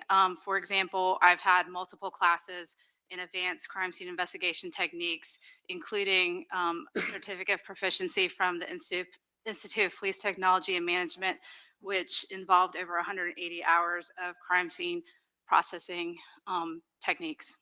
Ma'am, I want to draw your attention to January the 15th of 2020. On that day, were you dispatched to 7001 Merrill Road? Yes, I was. Is that in Duval County? Yes, it is. When you arrived on scene, your role in this case, you've said, is as a crime scene detective. Yes, that's correct. And when you arrived, was the scene secured? Yes, it was. Can you explain to the jury what that means and why that's important? Basically, when they talk about scene security, it just basically means that the officers that responded initially have used crime scene tape to rope off the scene where people cannot just walk into your scene. And can you explain to the jury what your role is as a crime scene detective when you arrive on a scene like this? So basically, when I arrive on a scene, I meet with either the officers or the detectives if they're already there. And I get a synopsis of what's going on. And so I am able to better understand how to go ahead and proceed and start processing the crime scene. What does it mean to process a crime scene? What are your responsibilities there? So generally, it's any kind of documentation and evidence collection at the crime scene, and that can include photography, evidence collection, and any kind of measurements that are necessary. When you are taking photographs of a scene, do you often take photographs to try to give perspective of where items are? Yes, I do. I take overall photographs of the entire scene, and then I also take close-up photographs of the evidence. And the jury's going to see in a little bit, but in some of the photographs, we can see what are called evidence placards, right? Yes, that's correct. Okay. Importantly, they're numbered. Are you giving any kind of order of sequence or chronological order to the evidence that you're finding, or is that the order that you found things as you're processing this? So generally, the crime scene placards, even though they display a number, they don't refer to a chronological order, either the chronological order that it occurred during the crime. It actually refers to the order that I do see it when I come across it during my investigation. Your Honor, permission to publish a series of photographs that have already been introduced into evidence. Yes. Ma'am, can you see on your screen where it says 7001 Merrill Road? Yes, I do. I'm showing you states 1. Can you explain to the jury what's going on in this photograph? Yes, that's a view from Merrill Road looking north to the shopping center. And that's basically the entrance to the shopping center off of Merrill Road. States 2. So that's another view. That's inside the shopping center area in the parking lot. And that's a view of the businesses. That's looking at like the south wall of the businesses. States 3. That's a view of the Express Employment Professionals business. That's the east wall of the business looking at it from the parking lot. So just as a reference from states 2, you're kind of over here for stage 3. Is that fair? Yes. And then in stage 3, it's looking back towards where you were in stage 2. Yes, that's correct. States 4, just further down that wall. Yes, it is. And we can see the victim there on the ground. Yes. Going further down that same wall, states 5. Yes, it is. In stage 6. That's another view of the shopping center going across. State 7, what do we see here? So that's a slightly closer view of the Express Employment Professionals business. And you can see the damage to the south glass window. States 8. That's also a closer view of the glass on the south wall. States 9. That's a view from the inside of the business looking back out. It's that same glass wall. In states 10. That's the east side of the window that's on the wall there in the same business, the Express Employment Professionals. And I know you can see it in the photograph, but you can see that the blinds are down in some of these photographs, states 9. Did you have any difficulty seeing out the blinds? No. States 11. That's a view of the east window, sort of looking back to the south window. States 12. That's a view out in the parking lot showing evidence number 9 and the victim's vehicle. And when you take overall photographs, do you progressively take closer and closer photographs of the evidence at a placard? Yes, I do. So in states 13, we can see placard number 9. Yes. And what is that? That was a casing that was recovered from the parking lot to the south of the victim's vehicle, and it was an unknown caliber casing. States 14. That's a close-up photograph of that same casing. It's showing the head stamp of the casing. And that's here. Yes. States 15.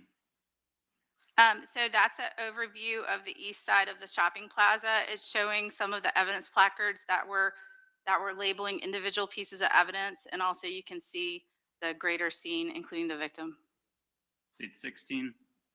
That's another view, the same view of the shopping center from a slightly different angle, again showing the evidence placards and also showing the victim and some of the other evidence. State 17.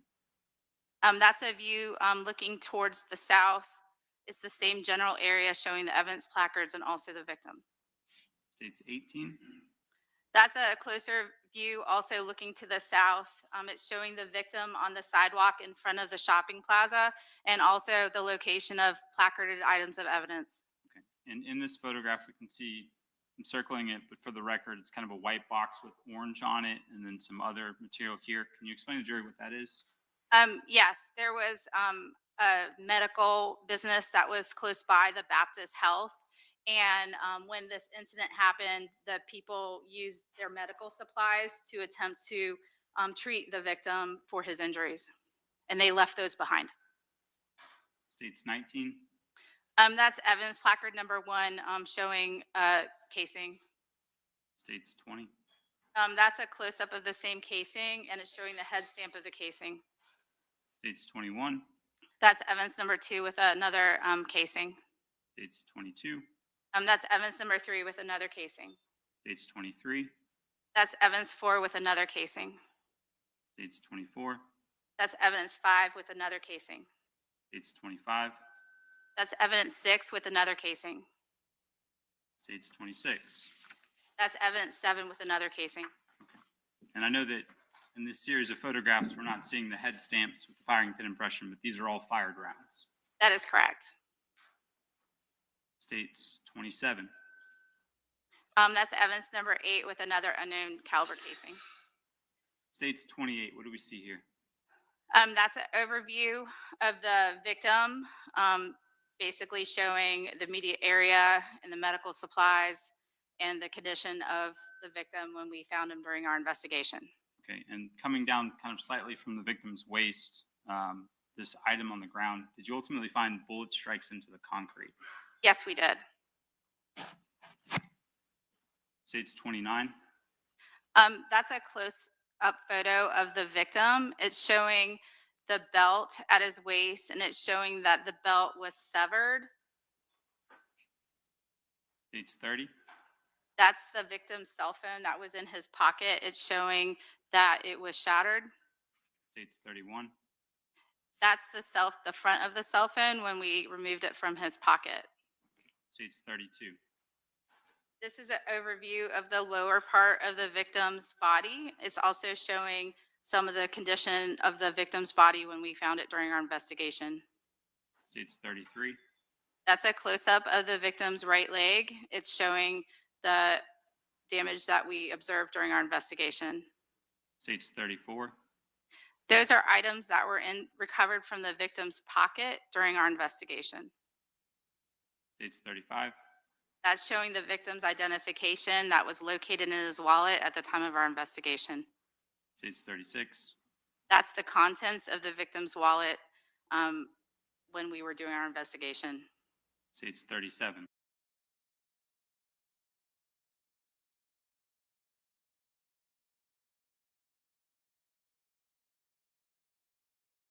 We can't see the witness. I'm thinking we not seeing the witness, right? We just worried about the pictures that we can't see on a computer screen. I'm thinking this is the court reporter. I'm like, well, why we gotta look at her? She gonna start complaining too. Okay, so this is the witness speaking. We just can't see the photos that are going on. Yeah, I tell you. What a tricky Thursday. All right, guys. Sorry about that. That was when I laid out the money, indicating how much money we recovered from the victim's wallet during our investigation. States 38. That's another view of the sidewalk and the evidence looking towards the north. States 39. That's an example of some of the paperwork that we recovered around the victim at the time of our investigation. States 40. That's another example of paperwork that we located around the victim. States 41. That is also additional paperwork that we located around the victim. States 42.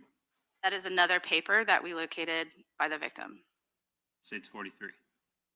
Those are also papers that we located on the ground by the victim. States 44. Those are additional papers that we located on the ground by the victim. States 45. That's another view looking towards the north. It's showing the evidence that has the placard labels on them and also the condition of the victim's body. And States 46. That's evidence 10. It was an unknown fragment that we recovered. States 47. So that's showing the east wall of the Baptist Health Building, and it's showing where we labeled some bullet defects to the metal molding and also to the glass that we located, and it was to the north of where we observed the victim. Okay. And I'm circling kind of right in the middle of the picture below the tape. Is that what you're referencing? Yes.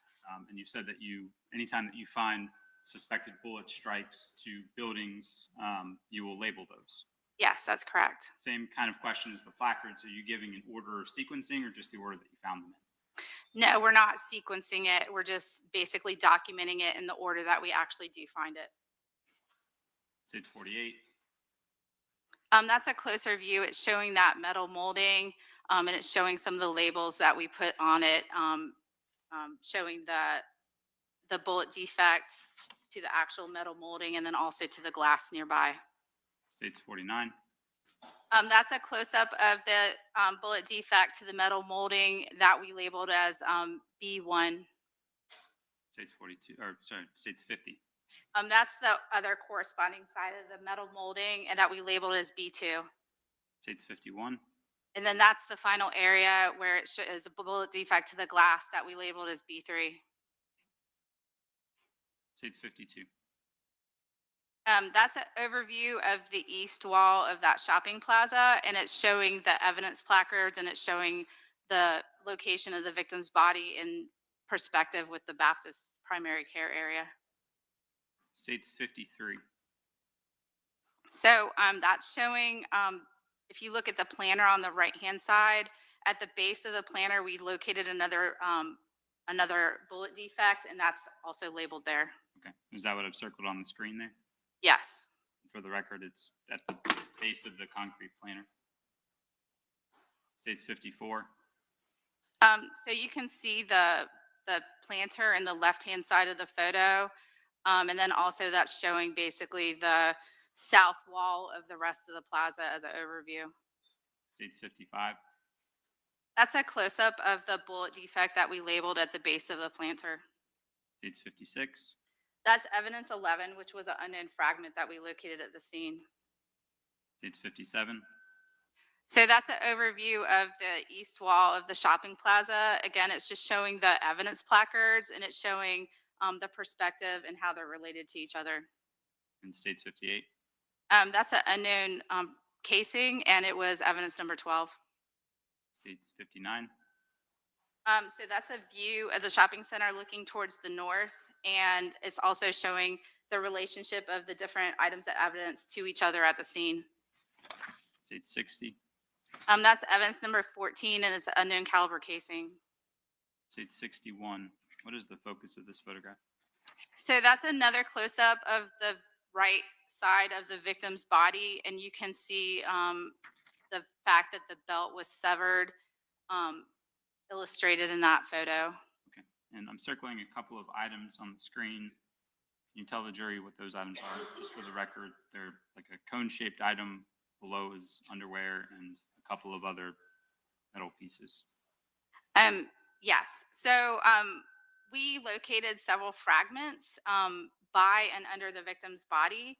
And the specific cone-shaped fragment appeared to be consistent with the tip from a rifle round. States 62. That's a closer up photo of the object that we were just describing, the unknown fragment that appeared to be consistent with the tip of a rifle round. States 63. That's documenting the right hip of the victim, showing a wound that we observed at the time of our investigation. States 64. That's a bullet defect into the concrete by the victim. States 65. That's showing the victim's body was moved after the medical examiner got there and started their investigation. It's showing fragments that were located under the victim. States 66. That's another unknown fragment that was located in the area. And 67. That is also illustrating some more unknown fragments that were located in that area. State 68, can you explain what the yellow items that you placed on the ground are that I've circled? Yes, so after the victim's body was removed, there were bullet defects into the concrete, and the yellow markers are labeling the bullet defects in the concrete. 69. So that's basically evidence placard A, and it's illustrating one of the defects that we located. 70. And that's evidence placard B, and it's illustrating another defect that we located. 71. That's another overview of that same area where the victim's body was, and it's showing a third evidence placard C. And 72.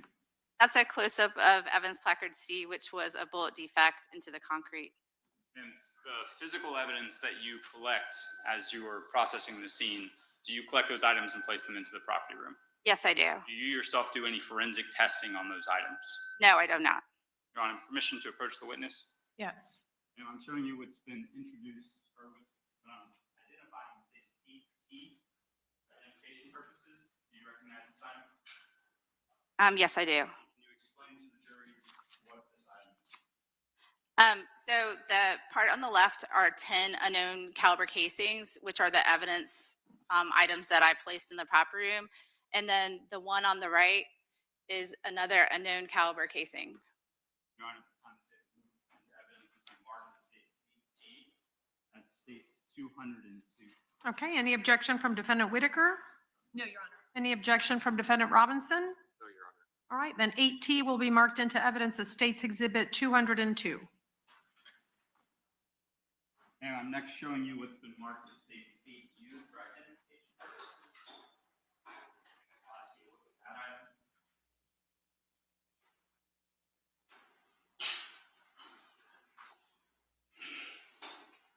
Can you tell the jury what that item is?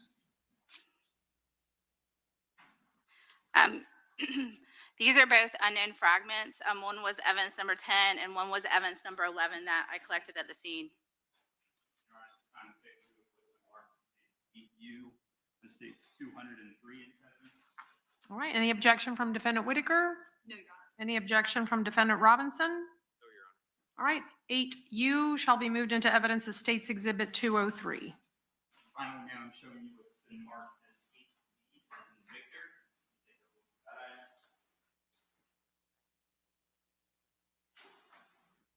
I recognize this item. What is that item? They are two unknown fragments that were located on the ground under the victim. All right, at this time, the state will move 8V as in Victor into evidence of states 204. Any objection from Defendant Whitaker? No, Your Honor. Any objection from Defendant Robinson? No, Your Honor. All right, then State's Exhibit 8V shall be moved into evidence as State's Exhibit number 204. One moment, Your Honor. Yes. Thank you. I have no further questions. Okay, any cross from Defendant Whitaker? No, Your Honor. Thank you. Any cross from Defendant Robinson? No, Your Honor. All right, may this witness be excused? Yes, ma'am. Okay. Thank you, Detective. You're excused and free to go. Thank you, Your Honor.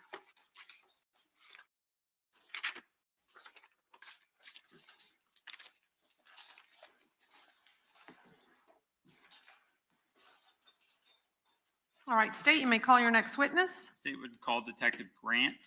Grant. Yes, ma'am. All right, Detective Grant, please.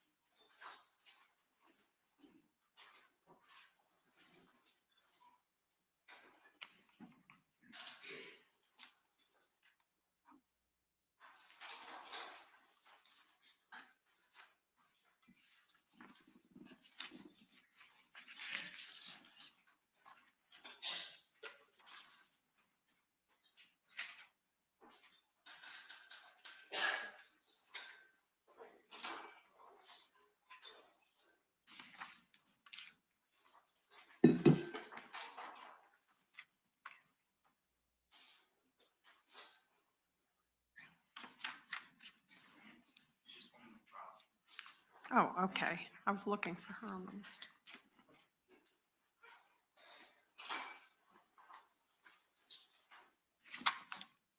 All right, Detective, if you'll come forward and be sworn.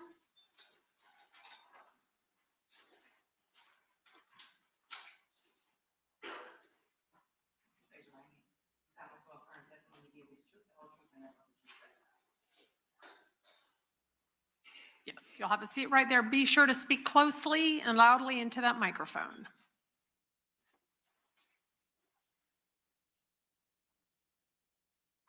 Good afternoon, ma'am. Can you please introduce yourself to the jury? Yes, my name is Rebecca Grant, previously Rebecca Crosby. Okay, and where are you currently employed? I'm currently retired. Retired from the Jacksonville Sheriff's Office? Yes, I am. When you retired, what was your assignment at the Jacksonville Sheriff's Office? The crime scene unit, How long were you with the crime scene unit? 8.5 years. And were you also what is called major case certified? Yes, I was. I want to draw your attention to January the 15th of 2020. On that day, were you dispatched to 1033 Townsend Boulevard? I was. And while there, did you learn that you were asked to process both a vehicle that was nearby as well as a home located at that address? Yes, Were you working with another detective on that day? I was. I was working with Detective James. Your Honor, this time the state would would ask to publish what's been already admitted into evidence, a series of photographs. All right, you may go ahead. Ma'am, the jury's already heard kind of from Detective Dunn about what your procedure is when you arrive on scene, but is it any different when you're processing a scene that is outside versus a scene like a home? No, when we get to the scene, we always speak with the detective on scene. Get an understanding of what happened? Yes, And then take overall photographs as well as photographs of particular items. correct. So we'll start with the home. I'm showing you State's Exhibit 108. Can you explain to the jury what's in this photograph? So this is overall photograph of the exterior of the house and also to show the house number. State's 109. A continued overall photograph of the house. State's 110. This is just an overall photograph of the front door. State's 111. And this would be an overall photograph of the right side of the residence. State's 112. Again, another angle of the residence. 113. And this is the overall photograph of the left side of the residence. 114. Photograph of the back porch. 115. This is the sliding glass door. State's 116. This is the room that when you enter the sliding glass door that you come into. State's 117. Once you enter the sliding glass door, this is where we're showing that you continue to walk through the house. 118. An overall photograph of another room in the house, the dining room area 119. of the kitchen. 120. And this would be a photograph of the front door. 121. Again, a picture of the front door. 122. This is an overall photograph of a picture just showing the hallway. 123. This would be the living room area before you enter into the hallway. And if you're standing at 123 and you look out these windows, where does that lead you to? That should be the front yard. 124. This is the hallway. 125. This would be a picture of the spare bedroom that's on to the right of the hallway. 126. That would be the spare inside the spare bedroom. 127. Again, a picture of the hallway 128. showing me walking down the hallway. 129. The closet in one of the bedrooms. 130. This is the hallway picture showing should be a bathroom door to the left and another spare bedroom. 131. And this was the bathroom in the hallway. 132. Spare bedroom in the hallway. In addition to photographing the house, were you also asked to take photographs of the resident of the house, Miss Barbara Buckley, Yes. showing you dates 133? Who is this? This would be our victim, the homeowner. Dates 134. What do we see here? I was advised by detectives on scene that she had injuries. So this is photographing an injury to her neck. 135. This is just a closer photograph of her injury with a scale, just kind of give it perspective. 136. An injury to her wrist, her left wrist. And 137. Again, the same thing, just a scale just to give it perspective, the size of the injury. Ultimately, are you going to take a swab of her neck and her wrist? Yes. States 138, This is a photograph of her hands. states 139, This is showing that she has possible blood on her hand, her thumb. and 140. Is that what we're talking about? Yes, 141, her hands again. again. 142, Just another injury to her right arm. 143, Again, just with scale to show the perspective of the injury. 143. It should be 144. This is an overall photograph of her pants, the back side of it.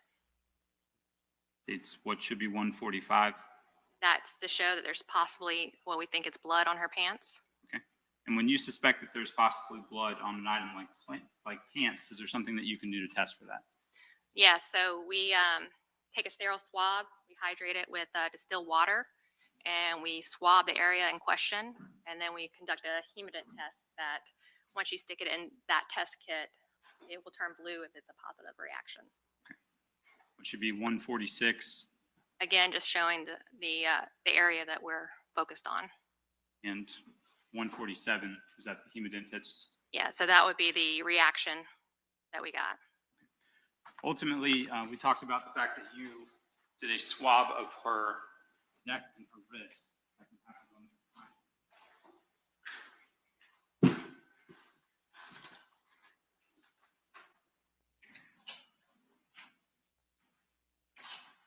I'm showing you this marked in State's Exhibit 9L for identification purposes. Can you tell me if you recognize that item?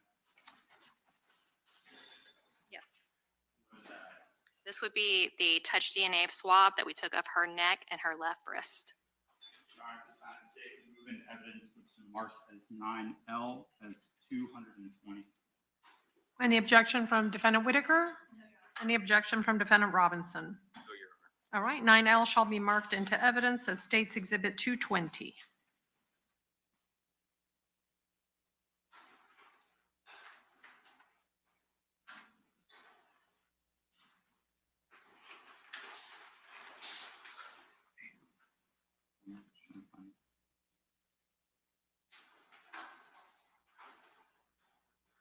Showing you it's been marked as 9K for identification purposes. Recognize that item? Yes. These are two buccal swabs that we collected from Mrs. Buckley. Can you explain to the jury what a buccal swab is and how you take it? So a buccal swab is basically we take sterile swabs and we swipe the inside of the mouth. And it's basically a comparison swab of the DNA that we collect. All right, this time the state will move into evidence which is marked as 9K as states 219. Okay, any objection from Defendant Whitaker? Any objection from Defendant Robinson? All right, 9K will be moved into evidence as State's Exhibit 219. Detective, ultimately, did you collect the shirt and pants from Ms. Buckley? I did. I will show you first what has been marked as Exhibit 10K. Recognize this item? Yes. And what is this item? This was the shirt that was given to me on scene by Detective Richardson. The shirt was in the photograph. Yes. And state will move this into evidence as states 244. Okay, and any objection from Mr. Whitaker? Any objection from Mr. Robinson? All right. State's Exhibit, what exhibit is this? 244 now. It was identified as 10K. 10K, okay. 10K shall be moved into evidence as State's Exhibit 244. States 10L. Yes, those were the pants she was wearing. And Your Honor, the state will move into evidence which is marked as states 10L as states 245. Okay, any objection from Mr. Whitaker? Any objection from Mr. Robinson?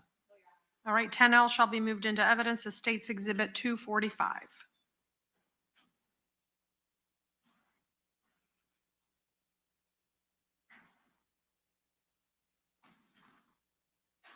In addition to processing the home of Ms. Buckley, Detective, you were asked to process the crashed vehicle that was somewhat nearby. Yes, I was. I can have a moment.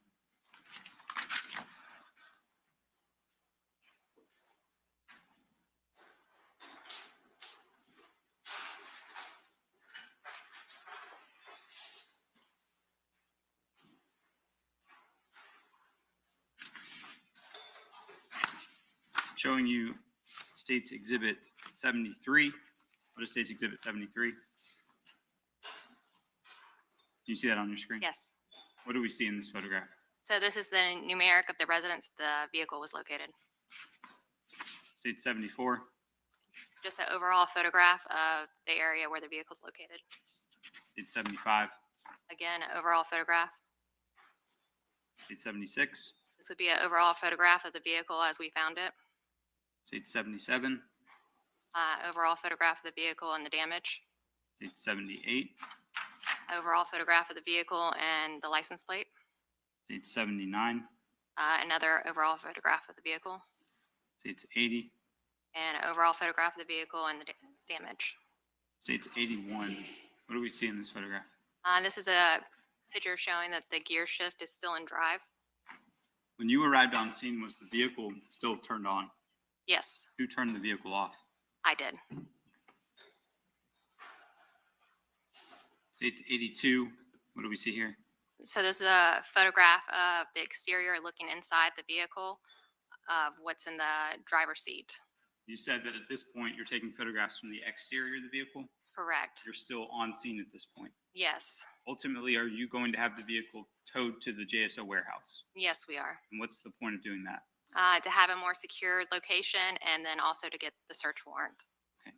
When you move a vehicle from one scene to the warehouse, is there something you do to secure the vehicle to make sure that it's not tampered with? Yeah, so we seal the vehicle, all points of entry with evidence tape with our names, the date, and the report number. All right, so State's 83, So this is also an exterior picture looking in showing a rifle in the back seat. and State's 84. We've now moved to the warehouse. Yes, so this is our warehouse, just showing an overall picture, trying to document that the seals are still placed. And I'm circling kind of in the middle of the screen, a blue sticker on the hood of the car. Is that what you're referencing? Yes. Were any of the seals tampered with? No. State's 85, Again, to show the seals were still in place. State's 86, This would be an overall photograph of us, of the interior of the vehicle. State's 87, Overall photograph of what we found in the driver's seat. State's 88. What is that? It was a white t-shirt, State's 89. and this is to show the make and size of the t-shirt. This is the one that's in the front seat. I'm not sure which one this is. State's 90, This would just to show overall photograph of the glove box area in the center console. and ultimately you're taking your photographs in series. Yes. State's 91, This is an overall photograph of the left rear passenger area. State's Or, 92. I'm sorry. sorry, right rear. State's 92, Again, overall photograph. State's 93, Overall photograph of the area. State's 94, And this would be the overall photograph of the other t-shirt. State's 95, An overall photograph of then the left side of the vehicle. State's 96, This is the overall photograph of the trunk of the vehicle. State's 97, This is an overall photograph of the Glock that we collected in the driver's seat. State's 98, This is to document the identification of the gun that we located. State's 99, This is to show that there was an actual live round that was in the chamber of the gun. State's 100, This is the live round next to the magazine of the gun, State's 101, and that would be the live rounds located in the magazine of the gun. State's 102, Overall photograph of the rifle that we found. State's 103, This is to document that the rifle was actually in fire mode and not safe. State's 104, This would be the live round that was located in the chamber of the rifle. State's 105, This is to show the stamp head of the live round. State's 106, Again, this is identifying the type of rifle it is. and State's 107. And these are the live rounds that were located in the magazine of the rifle. In addition to photographing and collecting evidence from inside the vehicle, do you also take swabs of the compartments of the vehicle? Correct. Can you explain how that's done? So it's the same process. We take a sterile swab and we hydrate it with distilled water, and we break down the vehicle in 4 compartments. Those 4 compartments would be the driver's side, the left rear side, the front passenger side, and the right rear passenger side. And how do you divide up the passenger side from the driver's side? So we tend to swab, for example, the driver's side, we swab areas that are common for a driver to touch, such as steering wheel, gear shift, door handle, those type of areas. That also include the center console of the vehicle. Yeah, so we would split those in half and do one side here and then one side on the other side. Understood. If I can have a moment.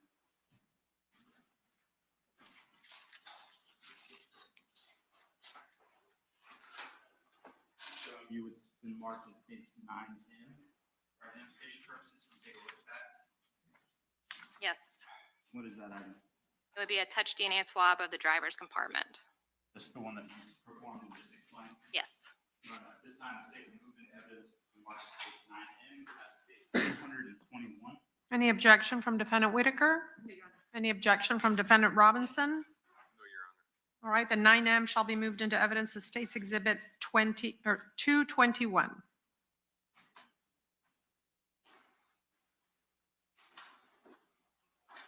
Next, showing you what's been marked as states 9B. Take a look at that item. First, the brown bag that I've just kind of pulled out of the side. Could you explain what the brown bag is? It's basically a way to the item, to collect the item without contaminating the item. And this is what goes into the property room? Yes. And on the brown bag, do you write what is inside? Yes, we do. First, can you take a look at this item on the bag? Yes. Do you recognize this item? Yes, it's the white T-shirt collected from the driver seat. Your Honor, this time the state will move into evidence to mark as states 9B as states 210. All right, any objection from Mr. Whitaker? No, Your Honor. Any objection from Mr. Robinson? No, Your Honor. All right, 9B shall be moved into evidence as State's 210.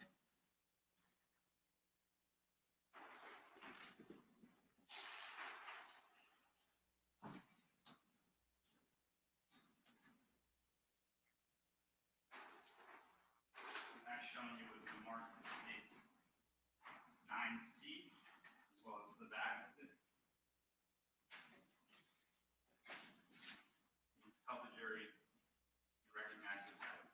Yes, so this is the white T-shirt that was in the rear back seat in the middle. Your Honor, this time the state will move into evidence with the mark that states 9C and states 211. All right, any objection from Mr. Whitaker? Any objection from Mr. Robinson? No, Your Honor. All right, 9C shall be marked into evidence as State's 211.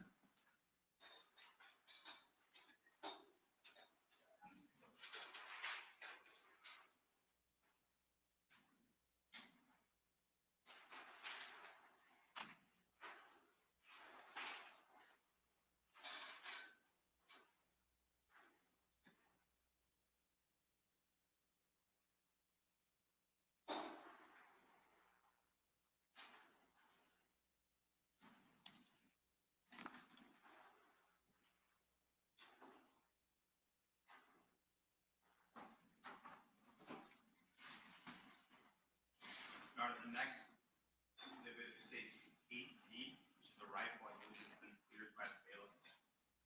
Okay, And I'm showing you with the mark that states exhibit 8Z. You recognize this item? Yes. What is this item? And that would be the rifle located in the back seat. Your Honor, this time the state will move into evidence with the mark that states 200 and, as 8Z is states 280. okay, any objection from Mr. Whitaker? No, Your Honor. Any objection from Mr. Robinson? No, Your Honor. All right, State's 8Z shall be marked into evidence as number 208. Just quick permission to publish, Your Honor. Okay.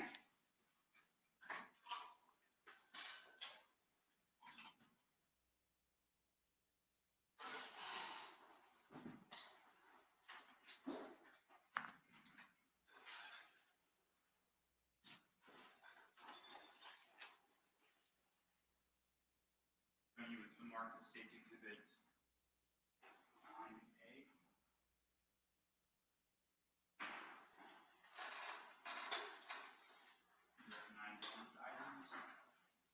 Yes, those are the live rounds located in the rifle. Yes. Evidence what's been marked as 9A, it states 209. Any objection from Defendant Whitaker? Any objection from Defendant Robinson? No, Your Honor. All right, then Exhibit 9A shall be marked into evidence as 209.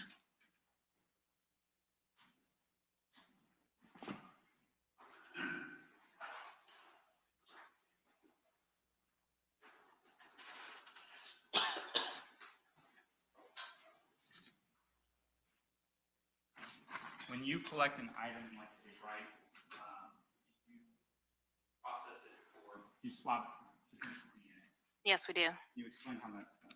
So again, the same process, take a sterile swab, hydrate it with distilled water, and then we swab the areas rough, like with a rough exterior. Usually it could be the magazine, the slide. I mean, it's according to what type of gun it is. Something like a smooth surface, like the slide of a handgun, you swab that item, and you leave that for potential fingerprint examination. So no, we wouldn't swab that. That would be for possible latent prints. Showing you what's been marked as State's Exhibit 8W.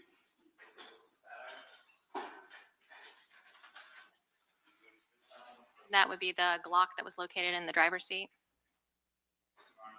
Move into evidence marked State's Exhibit 8W as State's Exhibit 205.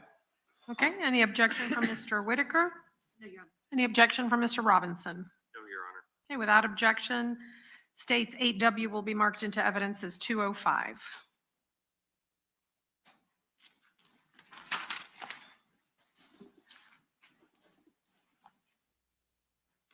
And the same thing with this is the rifle. You can swap with the same procedure. Correct. Smooth items available for examination. Right.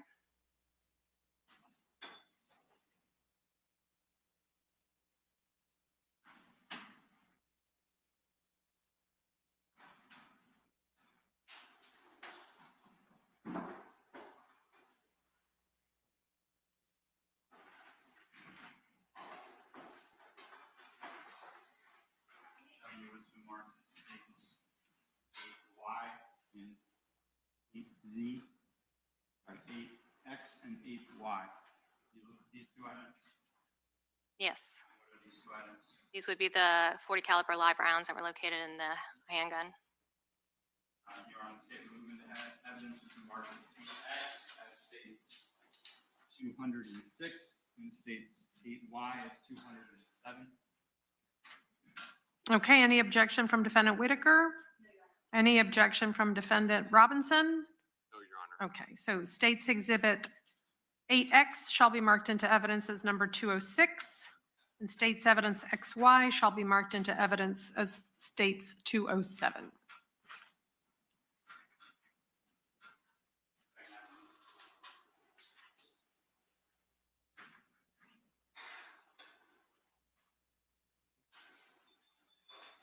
Thank you, ma'am. I have no further questions. All right, is there any cross from Defendant Whitaker? Hey. Which sex do you need the photographs? Yes, I need, 96 from the vehicle or the home?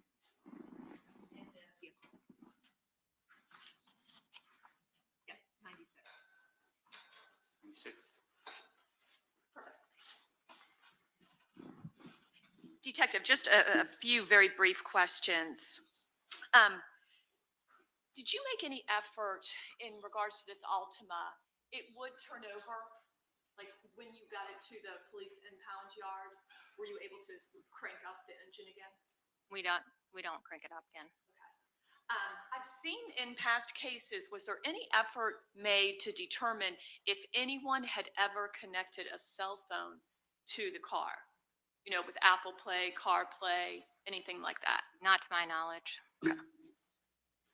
Then in regards to what's now been stipulated as State's 96, did you do any kind of fingerprint analysis on this item? I did not. once you take all of your photographs, those are automatically forwarded to the lead detective in the case, correct? Well, it's sent off to our print lab, who then he has to get a copy through them.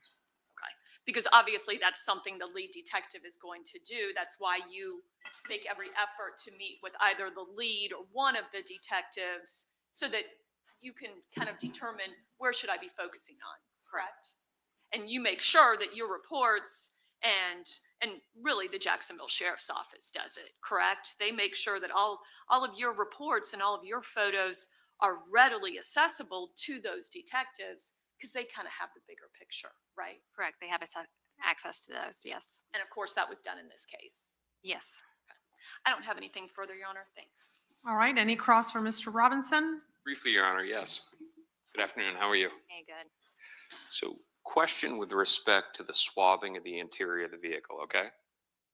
You were saying that you use one swab per compartment? Yes. All right. So, for instance, if you're in the driver's seat, you're going to use one swab for the steering wheel, the seat belt buckle, the center console. Is that the way that it's done? Correct. All right. Does that lead to the potential of combining DNA? If you have two contributors, one on the steering wheel, one on the seatbelt, would that create a mixture? Possibly, but it's a better proponent to collect more DNA with one swab. I'm sorry?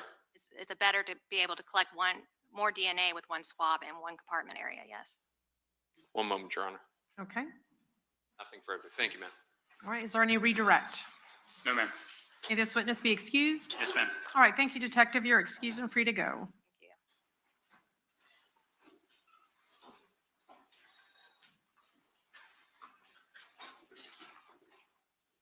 Your Honor, can we take a short recess to confer with which witnesses we have available for the rest of the afternoon?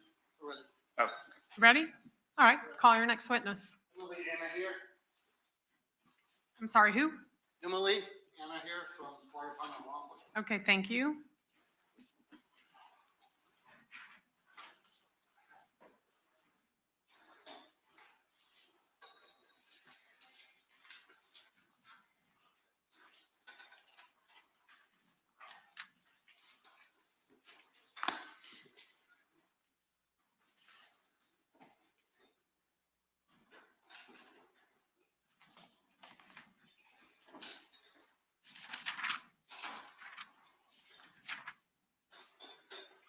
All right, ma'am, if you'll come forward and be sworn.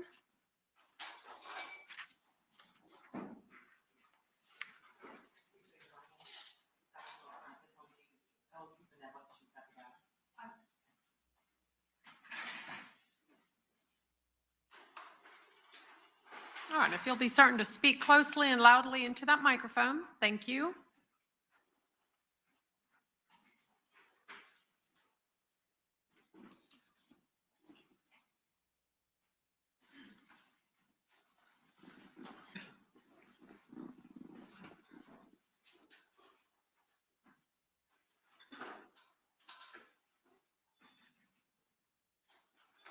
May it please the court.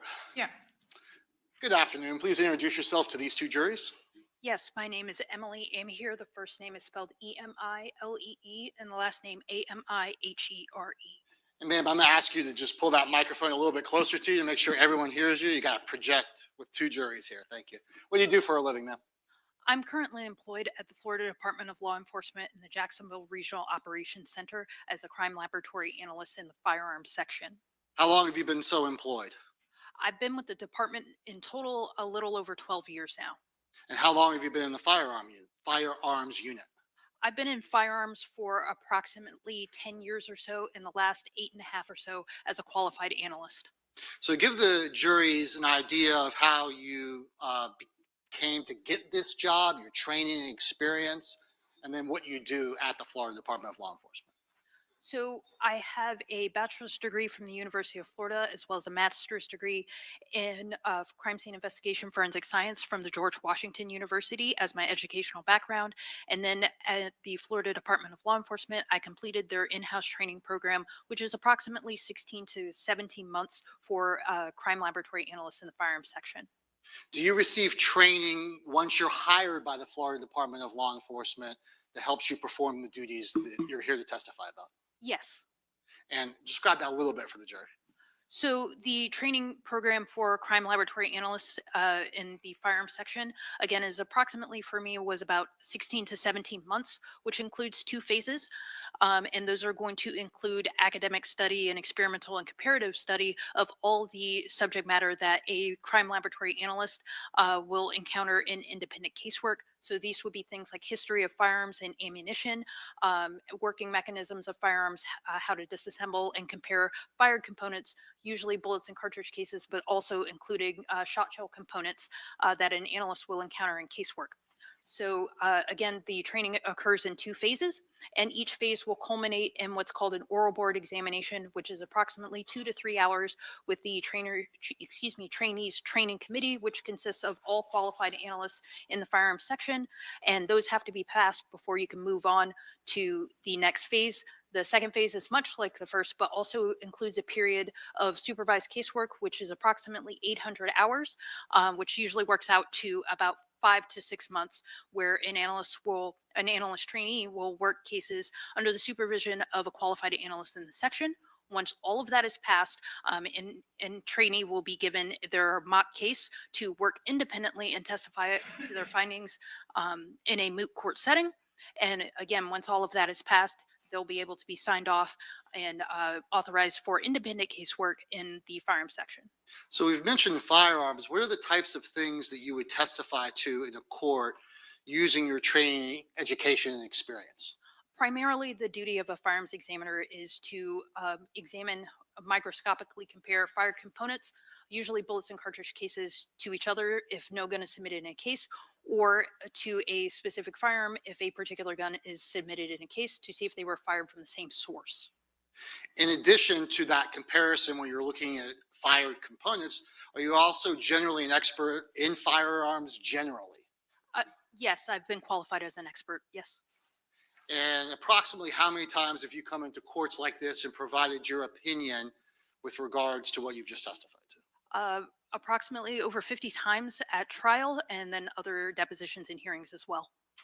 I would this time tenure the witness is able to give her opinion in the field of firearms and the ballistic testing that she does. Okay, is there any additional voir dire either defendant Whitaker or defendant Robinson wishes to conduct?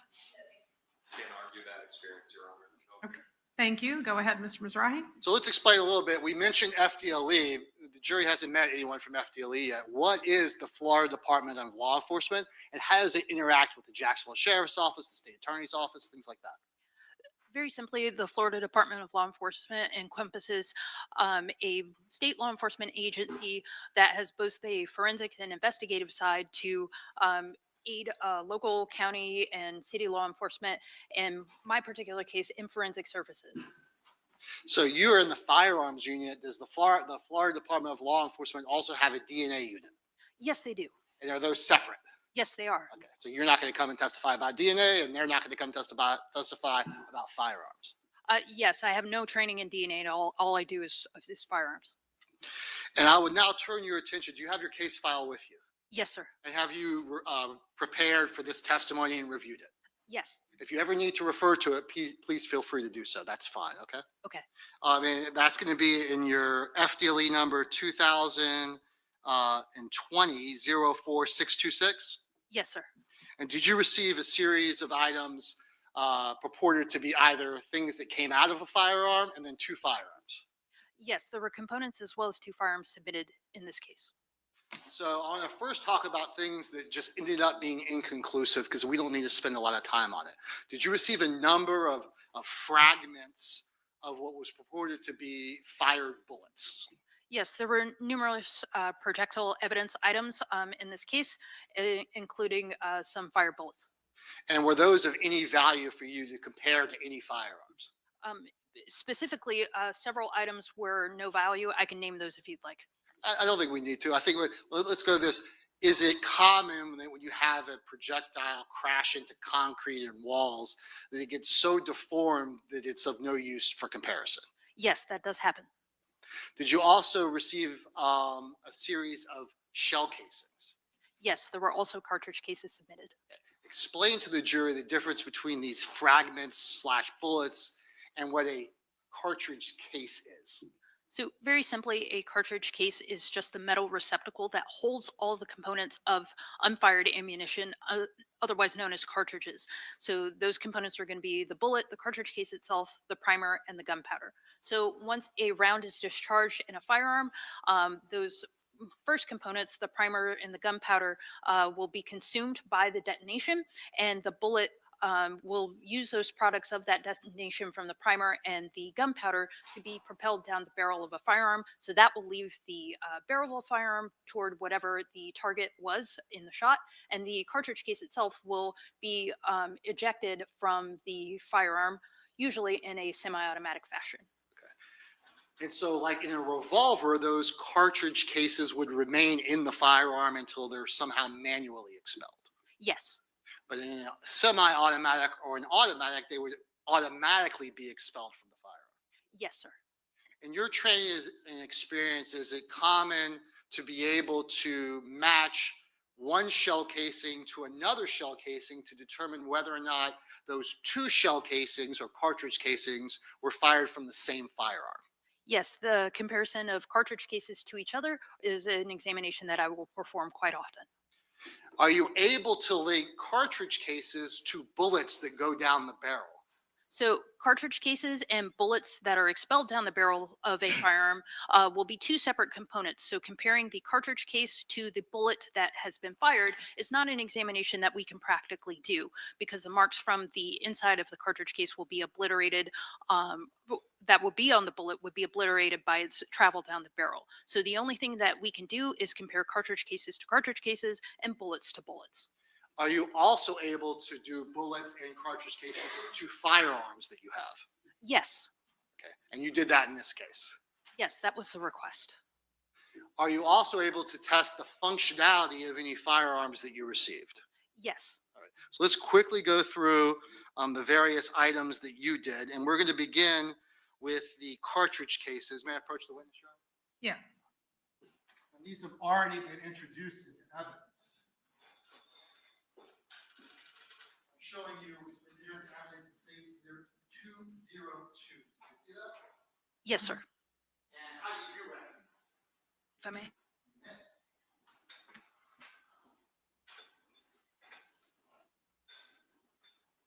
By the unique FDLE case number, the item number on the packaging, as well as on the cartridge cases. Is it the yellow sticker? Yes, the yellow label on each of these packages is from FDLE, and those items will be affixed with those labels as soon as they are submitted to the laboratory. Okay, so we see a series of, I guess, 10 cartridge casings in one, and then one cartridge casing in another. And they have separate numbers. One is number 24, and then one is number 1. You see that? Yes. Why are they separate? Because those were two separate numbered items that were submitted. Were you able to do a comparison of all these shell casings to each other? Yes. And what were your findings? I came to the opinion in the comparison of these two cartridge case items, the total of 11, that they were identified as having been fired in the same firearm. During the course of your examination, were there any cartridge casings that did not match these 11 cartridge cases? No, again, the item identification opinion was for those cartridge cases to each other.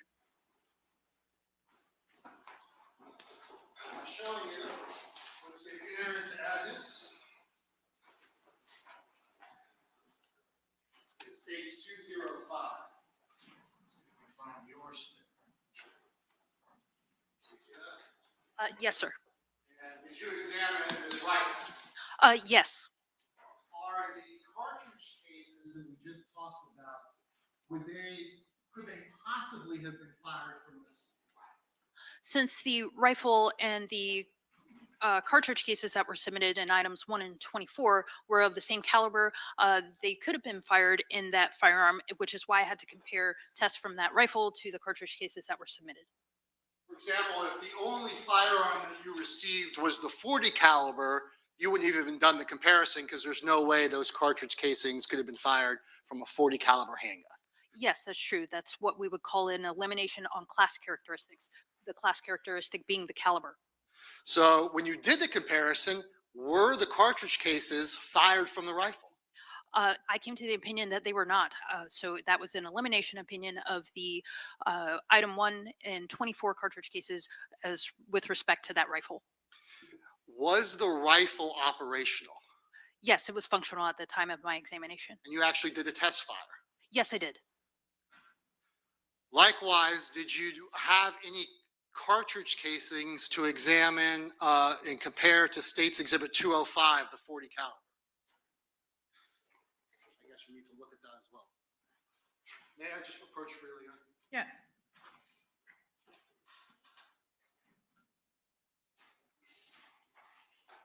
Yes, I examined that firearm, and there were no 40 S&W caliber cartridge cases submitted to me with these items. Was that firearm, the 40 caliber, functional? Yes, it was.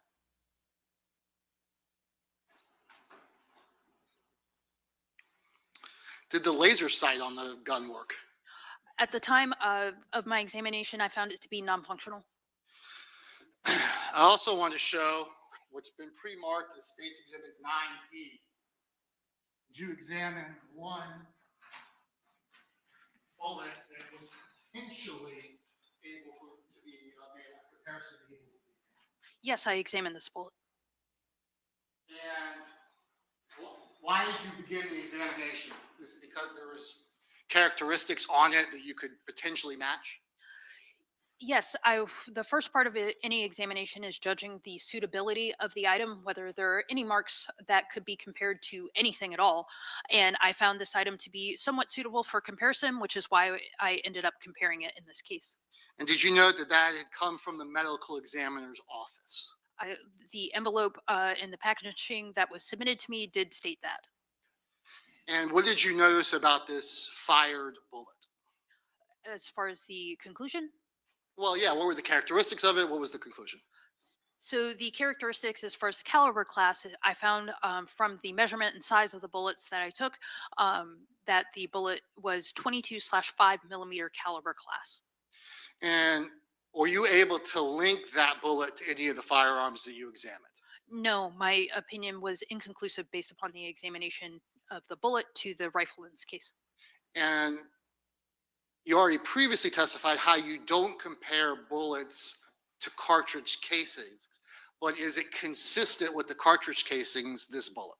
So the caliber class of the bullet, 22/5 millimeter caliber class, would be consistent with the caliber of the cartridge cases, which was 223 Remington /5.56 millimeter NATO caliber cartridge cases. There may be later evidence in this case about an XTAR EXP 556 MK1. Were you asked to do some research on that type of firearm? Yes. And that type of firearm, can you describe it for the jury? So it's an AR style pistol, just the general description of the type of firearm made by a company that is now discontinued called XTAR. And that is if a same caliber 223 Remington /556 NATO caliber that is similar to the rifle here in this case, as far as the caliber. Okay, so you're not, obviously you didn't get one of those guns to compare. No, I did not. And you can't make any comparison about whether the cartridge casings and or the fired projectile came from that type of gun. Is that fair? No, I couldn't. I would need to see the item. But is it possible that they did? Just based on the class characteristics, that being the caliber, that they are similar, that would be a comparison I would have to do if the item were ever submitted. But unlike the 40, which you can immediately rule out, that type of firearm could fire what we have in this case. Yes, the XTAR 556 could fire a 223 Remington 556 caliber round. Thank you. That's all. Well, let me move into evidence if there's no objection from counsels. 9D into evidence as 212. All right, is there any objection from Defendant Whitaker? No, Your Honor. Any objection from Defendant Robinson? No, Your Honor. All right, we'll move States 9D into evidence as States 212. Thank you, Your Honor. That's all the questions. Okay, any cross from defendant Whitaker? Briefly, Your Honor, may I pitch the witness? Yes.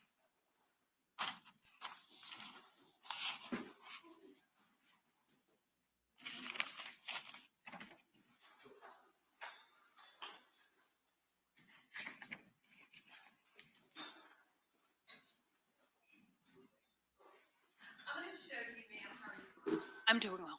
I'm going to ask you to take a look at Exhibit 208. And you examined this? Yes, again, my tag here with the FDLE case number, item number, and my initials, as well as on the firearm is there. When you receive a firearm like this, you may assume it's fireable, but you actually tested yourself to figure out if it's operational or not, correct? Yes, all guns would need to be function tested and test fired to see if they're operational. And this particular gun was in fact operational. It was.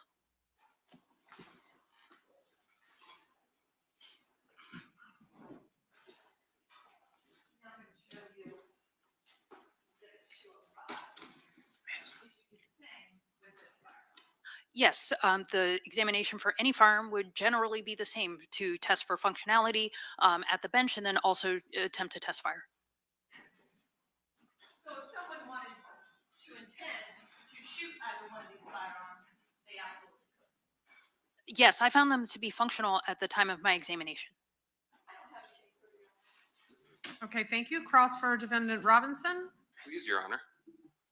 Good afternoon. How are you? Good afternoon. Good seeing you. You work with the Florida Department of Law Enforcement, correct? Yes, And that's referred to as FDLE. yes, You're a gun expert within FDLE, yes, I work in the firearm section. and you've testified as an expert on firearms dozens of times before, correct? Yes, I've been qualified to do so. Now, I'm not going to get into specifics here, so feeling out on this question first. You make a salary through FDLE, right? Yes, my salary is paid by the state. Whether you're in here testifying on this case or you're back at FDLE testing items on another case, your pay is the same, right? Yes, it is. Meaning that you're different than a private contractor expert that's hired and paid specifically for their time and testimony on a case, right? Yes, Now, you were asked a question about the X-Tar. What's the name of that gun? I believe it's the EXP 556. Now, you said that was a company that recently ceased to exist, right? As I've researched it, it's been discontinued. All right. So in 2020, that company was in existence, correct? As far as I've researched.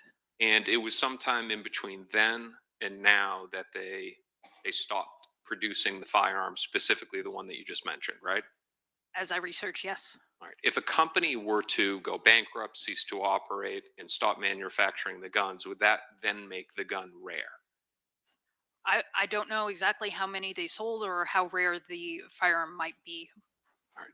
Now, you as the firearm expert working for law enforcement, did the government ever come to you and show you a photograph of a third firearm and ask you as the firearm expert to identify that gun? Identify the gun from the photograph. Correct. I was showed a photograph during a pretrial as far as a model that they wanted me to look at, and that was it.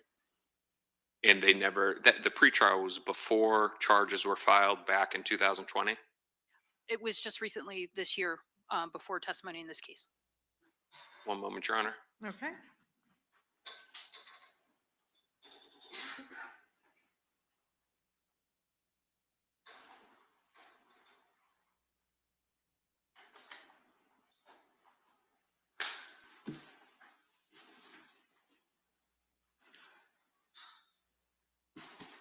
Nothing further. Thank you, ma'am. All right. Is there any redirect? No, Your Honor. May this witness be excused? All right. Thank you, ma'am. You may step down and you are excused and free to go. Thank you. We have another shorter witness. We have a civilian, and we have the FDLE people who are still here, but we're going to take a civilian real quick. Okay, and it's a short witness? Okay, it's just for the jury, so we'll do this one witness and then we'll take an afternoon recess. Just wanted to get the timing of it all. So state you big call your next witness. The state would call Ms. Renata Boston. All right, Ms. Boston, please.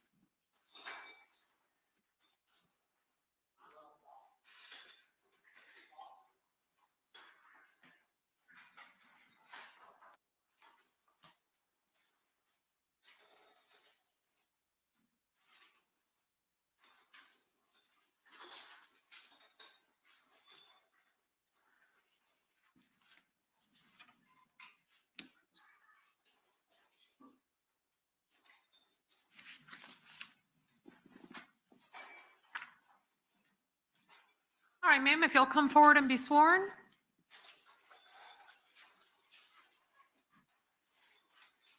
No, all the way up here. Thank you.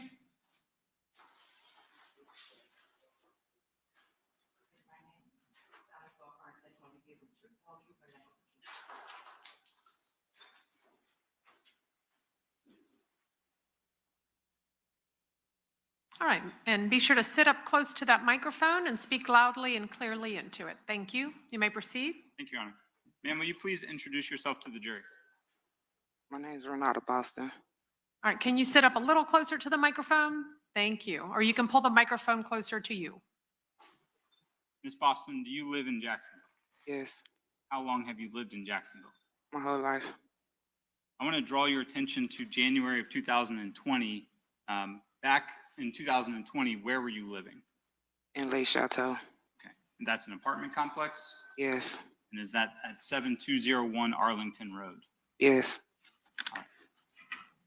Do you remember a day back in 2020 in January where there was heavy police involvement, contact out in the area?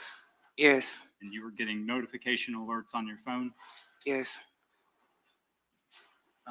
I'm showing you what's been marked as states 248. Do you see that on your screen? yes. And ma'am, can you, by touching the screen, show the jury where you were on that day, approximately? Here. Okay. And for the record, you've kind of drawn it in between where it says 7201 and another building 7201, and there's kind of a white truck and a gray car there. Yes,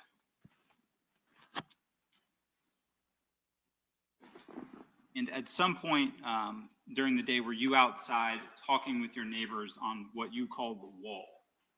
yes. Can you explain to the jury what the wall is? When I come out my apartment, it's a set of stairs, and on the stairs, it's connected to a wall, and you can sit there. Okay, you can kind of see it on the map there.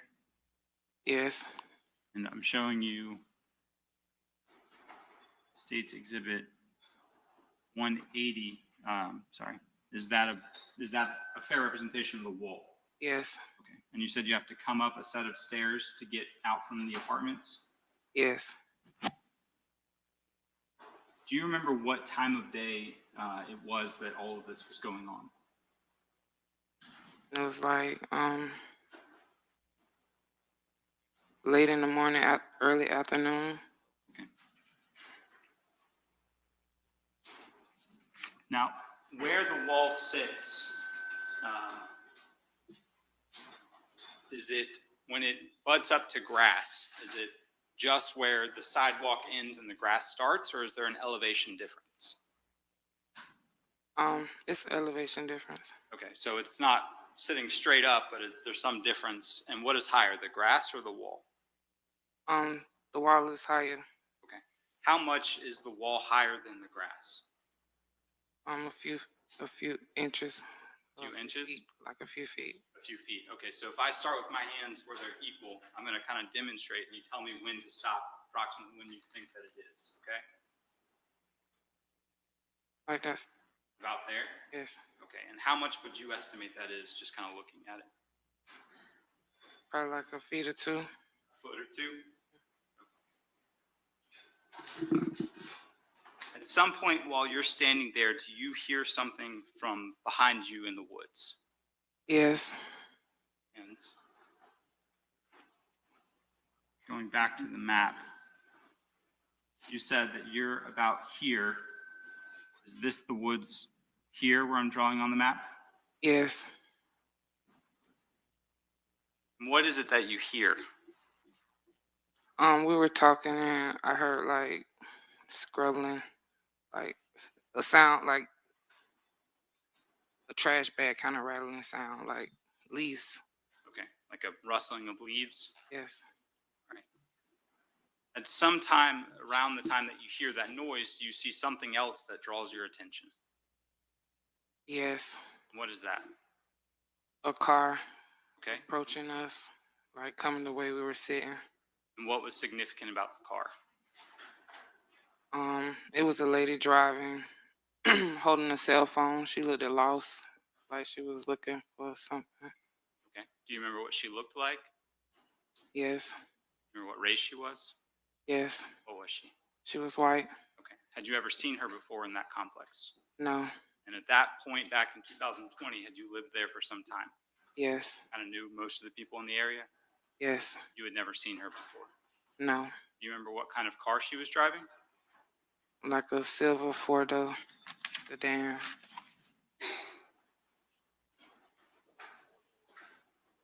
At some point after seeing the sedan, do you see somebody come out of the woods from behind you where I've drawn on the screen? Like moments after the car had passed. I did.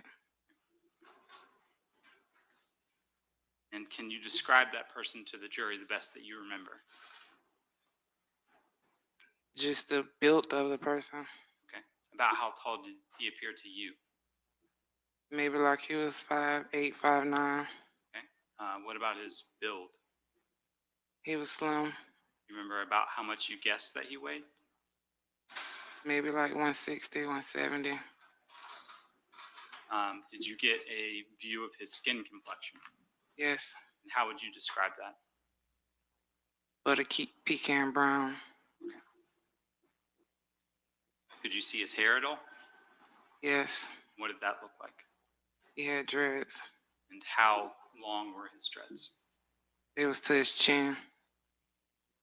Do you remember what he was wearing? I remember the top. Okay, what did that look like? A gray hoodie. How long do you think that you saw this person for? Seconds. What did you do when you saw that person come from the woods? I ran. Okay. Did you ever see them again? No. Did you ever see what happened with the white woman in the silver sedan? No. Eventually, the police came out to the complex? Yes. And they spoke with you? Yes. Thank you, ma'am. I have no further questions. All right, cross from Mr. Whitaker. All right, any cross from Mr. Robinson?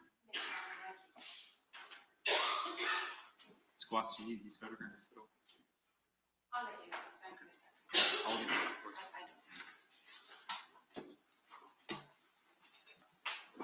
Good afternoon, Ms. Boston. I don't know. Okay, so this happened all the way back January 15th of 2020, right? Correct. You were living in that apartment complex at the time, Yes. and that apartment complex has cameras, right? No. It does not? No. You were sitting on that wall. You weren't sitting by yourself, were you? No. You were sitting with two other individuals, right? 3. 3 others. Okay, Claudia was one, right? Yes. Marva was one. Yes. And you're right. And Larry was the other one. Correct. Okay. They were all sitting on the wall where you were sitting. Yes. Were they all sitting there when the person came out of the woods? Yes. Okay. They saw him too? No. They didn't. No. How do you know? Because we were all talking and I stood up.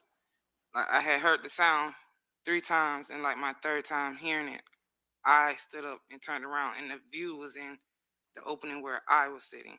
They were sitting more so behind this building where they couldn't see what I saw. Okay. But what you just stated was you were sitting on this wall, right? Yes. Okay. And I know that Mr. Atkinson got up here and talked to you about the fact that there's some elevation on the wall, right? Yes. And you can see that the state's attorney's office has pictures of the apartment complex, right? Yes. They could have easily taken a picture of the elevation that you described, right? Right. But you haven't seen one of those, have you? Not. Okay. in this. You do not know, you haven't yourself gone out and measured the height of that wall, have you? No, You didn't measure the level of that elevation, have you? no, Okay. And so you did mention, though, that you were first sitting down, and then after you heard that sound, you stood up, right? correct, So you made that observation from a standing position, correct? correct. Okay. And just to reiterate, the individual that you saw, male or female? It was a male. Okay. 5'8" to 5'9"? Yes, And you used the word slim, right? yes, Okay. And the weight range you gave was 160 to 170 pounds. correct. Okay. And I hate to do this. I don't normally ask people this, but for example, how much do you weigh now? I wear like 180. Okay. The description you gave as a skin color was butter pecan brown. Correct, Okay. And that's lighter than your complexion, correct? correct. And now also you were able to take note of the fact that this individual was wearing a gray hoodie. Yes, But the hoodie was down. yes, Okay. The individual's hair was down, correct? it was just loose. Loose, okay. But in dreadlocks is how you described it. Yes, Okay. And you said the length of the dreadlocks of that individual went down to their chin. yes, Okay. The hood was not covering this individual's face, was it? no, Okay. The bottom of this individual's face wasn't covered, was it? no, And then you immediately said, now you see this person coming out. Did they have a firearm in their hands? no. Okay. And the reason that you took off running was what? Before that, we had got an alert to the phone stating that a murder had happened and what the individual was wearing. So I was asking the police, like, if it happened down there, why would they be down here? Like, why y'all got us? Like almost like it was so far. Yeah, Okay. The information you got, in your opinion, seemed far from where you were. yeah, Okay. And then so because of that, that's what kind of made you take notice of this individual. Okay. And because you received the information that it was possibly related to a murder, you just safety took off running. exactly. Okay. Now, now on that day though, you spoke to law enforcement, right? Yes, And you were able to tell them exactly what you saw. yes, And I'm sure they asked you a description of the individual, right? yes, Now, you also then remember about 2 years later, receiving a subpoena to come in for a deposition, right? yes, And it was over Zoom. yes, Okay, and all the attorneys were there, right? You remember that? yes. Prior to that, had you met at all with the state's attorney's office? I don't remember. Okay. And then the next time that you've spoken or to anyone about this is today in court, right? Correct. Okay. Did you meet with the prosecutors within the past few weeks before you testified today? Yes, Okay. And what, you went to their office, they asked you to come in so you could sit down and go over evidence? yes, Did they show you your deposition transcripts? yes, So you could remember what you told us back then, right? correct. Okay. And nothing's changed. Everything that you said back then is the same as you've said today, right? Yes, ma'am. Okay. And then the other thing that they brought out was that something caught your attention about a car that came into the complex, right? Ma'am. You noticed what you described as maybe did you say a silver sedan? Yes, ma'am. Was it 4 doors? Yes, ma'am. Okay. And you noticed that there was a woman inside, Yes, ma'am. and you described her as a white lady, Yes, ma'am. dirty blonde hair. Yes. Okay. And you said this was someone you had never seen before. No, ma'am. Now, you gave the opinion as the person looked like they were lost. Yes. What made you think that? Just the way she was looking. She looked lost. She looked like she was looking Looking around. around, yeah. Now you had She had a mentioned she phone had up. I'm sorry. She had a phone up in her hand, and she was just like looking from side to side. Okay, so let me ask you this. When she said she had a phone in her hand, right? Could you physically see the phone in her hand? Yes. Did she have it to her ear, or she No. was looking at it? She just had it up, and she was driving. Okay, so did it look as if she was trying to pay attention to the phone and what she was doing? I'm not sure. I just seen the phone in her hand. Okay. Did it look as if she was talking? No, she was looking. Okay. And did you see where that car ultimately came to a stop? Yes. Okay. Did it park? Yes. And did you see that suspect or individual jump into that vehicle? I did not. And that's just because you turned around and took off running? Exactly. Okay. Now, after that, because you had initially told the police that you had seen the shooter, right? I said Or I the seen suspect. someone I coming. apologize. You saw the suspect coming out of the woods. Yes. Okay. Did they ever come back to you and try to show you any photographs? No. Thank you, Ms. Boston. No further questions. Thank you, Your Honor. All right, thank you. Any redirect? Just briefly, Ms. Boston, you said that you saw the individual that came out of the woods for a brief second or two. Yes. Do you think that you would have been able to identify anybody in photographs? No. No further questions. Thank you. May this witness be excused? Yes, ma'am. All right, thank you, Ms. Boston. You're excused and free to go, ma'am.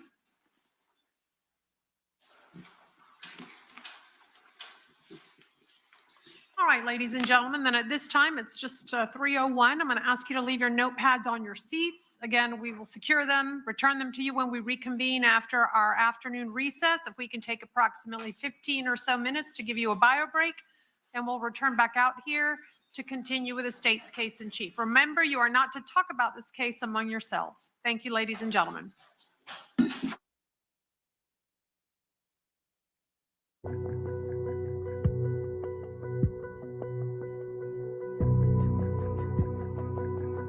Ooh, I'm great.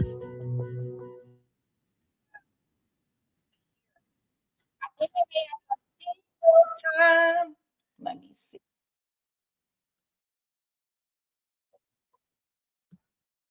I'm so glad they showing photos. I don't even know. That's what I could tell you. I am so glad that they are showing photos. Yes, we are on break. We are on break. And I'll be glad if we can find the first part of this. So what do y'all think so far? There's a lot of documents and a lot of evidence and stuff coming through. Let me get this together. Put this like this. Yeah, this is a lot better. Yeah, that definitely means that, TYK. Yes. I think so. I wonder, did they scrub the first video for us to get in? I won't confuse us with it. That wouldn't be nice.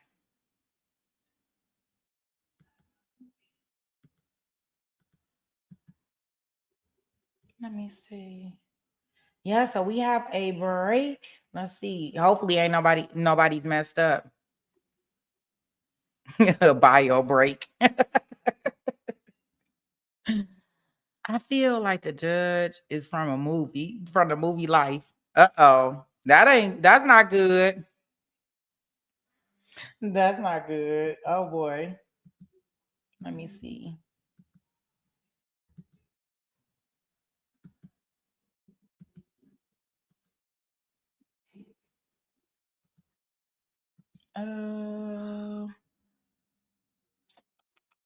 Give me a second. Let me see. And we had a little TV time, but I guess it's not going to be enough. And that's fine.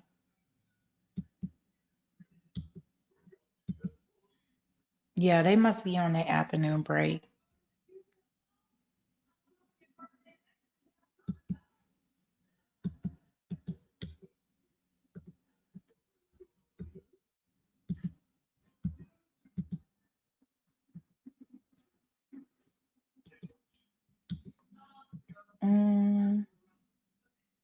It's been so many funny things happening with this feed today. I'm like really worried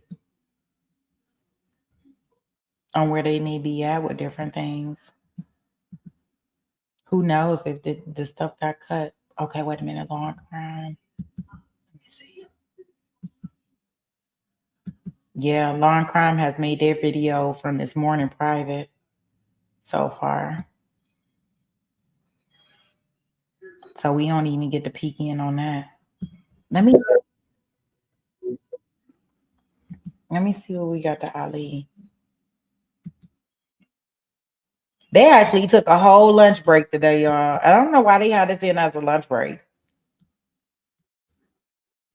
Like, why do they need lunch? They can do their argument. Like, why are they taking lunch? I got a problem with that. Like, why are they taking lunch? They can actually eat lunch right there at the thing. Why are they doing this whole closing thing? Okay. Oh, sorry. I messed that up. Okay. So I still have the feed up here in regards to our new trial, which is awesome. This will give us something for tomorrow, right?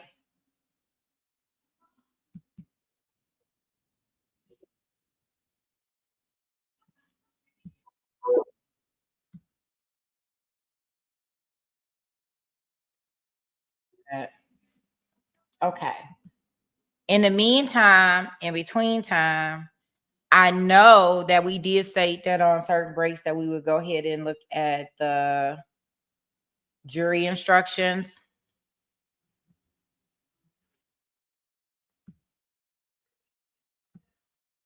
For the Ali trial. But I don't think they're gonna be on break that long.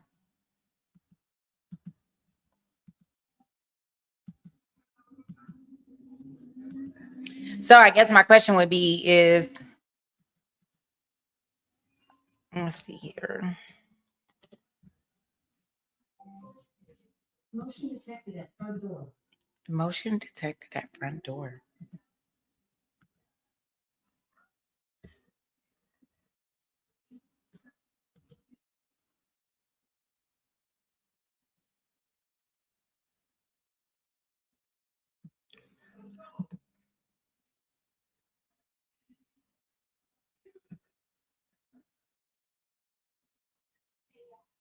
I would really like to find the first one.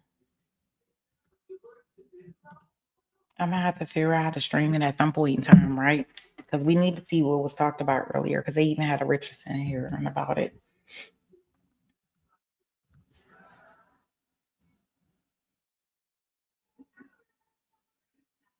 Gosh, they still got that sentencing thing going on with the Shelby guy with the Slaughter in-laws.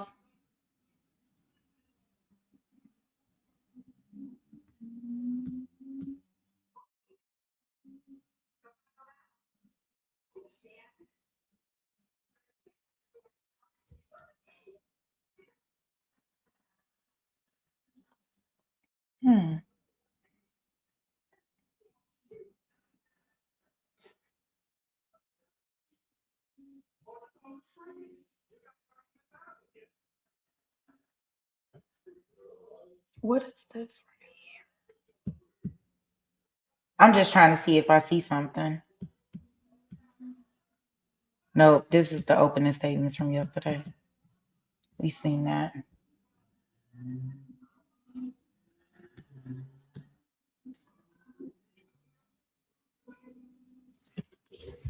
Let me see here. Okay, Mother Papillon says that they're working on a jury charge in the Neely case. Been over there listening, just popped in to say hello. How are they going over there? I see it. I won't pop into that one. I think we probably didn't pop into another. we popping in and out of a couple ones at this point in time. If I play any jury instructions, it's gonna be for this Ali and Ali case. So I am gonna go ahead and put that up and see if we can watch a little bit more of that at this point in time. And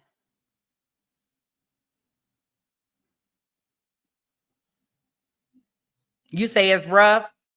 Yeah, jury instructions. I like hearing the arguments back and forth, but yes, Mother Papillons, yes, they both rested. They are currently doing their charge. So there's no court in that one tomorrow. We don't go back in court until Monday for that one. And we are currently covering a new trial that is in Florida with the double unaliving. And we have 2 juries on this one, so it's a lot different for us. So that's interesting alone, right?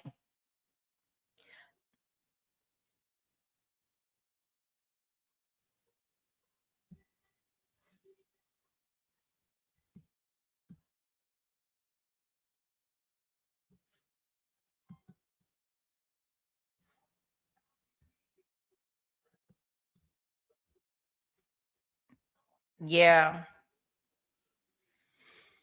Yeah. So yeah, I do see that one is live. The Shelby one I'm mentioning in regards to that one.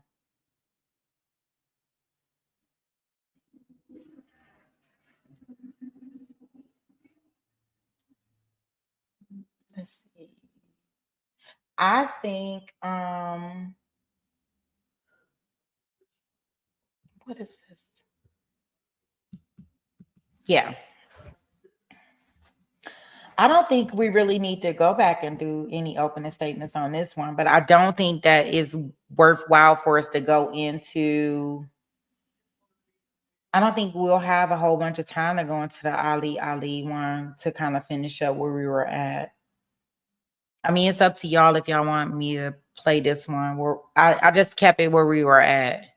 So I didn't go any, further. I just kind of paused where we were at.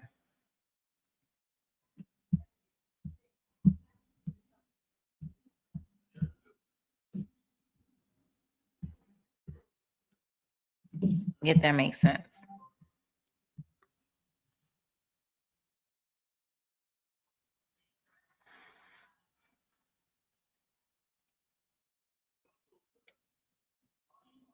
I'm being nosy now.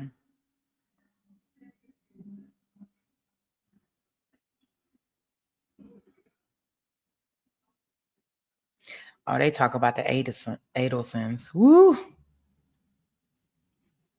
That should be pretty juicy next month, right? Donna she pulling out all the strings.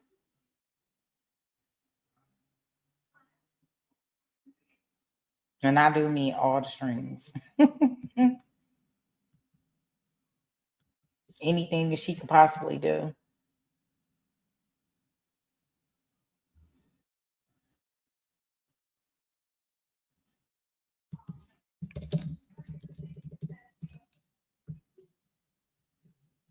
For that one.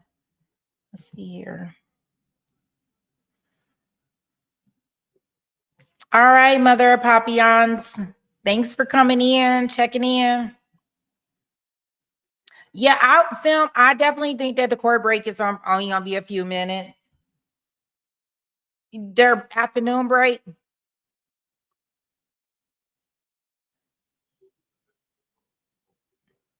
Yeah, so it should only be a few minutes.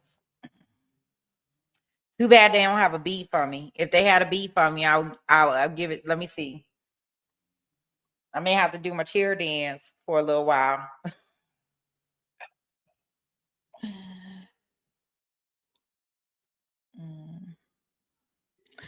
I wonder. So, do y'all have any? What we could talk about, which would be interesting, is do y'all think that the jury is going to be in the Ali case for those that are following that one? Do y'all think that they're going to be back quickly? Or do y'all think it's going to take them some time to work through whatever charges they have to go through? Granny Donna. Not Granny Donna. You say, yay, cheer dance. It's cheer dance time. It's cheer dance time. Thank you. Thank you, Sherry.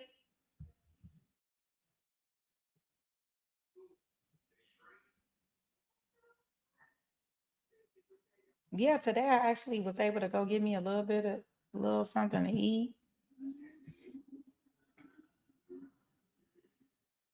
I ate today. Sometimes I don't eat. I know I got to give me a steady beat. I got to get a beat in my head so I can do my dance.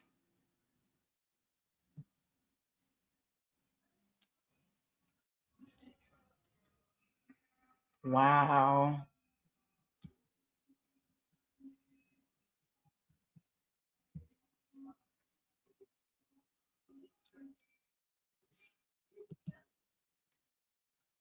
It's very loud up here. Okay, yeah, they're still at recess.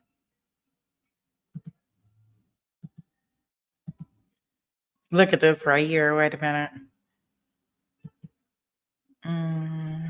Let me remove this.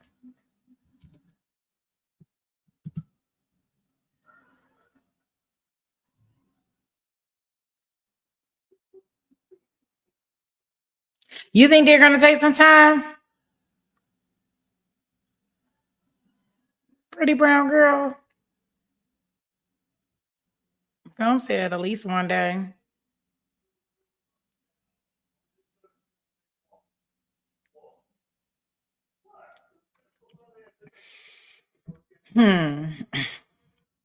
Let me see. What would my thought process be in regards to that? I think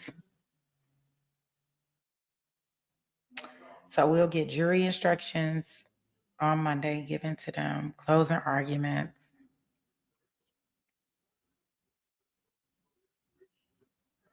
I'm thinking a couple days. Yeah, I think it might be a couple days.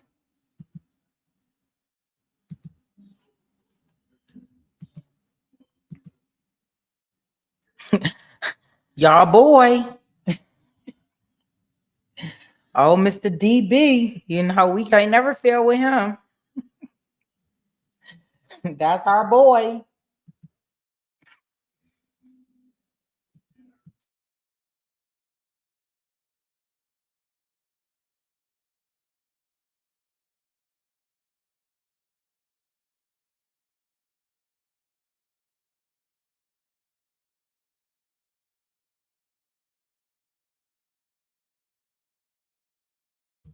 I said, I had myself on mute. I said, you smell another bet. Is it double or nothing?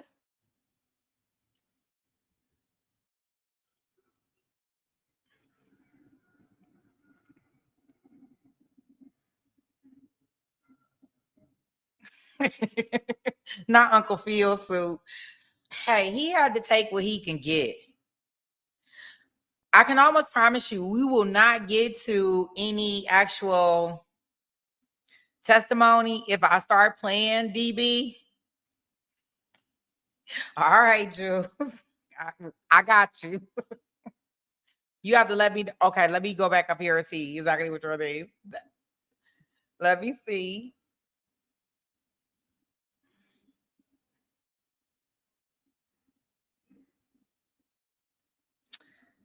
So the Jules, let me make sure I got our bet criteria. You already 1-1.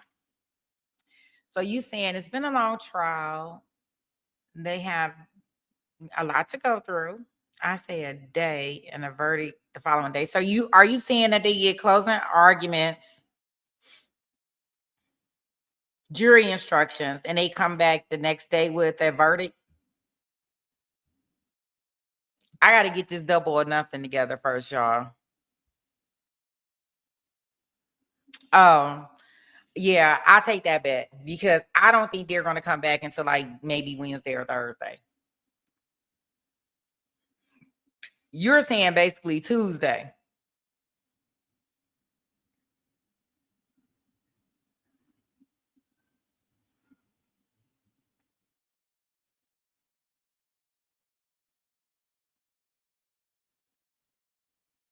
Because they'll get the closing arguments and jury instructions on Monday. So you're saying that they come back with a verdict on Tuesday.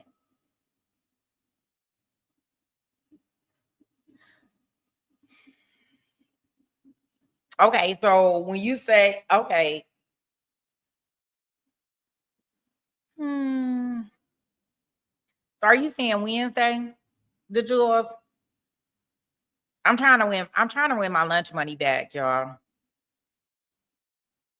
Y'all have to excuse us. We may should do this on the side. Look, on the side, right? On the side. But I'm trying to figure out how to get my lunch money back.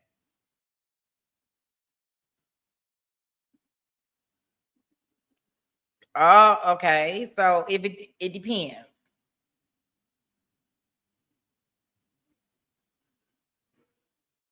Well, I'm assuming that jury instructions and closing arguments shouldn't take no more than the morning, right? On Monday. So I assume that the jury will go in the back and be deliberating. Remember, they told them that they're going to provide them lunch on Monday, during this time. So I'm assuming that they'll probably just go to deliberations later that afternoon. So Monday afternoon, they should be deliberating. And I say, even with them going Monday afternoon, I say they would not probably come back with a verdict until till I don't know. I'm thinking Wednesday or Thursday. Sherry's Life said I'm thinking Tuesday or Wednesday. Yeah, and I'm thinking more of Wednesday, Thursday. Well, no, we can't bet on Wednesday by 1 p.m. because I'm thinking they can come back on Wednesday. I think they can come back on Wednesday too. I don't know about 1, but I definitely think they can come back on Wednesday.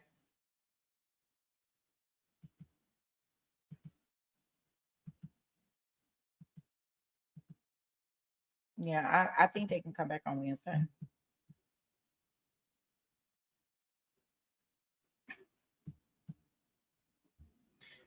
Okay, guys, they are back in court. I'm gonna get us back in the courtroom.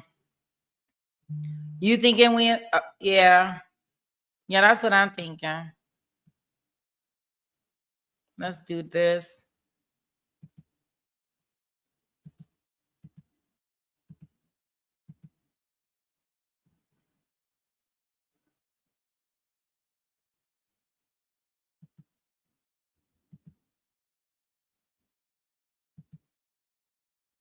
Let's see what we have for after break.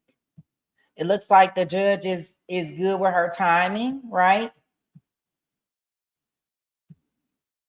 And for all of y'all that's wondering, yes, we did not see the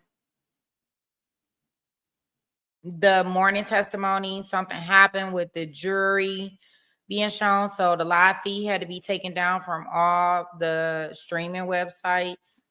So from what we know, right? I'm pretty sure it's other live streamers and content creators that do have the information, but from like Law and Crime and also First Watch News, they did take it down. So we don't have the morning stream, but hopefully they'll get that corrected and take out whatever they need and repost it later.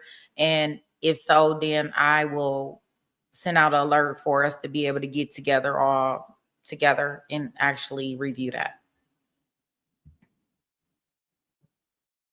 Well, let's see here. Looks like they are back in court. Let's see.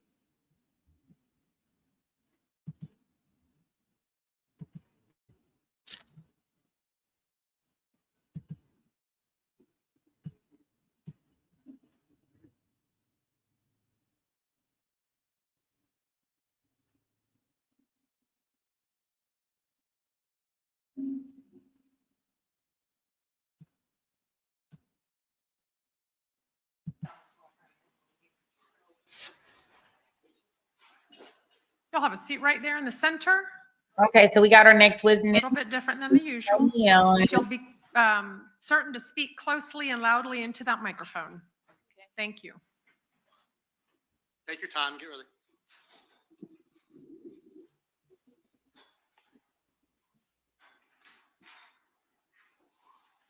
May it please the court. Yes.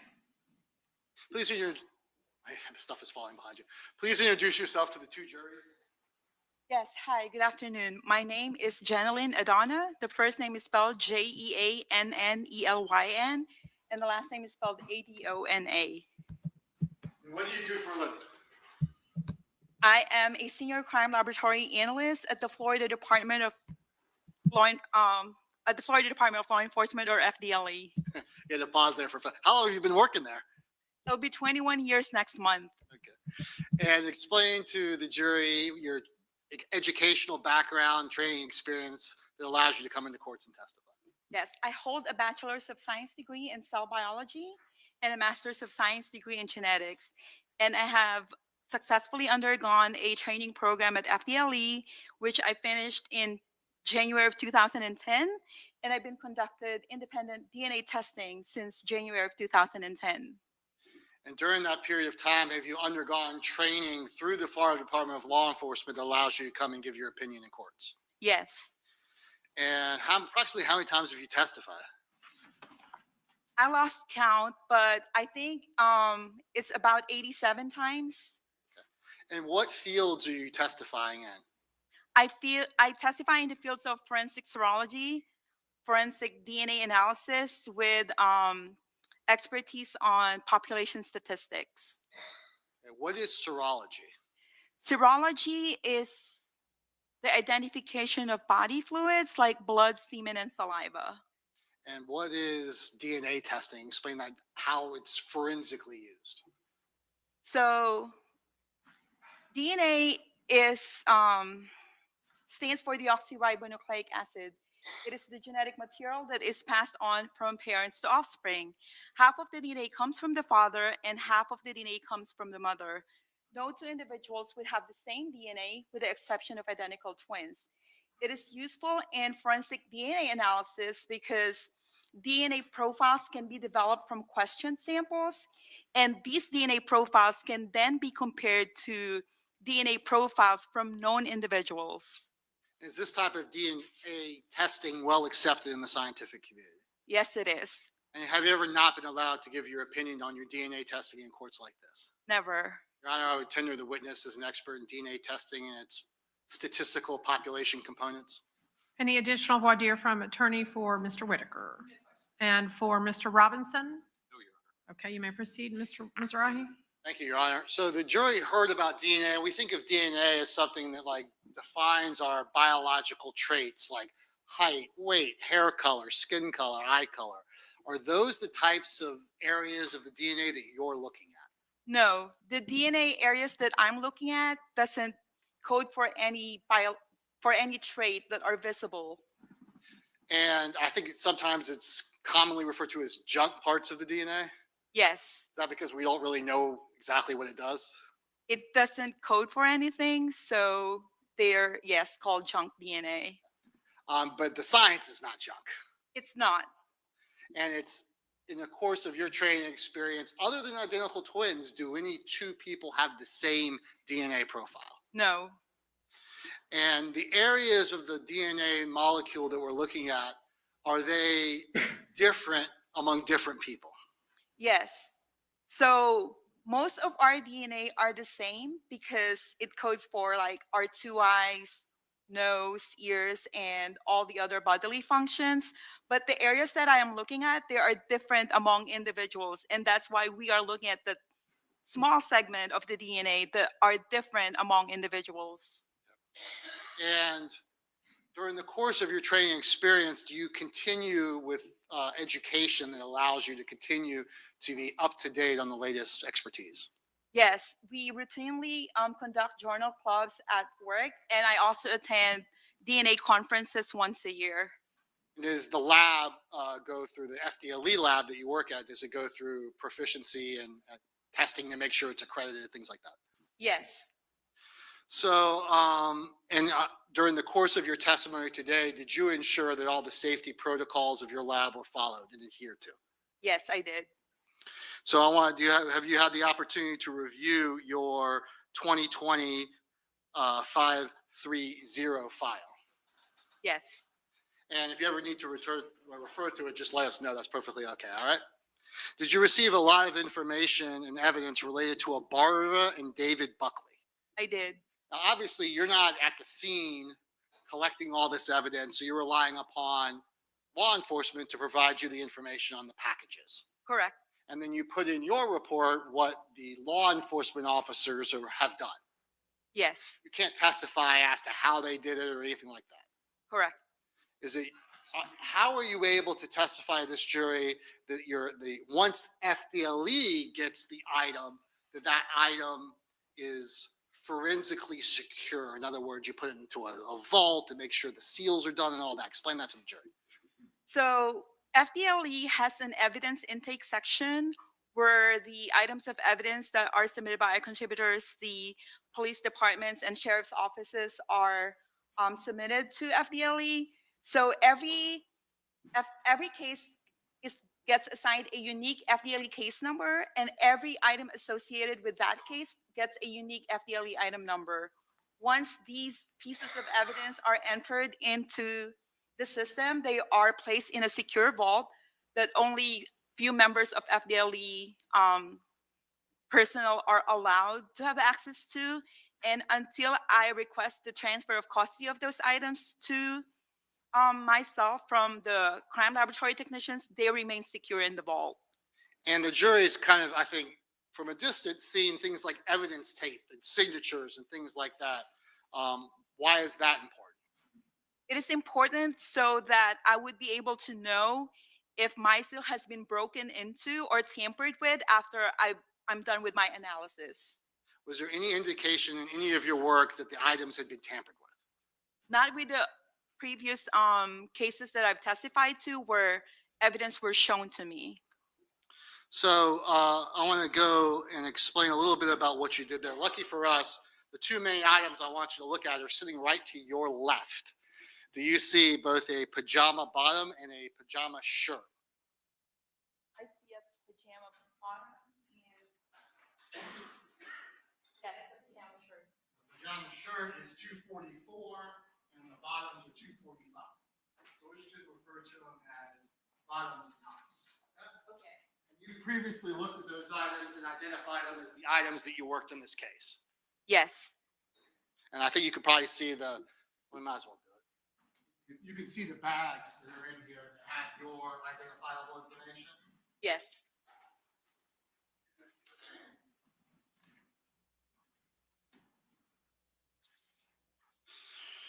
So when you're examining items like this, explain to the jury how you go about examining the pajama bottoms and tops to see if there's any DNA that you can test. So for these particular pieces of evidence, they were described to me as pieces of evidence suspected to contain possible blood stain. So I look for stains that are consistent with originating from possible blood stains, which may present themselves as red-brown staining, brown staining, black staining, green staining, or yellow staining. And why do you specifically look for blood stains or any kind of stains for doing your DNA testing? So for this particular case, it was. Let me ask it like this. Would blood contain DNA? Yes, Okay. it will. So as opposed to going over the whole shirt or the whole bottom searching for potential touch DNA, you go directly to the blood. That's going to give you the best chance. Yes. And also it was on the case tracking form that possible blood was located on the victim's clothing. And did you do a test to see if there was any presumptive blood on those items? I did. And what was the results of that? If you need to refer to your, go ahead. I'm sorry. The pajama top and pajama bottoms both gave chemical indications for the presence of blood. So when that happens, does that target where you're going to do your DNA testing? Yes, so the same area that gave chemical indications for the presence of blood would be the same areas I will take samples to proceed to DNA testing. And did you do that? I did. Now, before we get into the results of those, it's important that the jury understands the concept of an intimate sample and what does that mean for your testing? How do you take that into account? So the items of evidence such as clothing are actually referred to as indigenous samples. Indigenous, that's okay. And which means that the person wearing the items of evidence, we can expect their DNA to be present and would not be unusual. And I can use that person's DNA sample present on the item to back out their DNA to be able to determine if there's any DNA foreign to that person or any DNA not belonging to that person wearing the pajama top or pajama bottoms. Did you actually receive a known buckle? I say buckle. Is it buccal or buckle? I say buccal, but I think most people nowadays say buckle. Oh, okay. I'm not gonna say that. So that's going to be State's Exhibit 219, which is going to be your number 2. Is that going to be Ms. Buckley's known buckles? Yes. Did you use that to parse out her indigenous DNA from her pajamas? I did. So in parsing out Ms. Buckley's, did you also have her husband, or purported to be her husband, David Buckley's buckle swab? Yes. And was he excluded as a possible contributor? He was. Did you find DNA that was male that was foreign to Ms. Buckley? I did. Did you find it on both items? I did. So was it a mixture of Miss Buckley and then this unknown person? Correct. Just the two of them? Yes. Did you also receive Mr. Barner's buccal swab as well as Mr. Whitaker's buccal swab? I did. I'll just show you those for the record. The state's exhibit 222 is going to be Mr. Barner's swab, Dominic Barner, and then state's 224 is going to be Mr. Whitaker's. Yes. So when you're getting these known profiles from Mr. Barner and Mr. Whitaker, do you develop a full DNA profile for them? I did. Did you compare the full DNA profiles from Mr. Barner and Mr. Whitaker to the unknown male DNA you took from the blood stains on the shirts and the bottoms? I did. And let the jury know what the results of that was. So for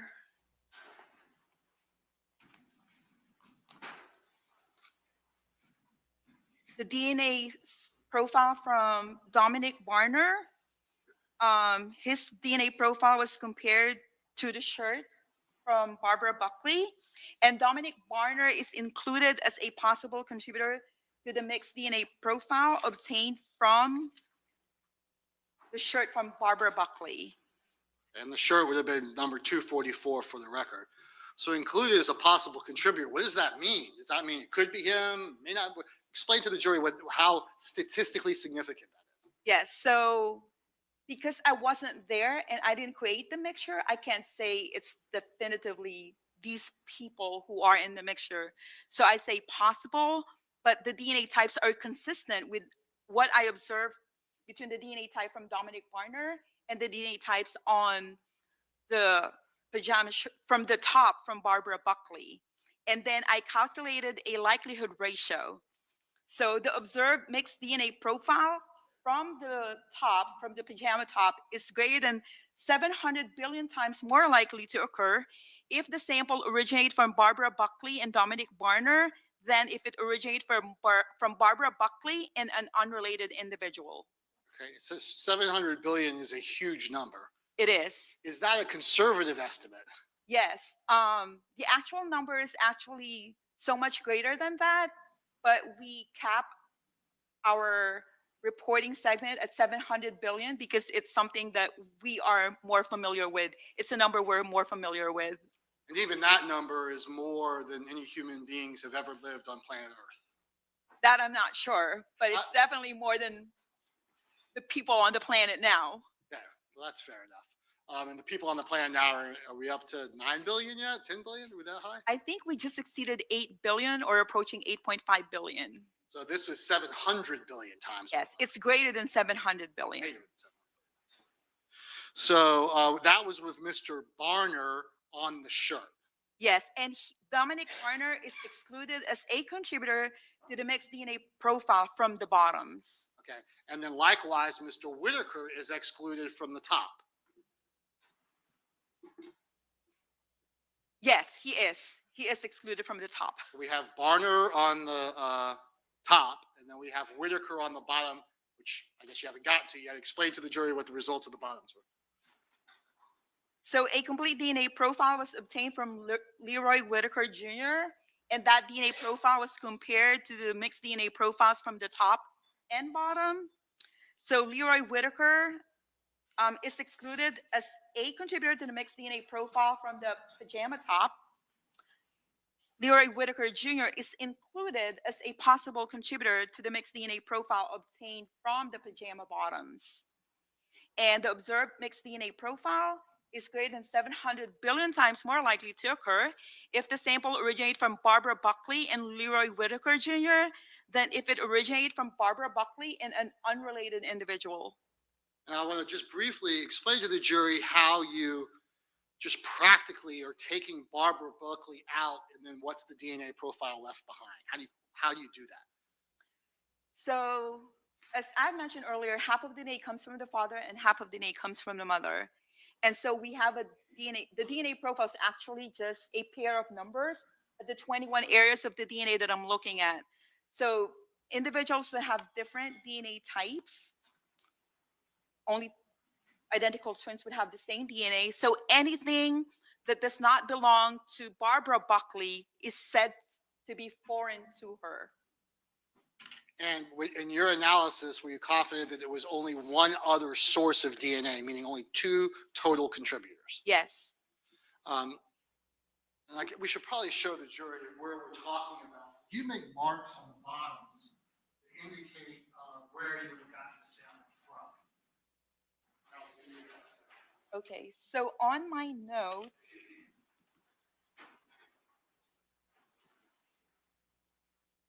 I said area A is red-brown staining on the back. Did you do a parentheses and put the letter A there? Yes.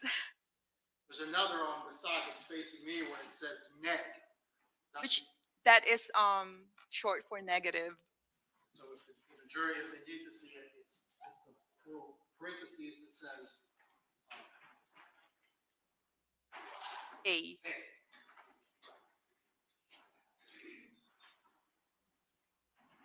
It looks like there's a little hole there.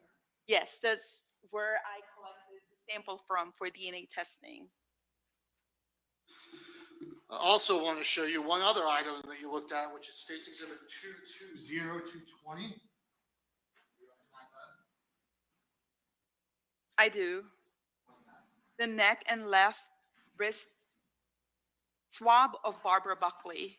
Again, you expect to find Barbara Buckley on the swab taken from her neck. And wrist, yes. And what were the results of that once you accounted for Ms. Buckley's DNA being present?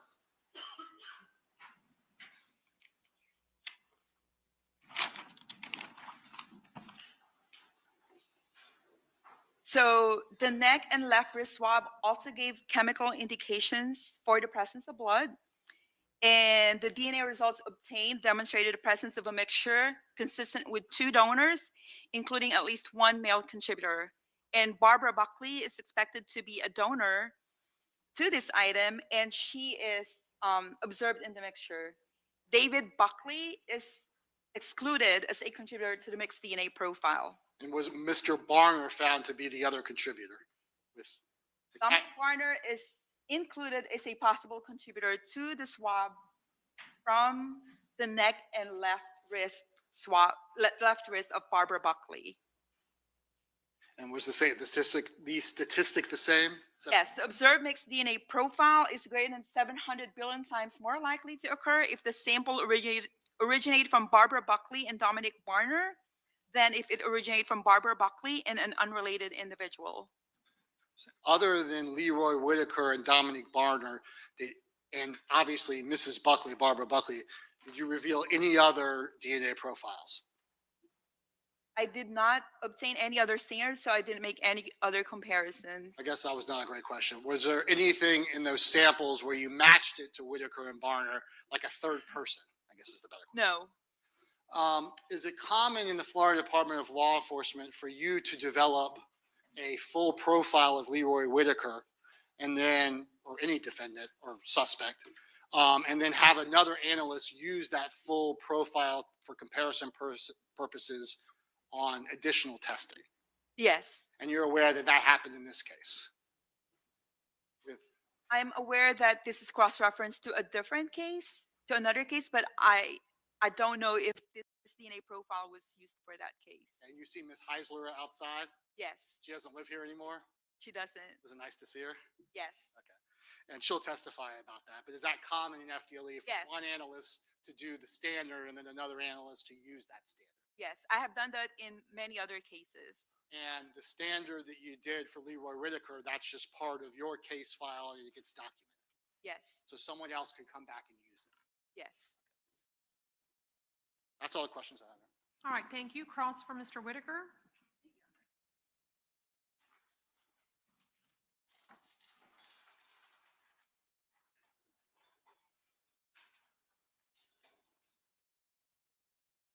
Good afternoon.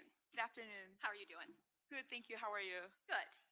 In your 21 years at FDLE, those have all been in serology and DNA. Yes. Is it fair to say over the 21 years, that there have been a lot of changes in the technology. Yes. And obviously changes in your protocols as well, Yes. correct? Correct. I mean, 20 years ago, did you have the level of safety protocols that are now in place? I think so. Nothing much has changed with our standard operating procedures, with the exception of the instrument platforms and the amplification kits. The technology is pretty much the same. Okay. And you mentioned as part of your training, obviously you have your education before you even began at the FDLE, but part of your training at FDLE is to actually learn how to testify effectively. Correct. Correct? Yes. Like you literally have mock moot courts. correct? Yes. Okay. All right. Now, you had mentioned something that, to your knowledge, no two people have the same DNA, correct? Besides Yes. identical twins. Correct. Okay. And that's based on what we know right now, correct?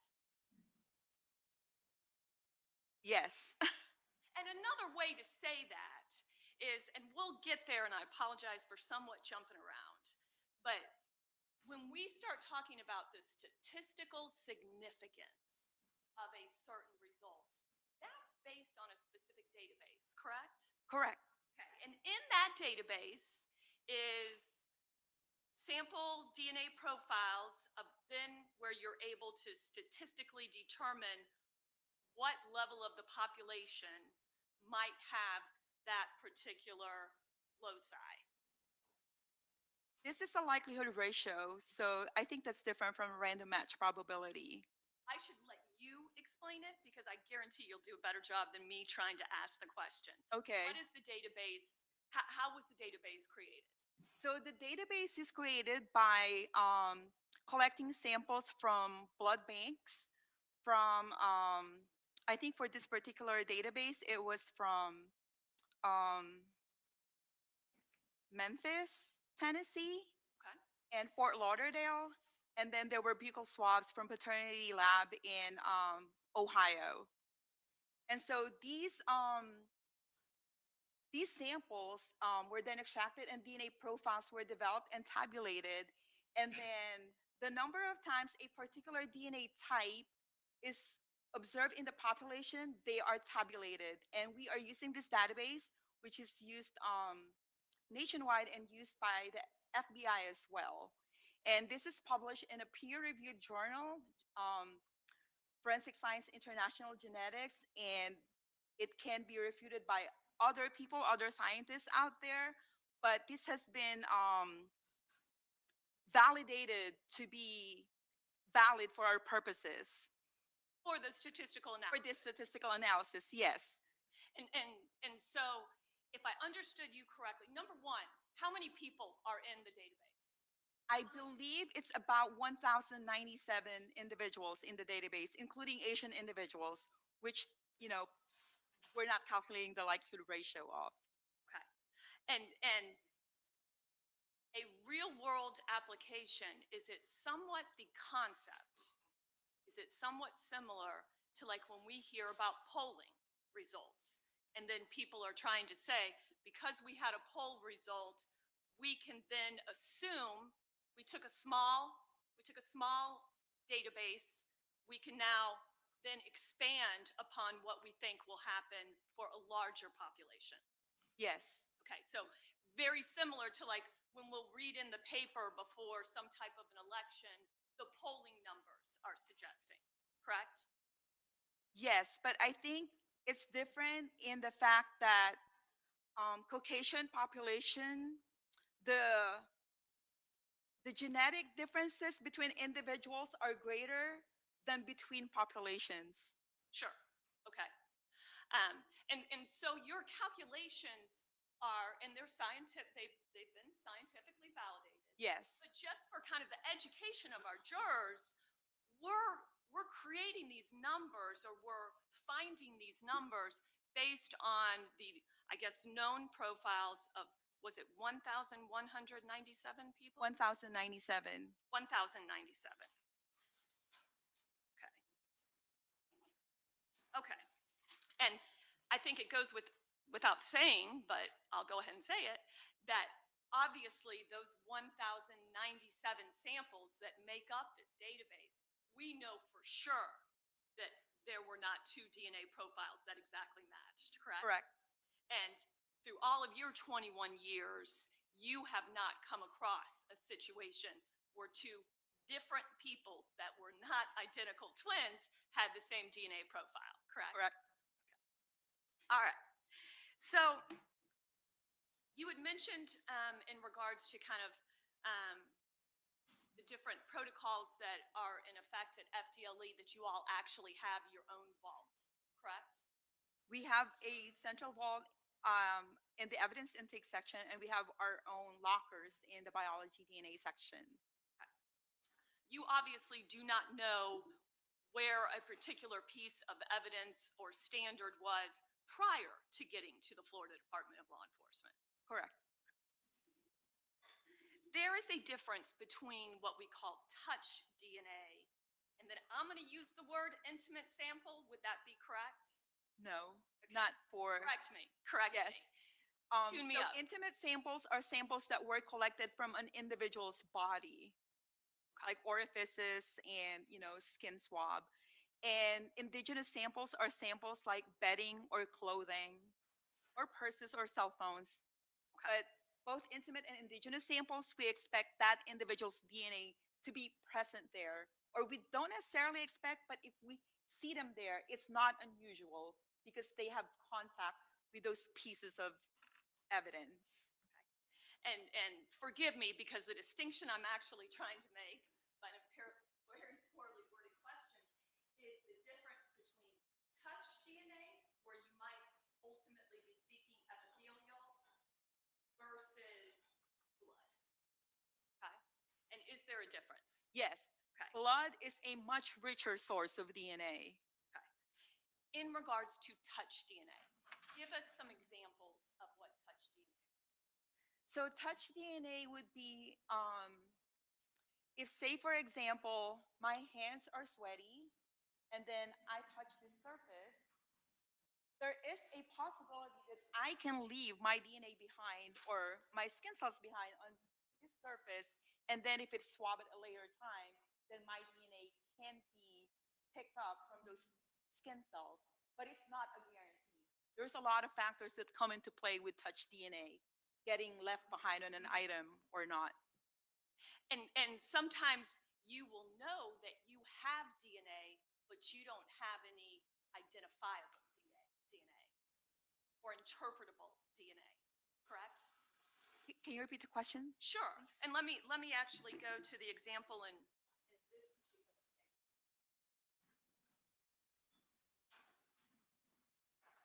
Just for an example of sometimes you know there's DNA there, but it's just not interpretable. In this particular case, you attempted to get DNA from Miss Buckley's fingernail swabs. Correct. Okay. And your ultimate result in regards to that was due to the limited nature of these results, the data is not interpretable. Correct. Okay. You did find, though, that there was DNA foreign to Miss Buckley, correct? Just it was too little to be compared to anyone's standard. And you also have that with the instrumentation, that there are times you're ultimately, to get these numbers, you're looking at graphs. Yes. You're looking at peaks. Correct. And if a peak isn't, there's sometimes what you can't call a certain peak, correct? Yes. Help us understand what that phrase means. So we have a threshold. So a peak has to reach a certain height in order for me to be able to say that that is a DNA peak attributable to a person. And so there are times that we have what's called a mixture, correct? Yes. Okay. And what I've heard you explain is that, or actually let me start with the results in regards to the pajama bottoms. Yes. Would you call that a mixture? It was a mixture. Okay. And is it fair to say you call it a mixture because you found at least two different person's DNA. Correct. Mr. Mizrahi had asked you a question, were you confident, and we're specifically talking about pajama bottoms, that it was only that it was only two people? With the results that I interpreted and I have observed, I am confident it is only two and two individuals only. But again, we unfortunately have in DNA technology situations where you may have peaks that don't meet your threshold, correct? Yes, but I don't interpret those peaks because they're not interpretable. Sure. And so they're not interpretable in terms of identifying them to anything, If correct? they're not even called, I can't interpret them. Okay, you can't even call it a specific DNA marker. Correct. Fair enough. There are a number of steps in regards to the DNA process, are there not? Yes, there are. You actually do not complete all of those steps yourself, do you? I don't. And in this particular case, there was an Aliyah Field, correct? Am I pronouncing her name correctly? Aliyah Fields. Aliyah, is it Fields? Fields, Okay. yes. She's no longer with the Florida Department of Law Enforcement? She's not. Okay, but she performed some of the manual steps in this process, correct? Robotic steps. She also helped perform the quantitation setup? Yes. Okay. And then there was another worker, Rowena McKenzie, yes. Okay. And she also operated the robot for amplification? Yes. And you're a supervisor at the Florida Department of Law Enforcement, correct? I am. Within your. I am not. You are not. I am not. But you were supervising these people, correct? I'm not. Okay. But they do important steps to the DNA Yes. process, They correct? have undergone training and they have completed their training successfully. They do proficiency testing and competency testing before they are able to operate these instruments with casework samples. In your time at the Florida Department of Law Enforcement, you have experienced instances of what's called sample carryover contamination, correct? Yes. Okay. If you could, explain what that is to the jurors. So sample carryover contamination could occur if there is a sample that has a large amount of DNA that could then bleed over to other samples that are adjacent to it on a plate. And you personally, ma'am, are not sure of how many times in your career at FDLE you've had instances of contamination? I don't remember, but it is recorded. There is documentation as is required for Yes. your accreditation. Can I just have one moment, Your Honor? Yes.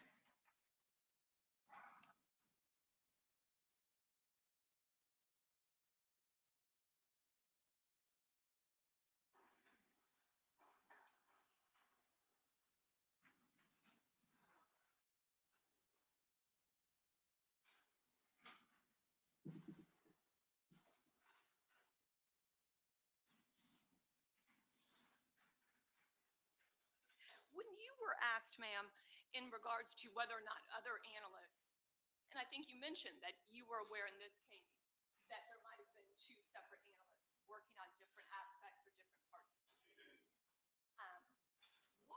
What would that analyst use in terms of what you produced for the known profile of Mr. Whitaker? The DNA profile that was generated in the course of the analysis. Meaning the double numbers Yes, or the actual item? just the double numbers. Yes.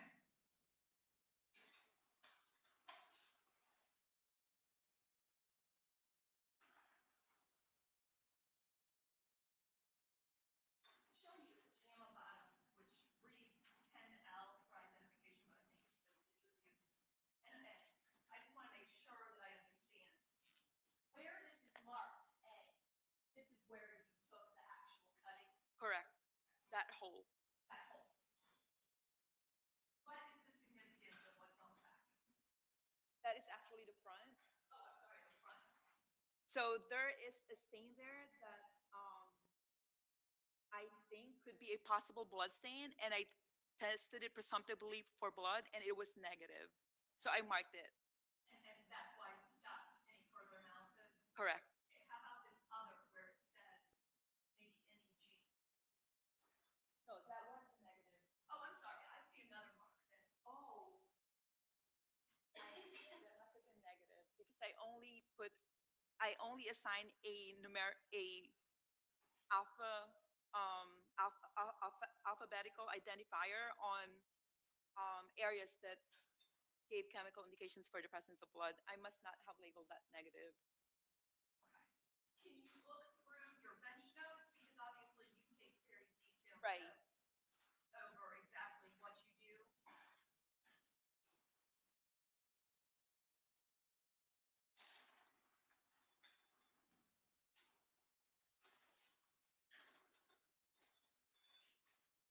So I said with red-brown staining on the front pant leg and back pant leg, and positive area A, right, red-brown staining on the back, and negative red-brown staining on the front. And a sample was collected from area A for DNA analysis. All right, thank you very much, ma'am. I don't have anything further. All right, thank you. Cross for Mr. Robinson. Good afternoon. Good afternoon. I didn't have anything for you, but then you were talking about population, so it caused me to put together a few questions. So you were asked about 700 billion times more likely, right? It's actually greater than 700 billion times. That's a lot of billions. Yes. And we all agree, and I think that it was Mr. Mizrahi that said that that's more people than have ever been on the planet. Which I'm not sure of. Okay. But it's more than are on here right now. I'll agree with that. Yes. Now, if instead I were to change it, and this doesn't have to do with your analysis, but your expertise, if I were to change that to 4.4 million times more likely, that's a lot less, right? Yes. Is that equivalent to the population of Florida? See, the likelihood ratio statistic that I calculate doesn't have anything to do with the Earth's population. It is independent of it. But the fact of the matter that we are capping the reporting at 700 billion is because it's something that most people can relate to. Okay, but we're talking about 4.4 million. I don't know Let the, me finish okay. the question. If it's 4.4 million, and I understand that you're going, you're not saying that it's against the population, but the terminology that's used by FDLE, that's used by all analysts across all reports, ties to the population, correct? It doesn't. So then what's the relevance of the number? To just give a big number? No, the likelihood ratio is what the number that is the statistics that is calculated when comparisons are made. Okay. So you can have, and we can end with this. You can have comparisons when it's in the hundreds of billions, right? Yes. If it's on the low end of the millions, that's lower, much lower on the spectrum, right? Yes. Nothing further, Your Honor. Thank you. Okay, is there any redirect? So Ms. Schlacks briefly brought up the concept of not having DNA and the fragility of DNA. Could you explain to the jury, in your training experience, if I touch something, does that mean I'm going to automatically leave behind DNA that we're going to find? No. Explain that to the jury. So, as I've mentioned earlier, there's a lot of factors that come into play as to when touch DNA can be left behind. It depends on the length of time between the contact of the skin surface and the item of evidence. It depends on if there was enough friction to slop off skin cells from the skin surface to the item. It also depends if the person recently washed hands, or if the item was clean prior to it being swabbed or being sampled after it was touched. What about environmental factors? Heat, water, stuff like that. DNA is a very stable molecule. However, it can be degraded by extreme heat. It can be degraded by cleaning products. It can be degraded by water because it can promote microbial growth. And it's also sensitive to pH changes. It can also be like wiped away. Yes. just want to make sure it's not necessarily cleaning products, but just wiping something away. Yes. Somebody could have touched it and that person just like picked up the DNA with his skin surface or her skin surface and DNA was not there anymore. The Schlocks asked you about the why about there being only two contributors to the DNA. Why are you so confident that it's only two? Because like I mentioned earlier, half the DNA comes from the father and half the DNA comes from the mother. It can be the same DNA type at one area of the DNA, or it could be two. The maximum number of DNA types that I expect at one area of the DNA for one person is two. So anytime I see 3 or 4, then it tells me that there's more than one individual there. And the DNA that I observe on the shirt or the bottom and the top, I am very confident that there are just 2 people because I've seen a maximum of 4 DNA peaks. Never saw a 5th, which would indicate a 3rd contributor. Correct.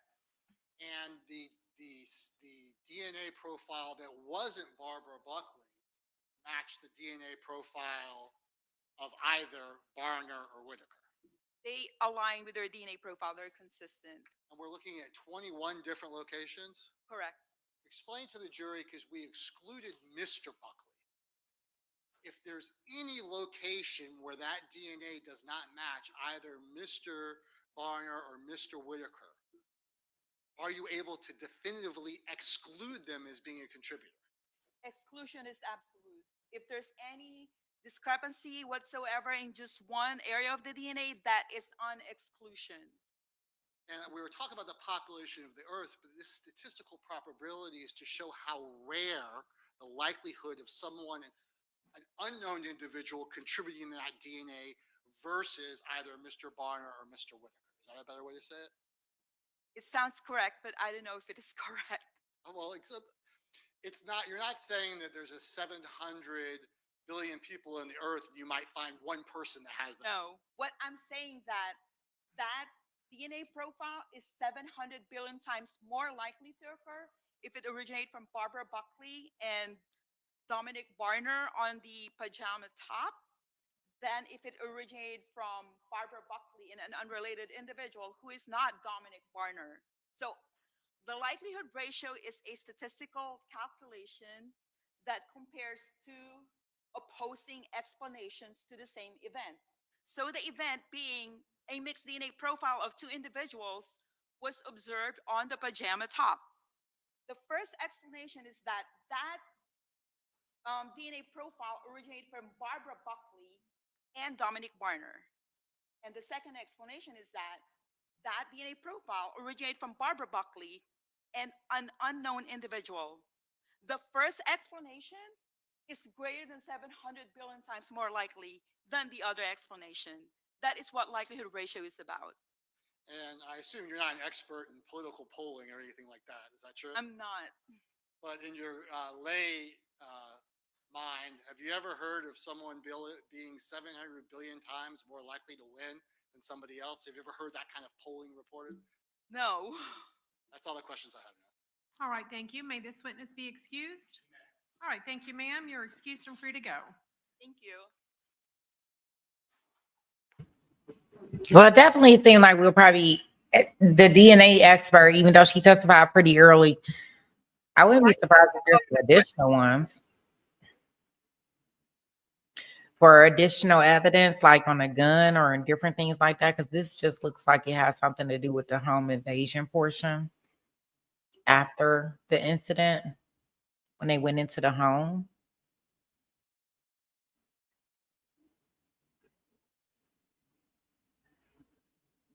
Yeah, and I don't know what happened to the microphones because we were doing so good.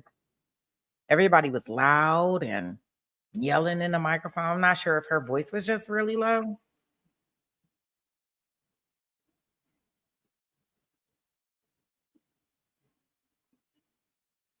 Yeah, Jason. Once they start talking about billions and billions of people, I'm like, okay, I'm out. I'm checked out of this scenario. It's impossible. You say they should give a DNA class, Pretty Brown. Yeah. Here we go with our next witness. All right, if you can have a seat right there in the center. And be sure to hold that microphone or have it close to your mouth. Speak loudly and clearly. Thank you, ma'am.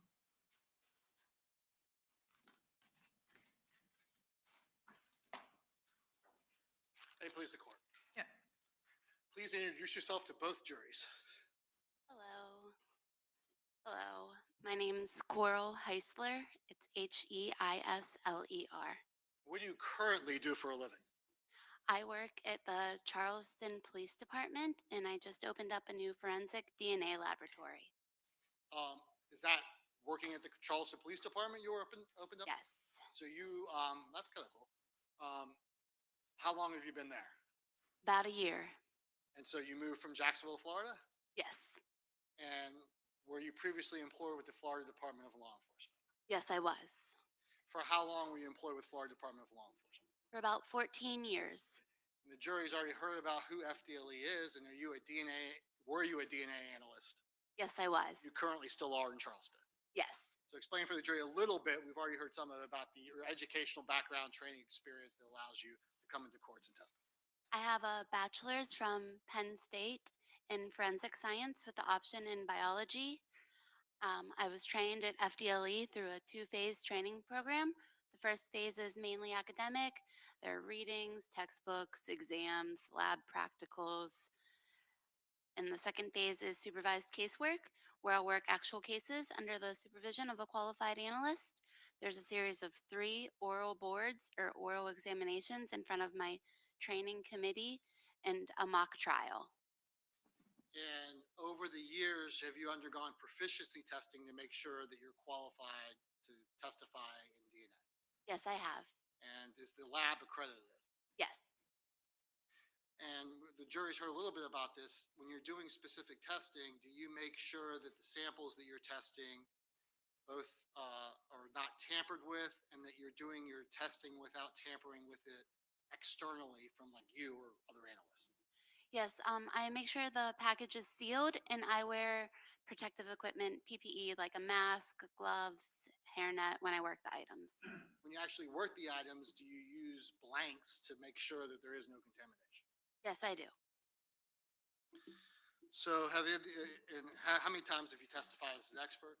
About 70 times. You ever not been qualified and expert in forensic DNA technology and the statistical components? No. At this time, I would tender the witness. Any voir dire from Defendant Whitaker and from Defendant Robinson? All right, you may proceed. So the jury has already heard of deoxyribonucleic acid and how it's worked forensically, so we don't need to go all through that. Have you had the opportunity to review your case file with regard to 2020-626? Yes. It's pretty lengthy. Yes. Nick, okay. It is. You did a lot of testing in this case? I did. And we heard from analyst Adana, who indicated that she did the sample from Leroy Whitaker. Did you eventually use her produced sample in some of your comparisons? Yes, I did. Is that commonly done at the Florida Department of Law Enforcement? Yes. And throughout DNA technology, because you're in Charleston, yeah. Yes. So I want to turn to your testing, and we'll kind of go through with it. The items taken from reported to be a Nissan sedan. Did you do DNA testing on 2 white shirts from the Nissan sedan? I did. May I refer to my notes? If that helps refresh your memory, you may. Thank you for asking. I should have said that. I said it to the other one. Yes, I did. Did you also do swabs from the rifle and the Glock?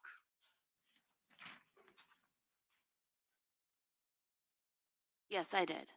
Did you also swab live rounds and bullet fragments? Yes. So we'll go through some of the easy things first. The bullet fragment, did that end up matching Charles McCormick? Victim in this case. Yes. Okay, so the swab from the live round, that did not demonstrate anything that could be extracted and quantified? The steps, I do extract the DNA, and when I moved to the quantification step, there was insufficient DNA to continue the DNA process. And So those were the swabs from the live rounds in the rifle. Also, were there swabs from the rifle and the Glock? Did those indicate a mixture that could not be interpreted? That's correct. So that was the easy stuff. Let's go, and it's actually right to your left. I know you previously looked at them in your pre-trials. These are the two shirts beginning first with State's Exhibit 210, which corresponds to exhibit number 9 for you. Right? Yes. And then State's 211, which corresponds to exhibit number 10. Yes. And where was 9 located according to the law enforcement, and where was 10 located according to law enforcement?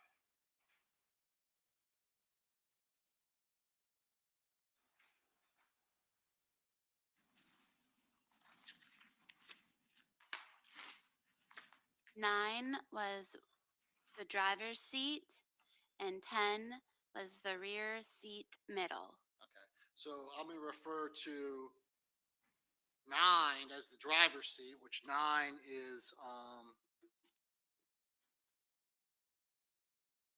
going to be 210, and then 211 will be 10, the rear seat. Okay? Okay. So we'll just do front seat, back, driver's seat, back seat. In the analysis of the white T-shirt, were you able to locate a hair that could be tested for DNA? Yes. Objection, Your Honor, just clarification, which white T-shirt is this to? Yeah. From the driver's seat. Yes. Explain for the jury how you determine that a hair is suitable for DNA testing.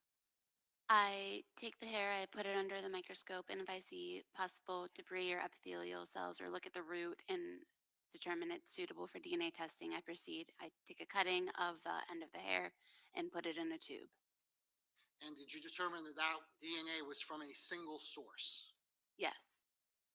And did that DNA end up not matching some of the people we're going to talk about that we've already heard, Leroy Whitaker, Hakeem Robinson? It did not match any of those people. That's correct. They were excluded. All excluded. Yes. Okay. But did you also perform a test on the shirt itself? Yes, I did. How did you go about doing that? I swabbed specific areas of the shirt to look for wear DNA, and I swabbed the collar area and the armpits, and I believe the shoulders. 1 second.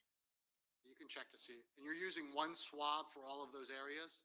Yes, to concentrate the DNA on one swab.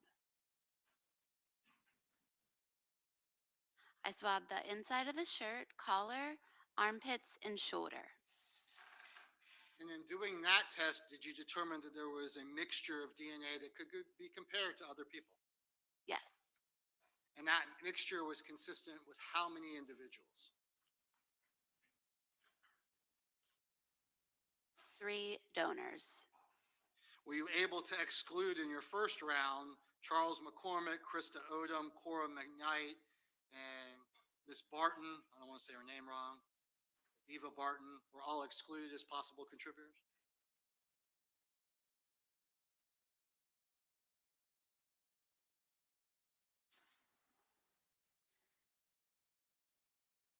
Sorry, I have them listed as numbers. I just have to verify. Okay. Yeah, take your time.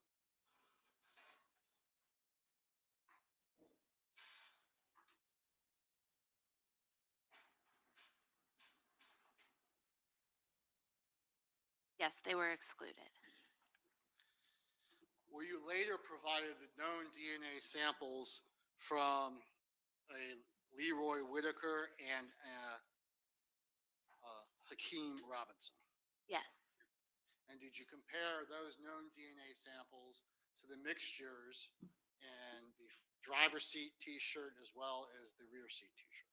Yes, I did. And what results did you have beginning first with the driver's seat T-shirt? For the driver's seat, Leroy Whitaker is included as a possible contributor to the mixed DNA profile obtained from the item. The observed mixed DNA profile is greater than 700 billion times more likely to occur if the sample originated from Leroy Whitaker and 2 unrelated individuals than from 3 unrelated individuals. And the jury has already been explaining that billion-time likelihood, but I guess let's just get a different perspective. What does that mean? Its likelihood ratio is a weight of the evidence in a form of a number. I can tell you, yeah, it's 7 billion times more likely or 700 billion times more likely, but that doesn't really mean much. Like if I can say he's included, but that doesn't mean much without giving you a weight to the number. And that 700 billion is the weight. And to confirm the Hakeem Robinson, did you actually perform the DNA analysis on his known buccal swab? Yes. And that's going to be states 223.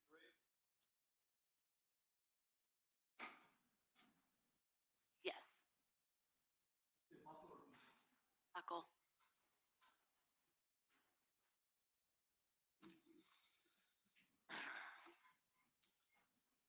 So 700 billion times Hakeem Robinson on the driver's seat, but there's a mixture of multiple people. It was a mixture of 3. Turning to the rear seat, did you perform the similar DNA analysis? Yes, I did. And what were the results of that? That also demonstrated a mixture consistent with 3 donors.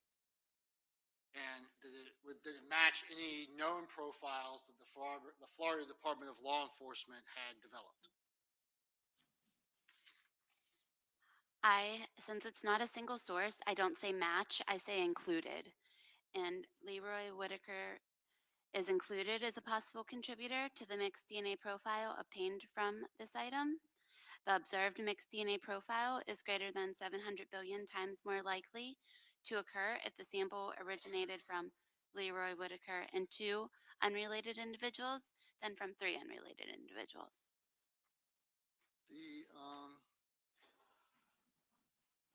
And so same testimony that you gave with Mr. Robinson in terms of what that means, 700 billion, what it means. Yes.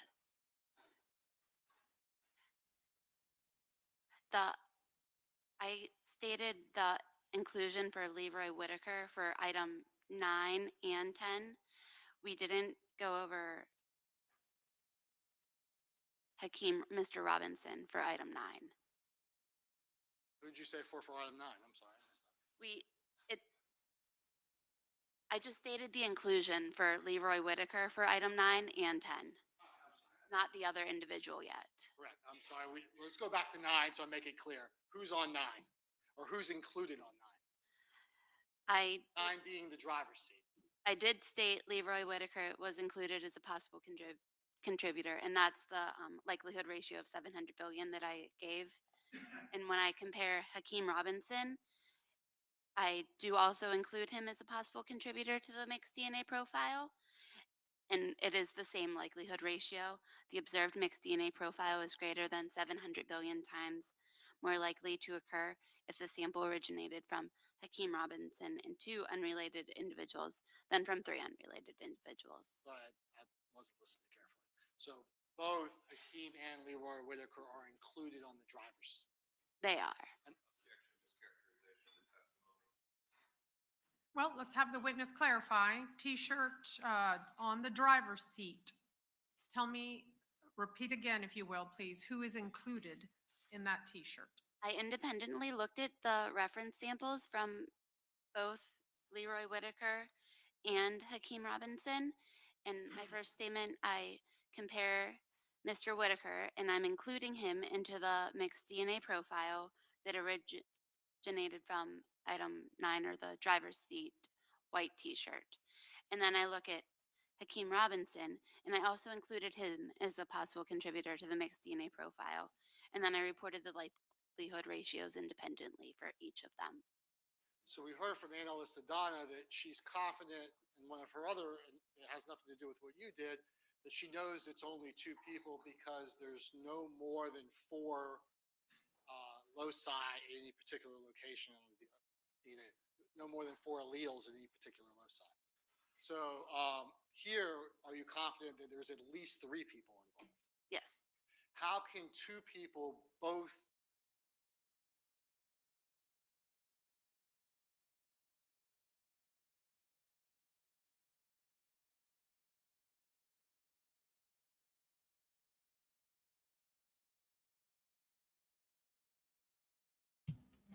I'm not sure what happened. We'll see. It's definitely their feed, just so y'all aware. Okay. What are you looking at now? DNA mixed 3-person mixed DNA profile from the T-shirt from the rear of the vehicle, the rear seat. Number 10, I believe. They are also excluded from that. But were you able to include, and also Hakeem Robinson was also excluded from that? Hakeem Robinson is excluded as a contributor to the mixed DNA profile obtained from the white T-shirt from the rear middle seat. You were able to include Leroy Whitaker to that shirt. Yes, he is included as a possible contributor to the mixed DNA profile obtained from this item. The observed mixed DNA profile is greater than 700 billion times more likely to occur if the sample originated from Leroy Whitaker and 2 unrelated individuals than from 3 unrelated individuals. Okay, so despite my jumping around too much, Hakeem Robinson and Leroy Whitaker are included on the front seat and only Leroy Whitaker on the back seat. Objection, mischaracterization of testimony. Front seat versus T-shirt on front seat.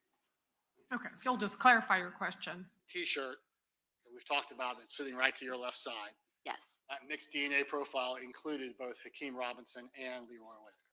Yes. And the rear seat T-shirt sitting right to your left, it was just Leroy Whitaker. Correct.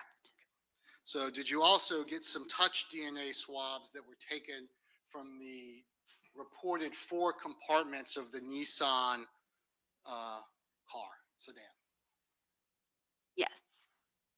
And 3 of them, were you able to report any identifiable DNA? No, it was a mixture that was not suitable for comparison on 3 of the items. Were you able to report some information with regard to the driver's seat compartment swab taken from the Nissan sedan? Yes, it was a mixture consistent with 4 donors. That's 4, so that's the most we've seen. Is that Stacey's? Yes. So Stacey's Exhibit 221 had a mixture of 4 potential donors. That's correct. And what did you report in terms of Hakeem Robinson being a contributor to one of those profiles?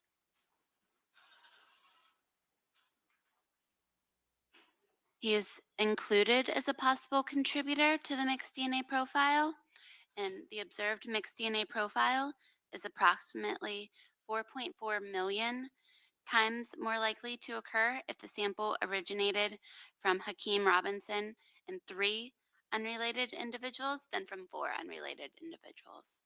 So explain to the jury why we see a number like 4.4 million as opposed to 700 billion. I'm looking at the frequency of the DNA types and the overall profile and making that comparison. So it's not quite as big as 700 billion, but it is an inclusion that's greater than 1 or whatever number you would say. I'm just giving a weight to the inclusion. And is the number potentially explanation for it because there's so many contributors of DNA because there's 4 potential people? Or is it because you just didn't have as much DNA to analyze? It's just looking at the overall profile and how I can include him at certain locations and the frequency of the alleles at those locations. Were you able to exclude people from that driver's side swab? Yes. And who were you able to exclude? Leroy Whitaker is excluded as a contributor to the mixed DNA profile obtained from that item. And how about Abdul Robinson Sr. and Jr.? They're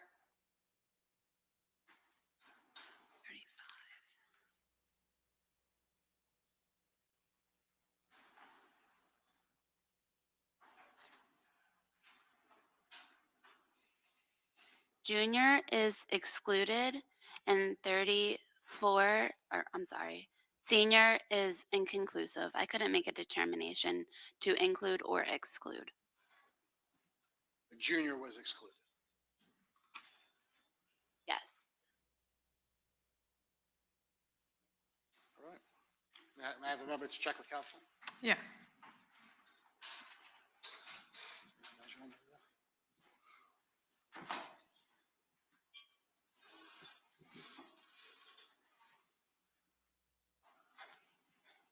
Thank you, Your Honor. That's all the questions I have. All right, cross for Mr. Whitaker.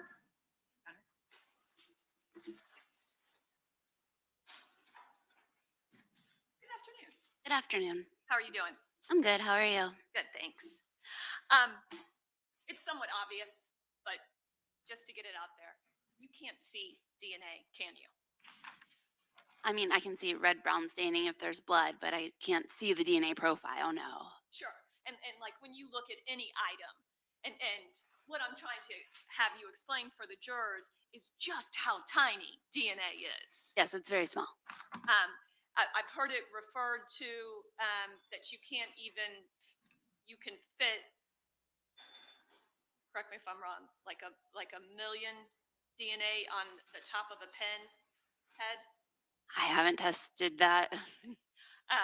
But it's fair to say it's extremely small, correct? Yes.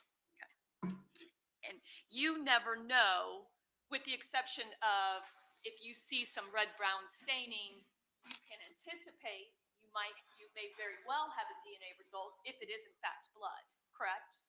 Blood is a rich source of DNA. Sure. But sometimes a stain can be some other substance that's not blood, correct? Correct.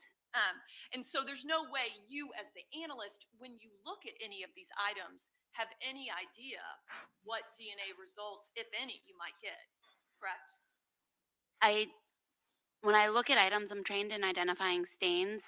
So I do look for specific stains that would have characteristics of blood, if that's what you're referring to. But I don't know if it's going to be a mixture when I'm swabbing something for wear or single source, or maybe no results even.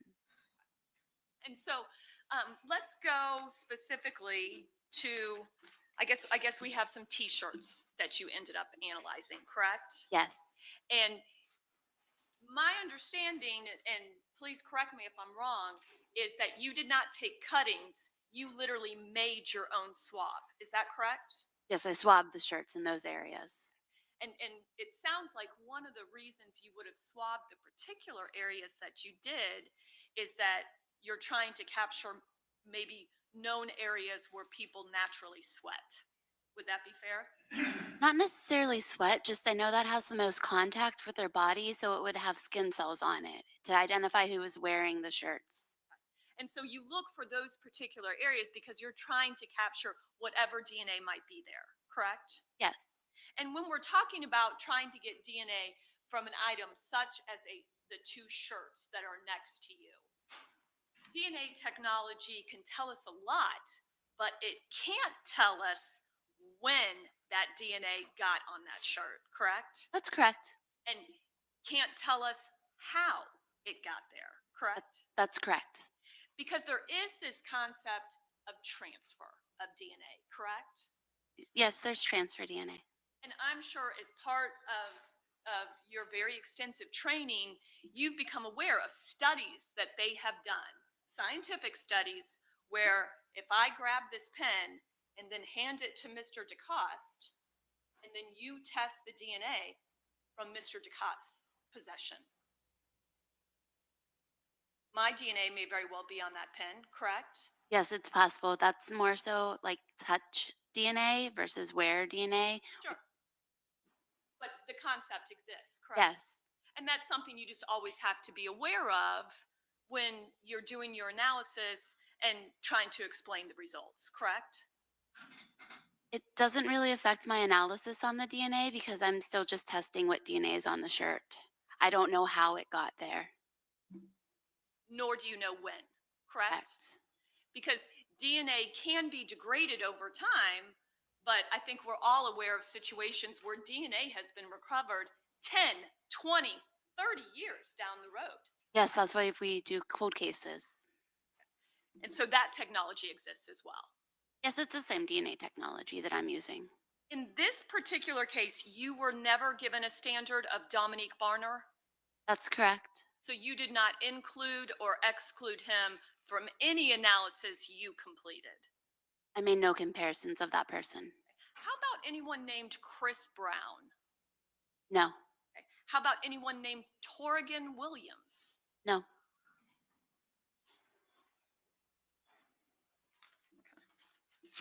Did you do any testing on any hairs found? yes. Okay. And what kind of testing on hair does FDLE do? It's the same DNA testing. There's also something called mitochondrial DNA testing, correct? Yes, there is. Okay. Florida Department of Law Enforcement does not do that testing, But correct? they do not. And so that was not completed in this case? No. And mitochondrial DNA testing is for the Y chromosome? Is that correct? That's for Y DNA testing. Okay. For mitochondrial DNA, it's looking at the whole hair shaft, and I only look at the root end of the hair when I do perform DNA analysis. I do STR, which stands for short tandem repeat DNA testing. And in this particular case, I guess there were about 70 hairs? On what item? I'm sorry? On which item? I guess total on all the different items that you were looking at? I'm notated on item 9, which is the shirt from the driver's seat, that I collected approximately 70 apparent hairs, and that there was a clump of apparent hairs and some also remained on the shirt. And on the other white t-shirt from the rear, that had about 65 hairs, and some also remained on the shirt. And then you ended up picking 2 out of those hairs for DNA testing? I determined 2 to be suitable to continue DNA testing with. Okay. I don't have anything further. Thank you very much, ma'am. All right, cross from Mr. Robinson. I could have one moment? Okay. Great. No, not yet. I'm going to come over with it. All right, thank you. Good evening. Hi. Yes. How are you? I'm well. How are you? Doing well. Your Honor, I'm going to approach. I want to retrieve Exhibit 210. Okay. Mr. Robinson's DNA. I'm involved in that one. Do you understand this to be your item 9, Exhibit 210? Yes. Put her over here. In front of the juror. Safe to say, when you get that, it was a dirty article of clothing. I actually notated it was not very dirty. Lots of, look, I have a dog, I have hairs all over my clothes, but there was a lot of human hair on that t-shirt, right? I can't testify if it's human hair. I noted there were hairs. There was also multiple types of DNA, right? When you say types, do you mean like blood, semen, saliva, or different people? Tell me. I don't know what you mean.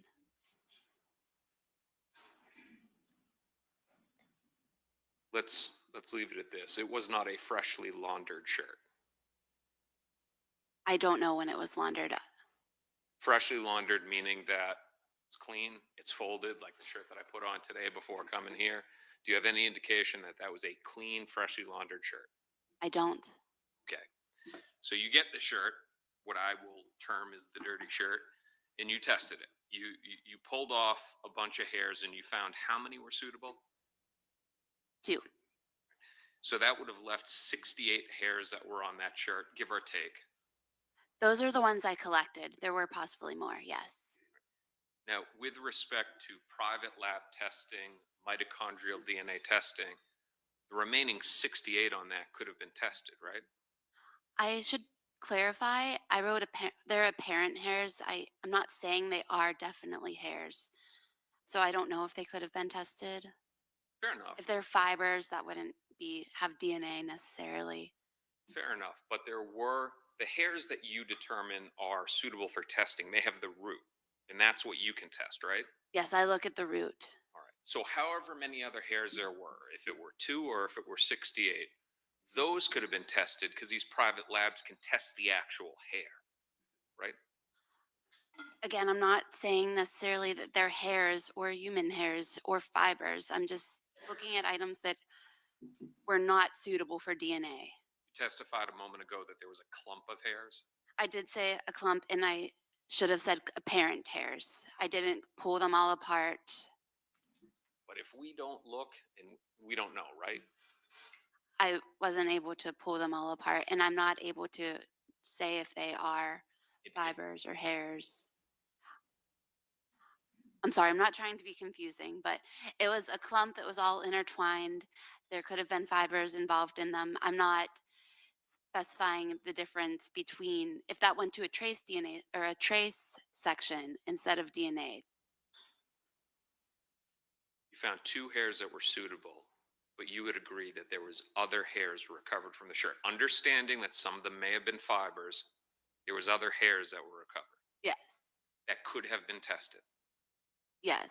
If the state chose to send them for mitochondrial testing, right? I'd imagine. I'm not sure how that works. Okay. Now, you got another name from the hairs, right? Tied back to a gentleman, Mr. Hogan. Objection, Your Honor. Your say. All right, sustained. Without saying the name, you tied one of the hairs back to somebody whose name has not been said in this courtroom, right? I'm not sure how to answer that. We need to reject, we might need a reproach. Okay, let me see court reporter and counsel at sidebar.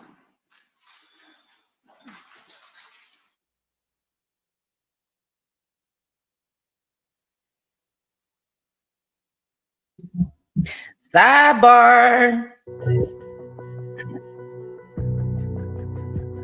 Yeah, I need to know. Like, go to sidebar. We just gonna take the whole thing. Oh.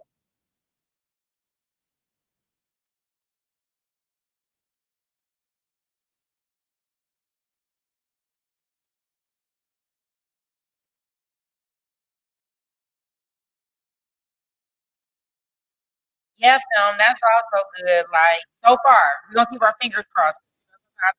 Real sidebars, right? You know, it's even funny because they film, they had objections. We don't see.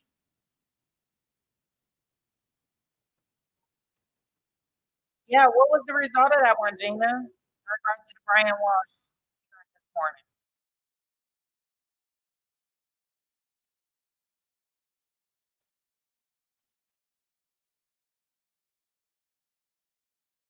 That cross-examine Wendy? She said nothing. They'll be back in court. Wow. Today or they scheduled it for another day, Gina?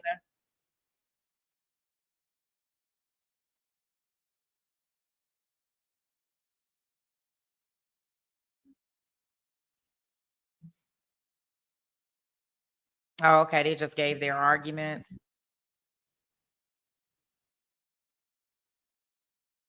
Oh, okay.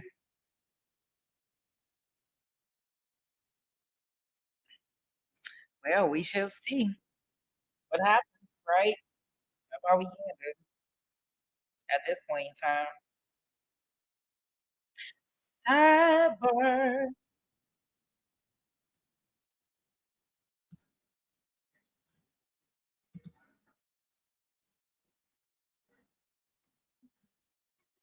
It looked like we might have had a little TiVo time. Hey, Miss Rattle, how are you? Coming in green? How are you? Wave your hands in the air and wave them like you just don't care. That's just from my wave, right? Give y'all a little test, right? Hey, counselor and judge are currently in the sidebar and they're discussing questions. Who told them they could be over there discussing questions? They must want to get into some sticky points. You say don't hurt him. I might hurt him in this chair, Jason. I might hurt him. I do believe that I am the best chair dancer in all of the USA. I'm claiming that. Because I be getting up in this chair. Tell you. I got to make my beat up in my head because they don't have the music. Oh. Their music is boring.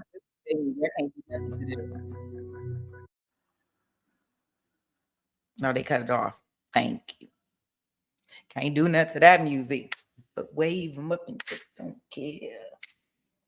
We gonna get some beats up in here, Jason. I'm gonna be in here breaking it down. We gonna have a cheer dance session. Everybody gonna come on camera and we gonna do our best cheer dancing. All right? Stop our fingers. Yep, that's what we gonna do. It's gonna be somebody named your trial after dark. That's what we gonna be doing. And have us a little drink or something. A little shot, just a little shot. They do it just what they want. And if I can't put my legs with it, so all I can do is stay in my chair.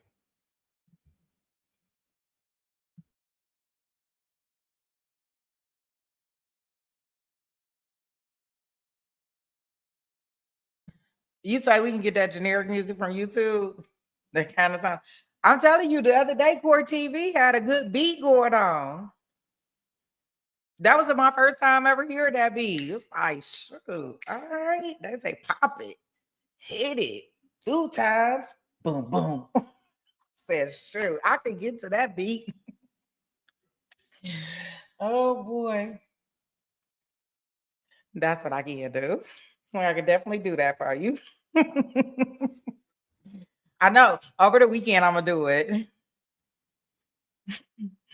With that title, yes, myself. Tell me when you define somebody talk about they the best chair dancer, the 13th juror. No, yes, I did, Gina. Yes, I did. I did get it, but I can't play it on here, can I?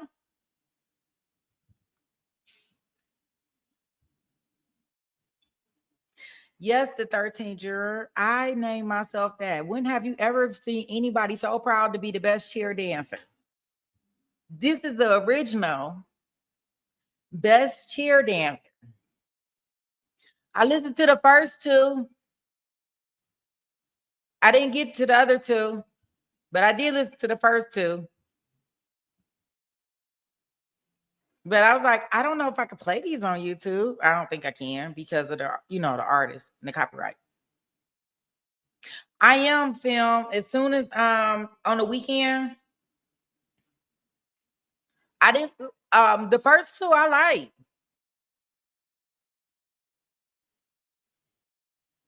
Okay, thank you. I'm glad you're gonna give me my props because until you get on camera, the 13th juror, and show me how you chair dance, I'm still gonna be the best chair dancer in the whole USA. Boom.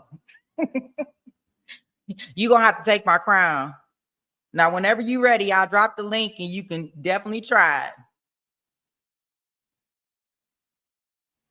it. Look, don't make this a competition because I'll pop, lock, and drop it. Don't be playing with me. Yes, this is definitely my position in my crowd. Yeah, so over the weekend when we not streaming Monday, not Monday, when we not streaming, probably Saturday. I was thinking and I wanted to ask y'all. Thank you. Thank you. I know, right? It's self-crowning. That's right. And like, until somebody else want to get on here and no camera be breaking it down and take my crown, it's just me. You gonna pop, block, and drop. For real. Yeah. So, I was thinking, and I don't know how y'all feel about this.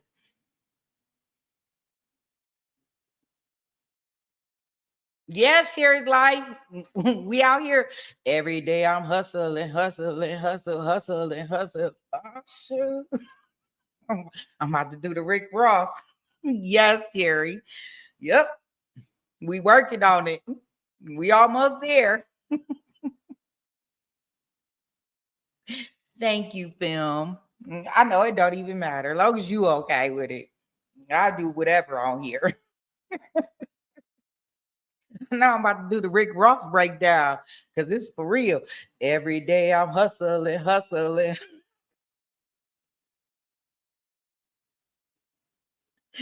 I tell you.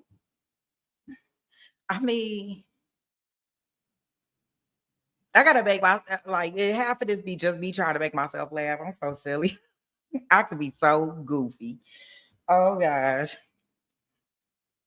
And I was thinking, and I don't know what y'all think about this. I was thinking, and if we can get enough people, I would love to do even though we do our little lunchtime panels, but I was thinking throwing out different topics in regard. No, no, Baka.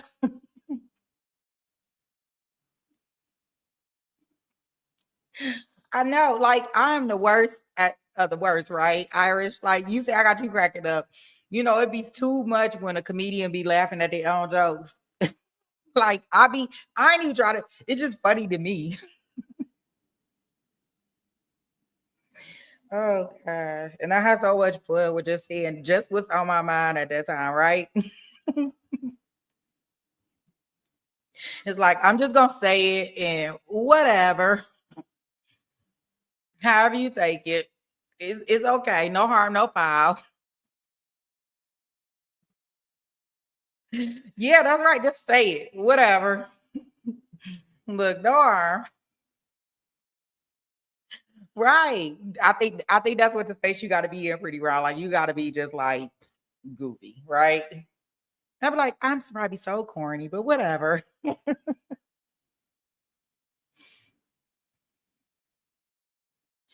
I think that the 13th year, I think I'm probably don't know how to. But I'm gonna work on it. I'm gonna work on it.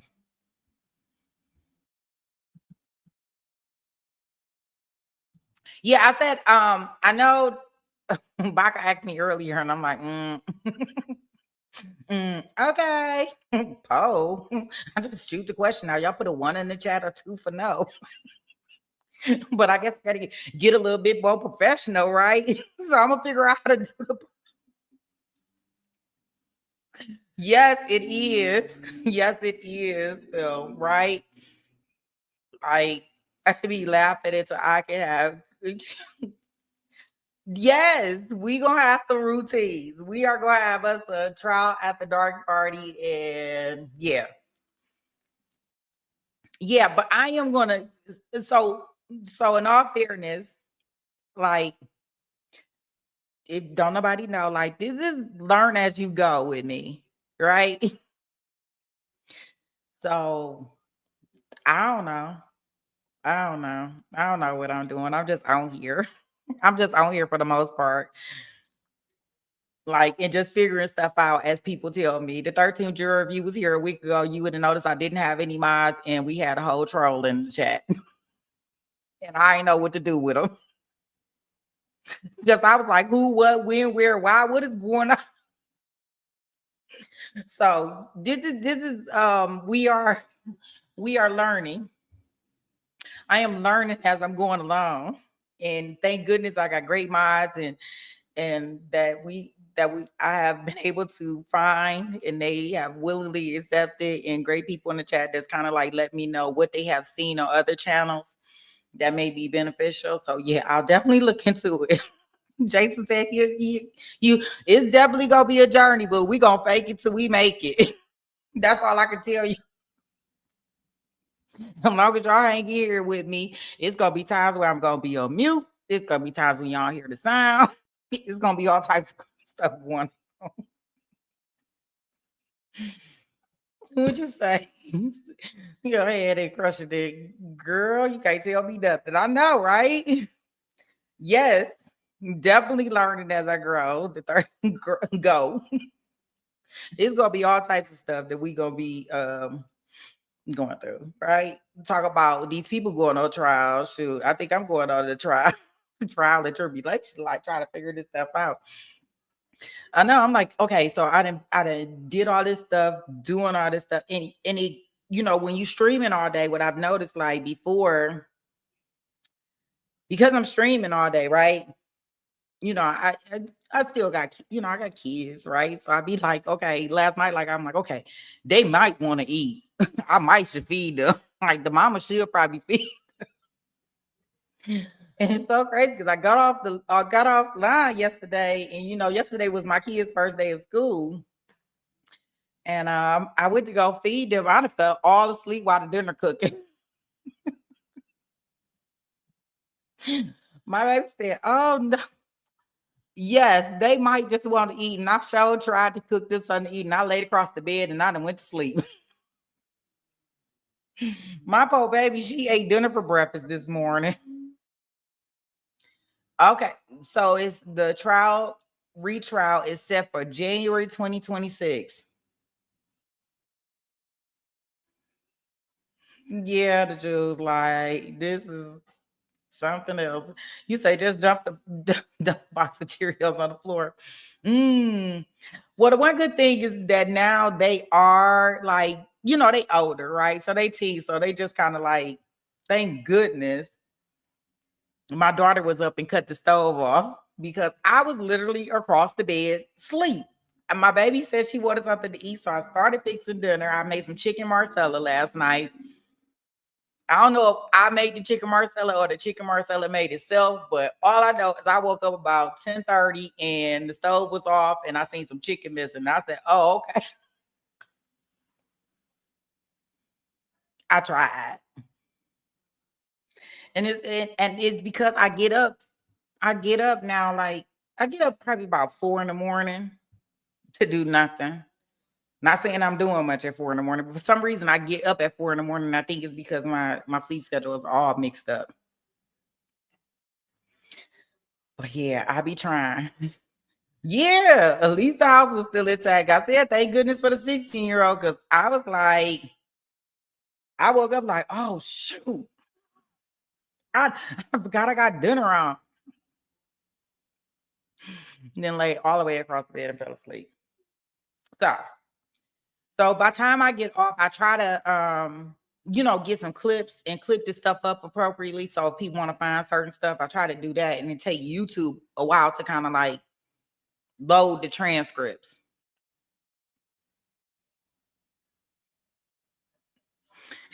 That's 402. Something's wrong with us. I take it to try. Yeah. So I be trying, and yeah. So I'm gonna say on Saturday, I am gonna take some time. I'm gonna try to find me a beat. I'm gonna try to find us a beat. I'm gonna try to find something. And then that way. And then I'm gonna look at the poll stuff. So when y'all see the poll come out, because I'm gonna figure it out. Y'all make sure y'all respond so I know what's working. How about that? If y'all can promise to do that, I'll promise to make sure I can figure out how to work it to send a poll out. Right, Jason, like, woo. I tell you, them itty bitties, boy. And I tell my kids, because I wasn't like, not no knockoff to nobody that has, their kids when they're younger. I didn't have my kids when I was like young, like 20s and stuff. Like, I was in my 30s. And so when we went to the playground and stuff, I was like, your mama too old to be going in the tunnel, boo. You on your own. Go get them other kids, get them other young mamas, and let them go ahead and go through the tunnel with y'all, because I'm sorry, my bad. And I had to way too late. So now that they older, I'm like, I'm glad y'all got a life. I'm glad they could cook. I'm glad they can get up and get themselves together without me. It's such a blessing. But boy, them itty bitties. The 13th juror, you monitoring my talk session. You know I can get to talking now. He said court is back. I know court back. What you looking at, another channel? That's what I want to know. What you looking at? How you know court back? Look, I know court back. I guess that's my sign, y'all, that I'm talking too much. Let me get us back in court. See, I know court back. I just paused it. Like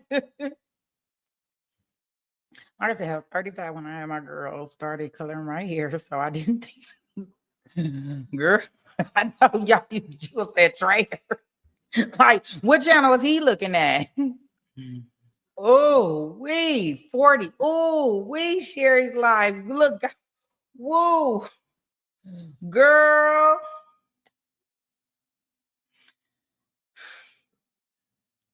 Girl, I couldn't even imagine. Oh, no.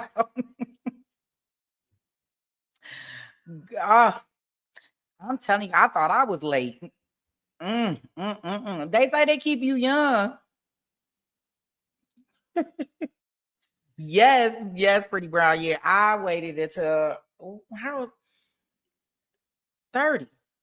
Yeah. It depends. TYK, it depends on what day you catch me now. Sometimes I do and sometimes I don't. I'm like almond joys. Sometimes you feel like a nut and sometimes you don't. Almond joys got nuts. Moms don't.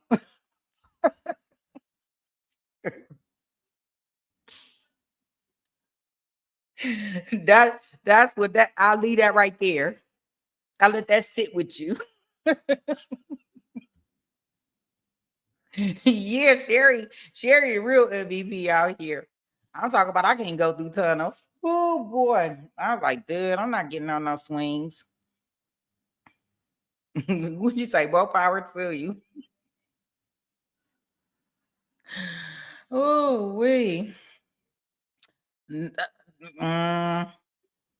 Emo key. Oh, whoa. Let me put my what? Where you been at?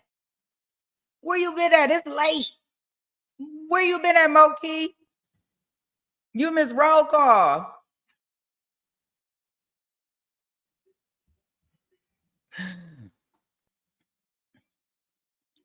He just graduated from grad. Oh wow, that's awesome. Sherry's life. Like they say they keep you young. I don't care what it may be. When you have them at different stages in your life, and I mean it's important because then that way you can get everything that you need out the way. And it's so funny because even though you think that you may get everything out the way before you have kids when you get older, you don't. Because I was like, okay, I'm ready to sit down, be a mom. And then as soon as I had them, like, really? Like, I want to go to the store.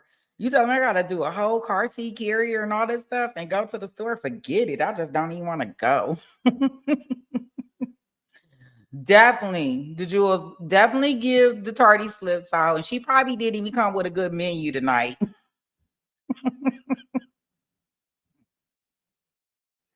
Got to put out APBs for people. You know you're not far. Don't make me have to come get you. Okay. I don't know if we're going to have any more breaks today, but if we we should have some TiVo time. The 13 jurors are all on this, like court back. Shut all that stuff up. We back in court. Get back in the courtroom.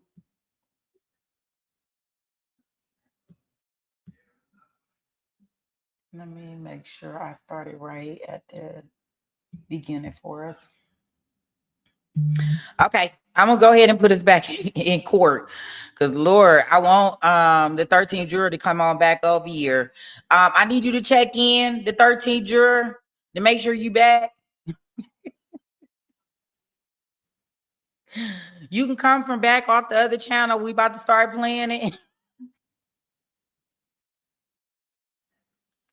I know. He like they back in court. He right back in the courtroom. He done left. He done left us. Ain't that something, boy? Oh boy, we gonna have to get him when he get back. Ain't gonna be coming back telling us everything he didn't talk. He just said, I'm gonna get him when he come back. Giving us the updates, right? He said they back in court.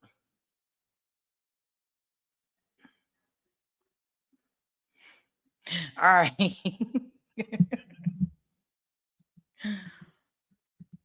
Oh, I'm putting play. I'm hitting play on the wrong thing. But not necessarily. He could have wiped his brow with it, right? Yes, I don't know how the DNA got on the shirt. Nor do you know when it got onto the shirt. That's correct. All right. If it's 700 billion and it degrades down, you can't put sort of a time on it, like the rings on a tree, right?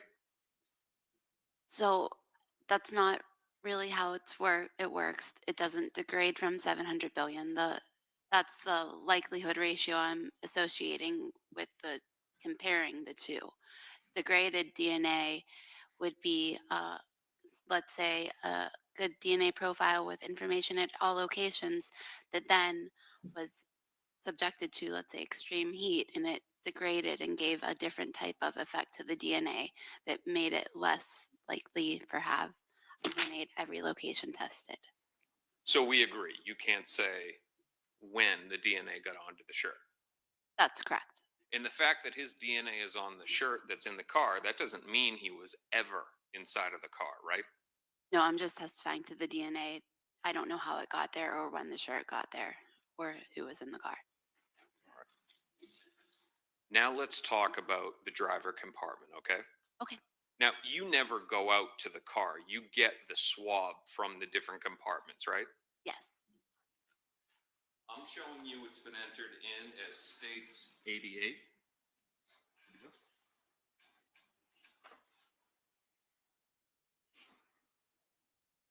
Always takes a minute.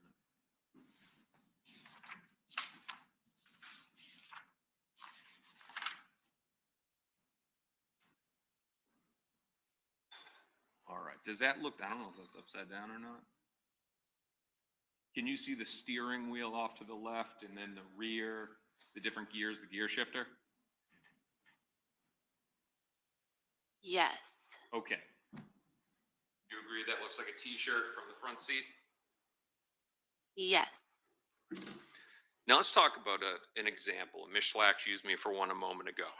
All right. Wearing this jacket, a little bit chilly in here. Got a little bit heated this morning. But I want to be a gentleman to Ms. Schlack, so I give her my jacket. I never sit in her seat. I never sit at her desk, right? But I give her my jacket. She puts it on, she wears it, leaves for the day, I get it back, right? If a tech were to come in here and swab that seat, that desk, my DNA could be on that seat, right? I have no idea. I'm not making the connection from you wearing. This jacket that I'm wearing right now, right? This morning, it got a little tough. Maybe a little bit of sweat in here. My DNA is in this jacket, right? She sits it on the desk. Just stay with me step by step. My DNA is on the jacket, right? I don't know. I haven't tested the jacket. It could be. Yes. Like that t-shirt on it, right? Yes. Now, I want to be a gentleman, and I give my jacket to Ms. Schlack. So I don't sit in the chair. I don't go near their table. I got my own. But I give her my jacket, right? She puts it on. It's on the chair. My DNA, we agree, is already on it. My DNA is going to end up, it's going to transfer over to that chair. That's how DNA works, right? I wouldn't say that. The inside of your jacket is where you're assuming that I'm saying the DNA is at, or the outside. I'm not. I haven't tested the chair or your jacket to say that there's DNA on it. Why don't we make it easier for the jacket? All right, my client's hanky, right? I use it.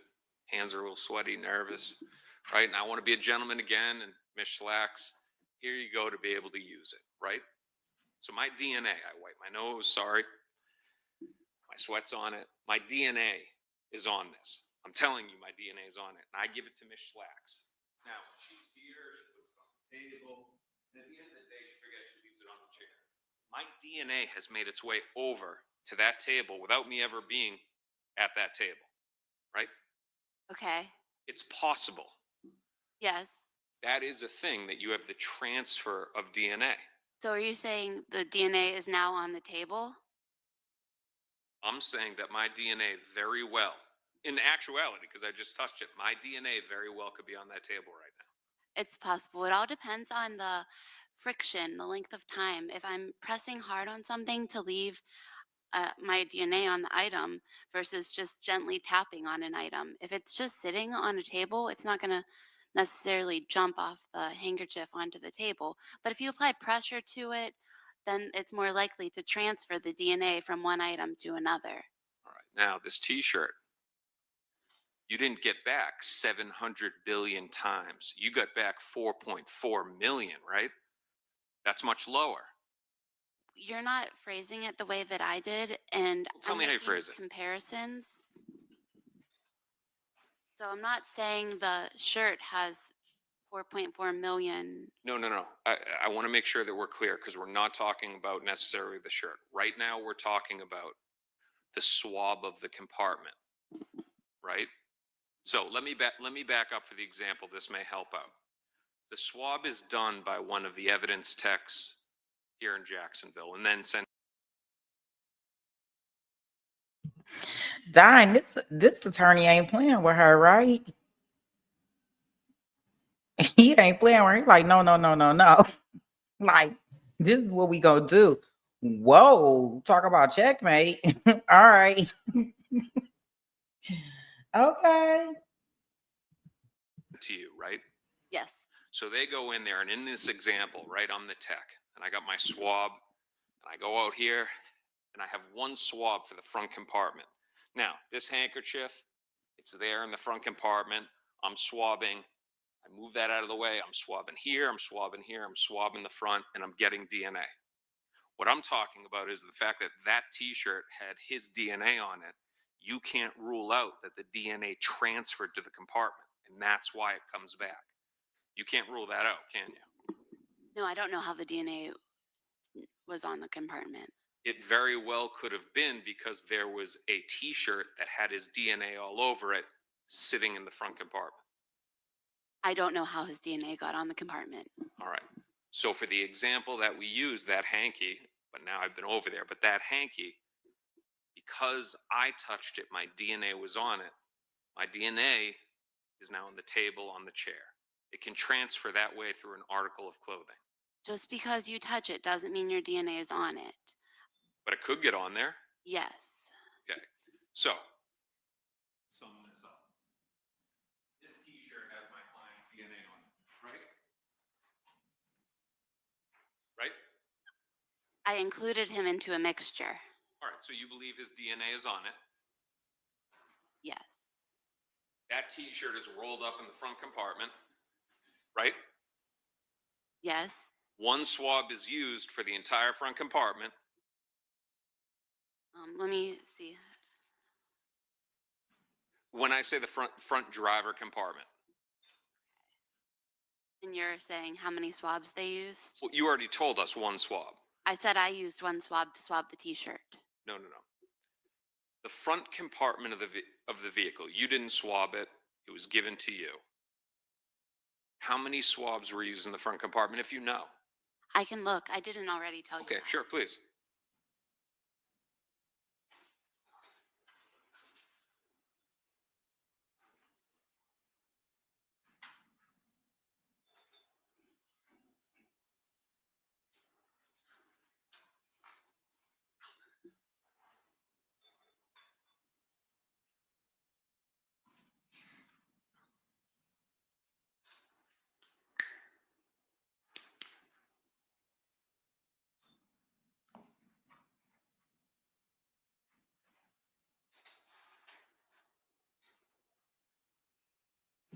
There was one swab that was used. All right. So you got one swab, the t-shirt's gone, there's swab in the front compartment. You can't rule out the possibility that the reason why the DNA is showing up in a mixture in the driver compartment wasn't because it came off that shirt. I don't know how the DNA was deposited on the driver's compartment. My question to you is, you can't rule out that it didn't come from that shirt. No, I don't know how it was there. So with all of your testimony here, you have no way of saying that Hakeem Robinson was ever inside of that vehicle. No, I don't know that.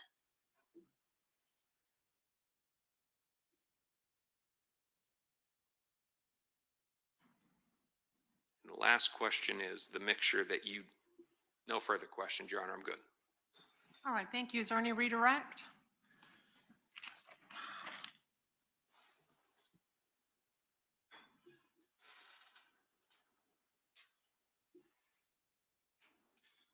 Ms. Heisler, there was some discuss about all the hairs, and I want to have you explain a common misconception to the jury. Because they may see crime shows where crime analysts are able to provide DNA results after a commercial break. Is that the way it works? No, it's not. I did look at the hairs under the microscope, and when I determine the suitability, I determine if they're suitable for DNA. I don't notate why they are not suitable.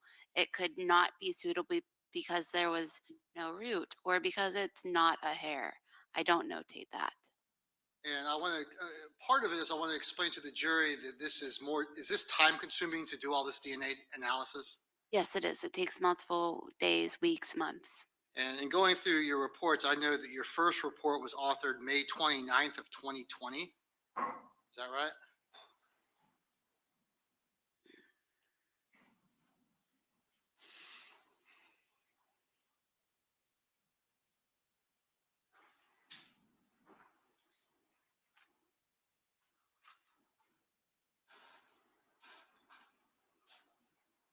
Yes. And that your last report was authored July 19th of 2022. Yes. And you've been working on it. So, I mean, I want to give the jury an idea that this is not something that is done in 20 minutes or even a day, that this takes weeks, months, years for all the DNA testing that you're doing. That's correct. That's all the questions I have. All right, may this witness be excused? All right, thank you, Ms. Heisler. You're excused.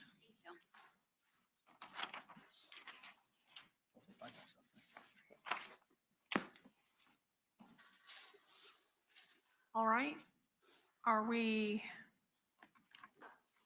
wanting to call one last witness? We have one last witness we can call. It should be relatively brief, albeit we have to go through some photographs.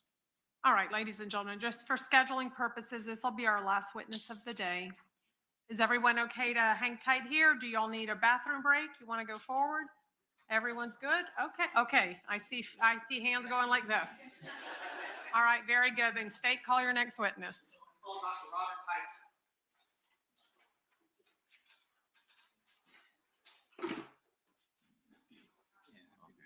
Yes, sir. Thank you.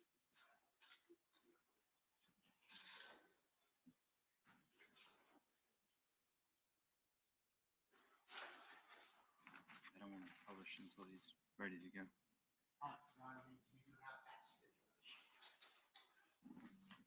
Okay.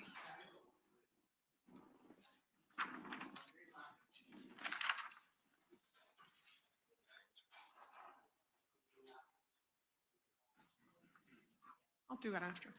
All right, Dr. Pytak, if you'll come forward and be sworn. Gosh, we getting a doctor this early? This one's gonna be like a 3-day trial.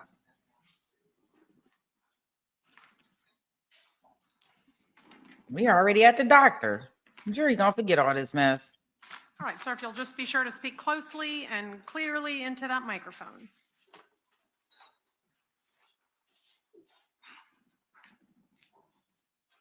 Doctor, go ahead and introduce yourself to both juries, please. Good afternoon. My name is Dr. Robert Pytak. What do you do for a living, sir? I am a chief medical examiner. What's that? That's a role that I play in the District 4 medical examiner's office as the chief overseeing the operations of the office as well as supervising the other pathologists. How long have you been the chief medical officer or doctor in the Fourth Circuit? 6 years. How long have you been a medical examiner? Since 1999. Explain to the jury your education, training, experience that allows you to operate in that capacity. Yeah, so after medical school, I attended a residency program in both anatomic and clinical pathology at the University of Kansas Medical Center. This was followed by a senior residency position at the Hahnemann University Hospital in Philadelphia, which was followed by a fellowship program at the Philadelphia Medical Examiner's Office in the branch of forensic pathology. What's pathology? Pathology in general is the examination of tissues and bodily fluids to determine a disease state within the body. So we've heard things like send a sample, like a skin, potential skin cancer to the pathologist. Is that what you're talking about with pathology?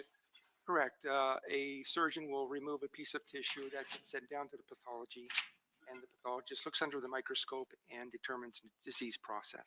What is a forensic pathologist? So a forensic pathologist is a subspecialty of general pathology. This has to do primarily with the determination of the cause and manner of death. And do you have specific training in that regard? Yes, Are you board certified as a forensic pathologist? I am. Are you a medical doctor? Yes, And you're licensed to practice medicine here in Florida? yes. Approximately how many times have you testified as a board certified forensic pathologist? It's been hundreds. Have you been allowed to give your opinions on cause and manner of death? Yes. Your Honor, at this time I would tenure the witness as an expert in this field. All right, any additional voir dire from Defendant Whitaker? And from Defendant Robinson? All right, thank you. You may proceed. Thank you, Your Honor. So we mentioned cause and manner of death. Can you explain to the jury what a cause of death and then what a manner is? So a cause of death is any process or injury to the body that causes the heart and brain function to stop. Manner of death, from the standpoint of a medical examiner, can be divided into 5 separate categories. It can either be natural, accident, suicide, or undetermined. And is it your job to determine how somebody died and then how that death came to be? Yes. The uses of autopsies, explain to the jury why that is necessary for you to determine cause and manner of death in most cases. In most cases, the individual comes into the office. There may or may not be a history. We have to do the examination, both an external and internal, to determine what's actually going on disease-wise or injury-wise. And is photography important for that? Yes. And why is that? Each case gets photographically determined and qualified and put in the autopsy report. So, sometimes we think about medical records. Have you written a medical record report in this case? I have written a postmortem report. And so that's akin to a medical record, but you have hundreds of photographs that you're also able to refer to. Is it important to go back and refer to those photographs because 5 years later you may not remember everything? That's correct. Okay. And have you reviewed the photographs in this case as well? I have. So do you have your file with you, doctor? I do. And is it going to be in ME medical examiner number 2137? 20-0137, correct. And the name of the deceased was Charles Quinton McCormick Jr.? Correct. And is that who you performed your autopsy on and rendered opinions about cause and manner of death? Yes. Your Honor, at this time the parties have entered into stipulation. All right, ladies and gentlemen, when the parties agree to that certain facts are true, that's called a stipulation of fact. You must accept stipulated facts as having been proven. However, the significance of these facts, as with all facts, is for you to decide. In this case, the stipulated fact that you must accept as true is that the body examined by medical examiner Dr. B. Robert Pytak on January 31, 2020, marked as ME number 20-00137 was the body of Charles McCormick Jr. Thank you. And Your Honor, I think we have a Scrivener's error as to the date. Doctor, when was the date of your autopsy that you did in this case? It was on January the 16th, 2020. Okay, we're going to go through a series of photos, but just to begin with, I think it's obvious. Doctor, have you subsequently watched a videotape purported to be the shooting of Charles McCormick? I have. Okay. Regardless, were you able to determine what killed Mr. McCormick? Yes. And what was that? Multiple gunshot wounds. And was the manner of death a homicide? Yes. Okay, we'll wrap that up at the end. Now I want to go through the photographs. If you can explain to the jury these series of photographs and what they mean. And your screen, if you need to telestrate anything, you can use as a telestrator. We're first going to look at State's Exhibit 148. What's the purpose of this photograph? This is the identification photo of the decedent. And that is the unique medical examiner number of 2137? Correct. Do we know an injury to the left cheek of the individual? Yes.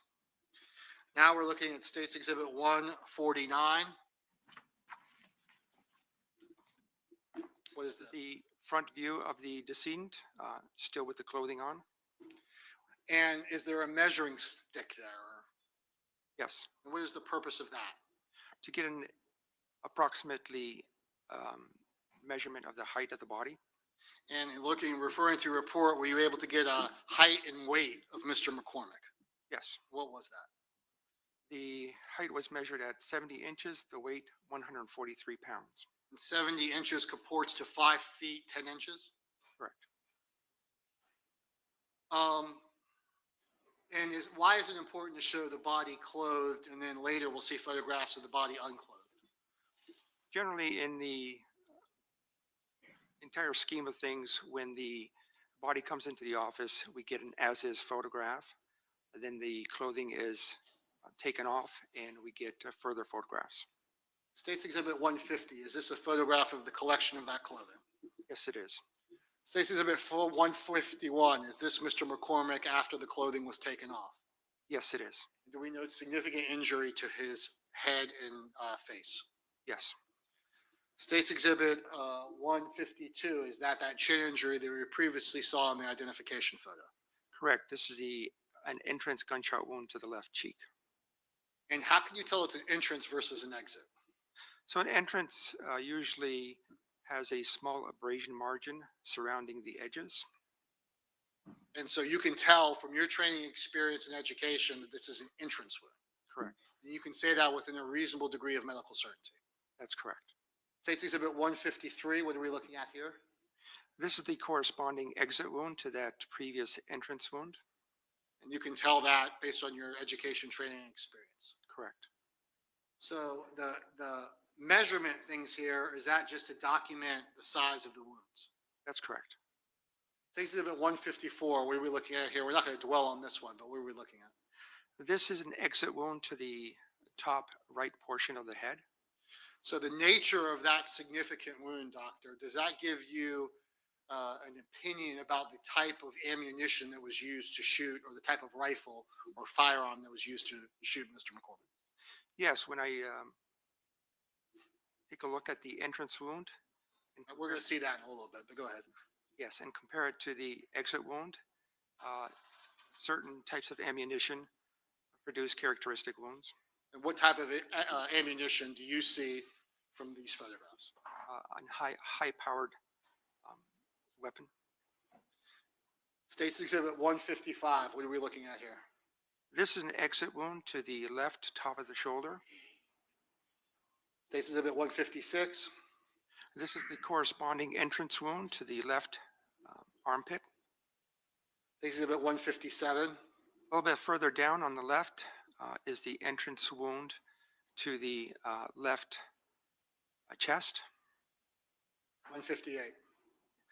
Here's a entrance wound to the left hip. 159.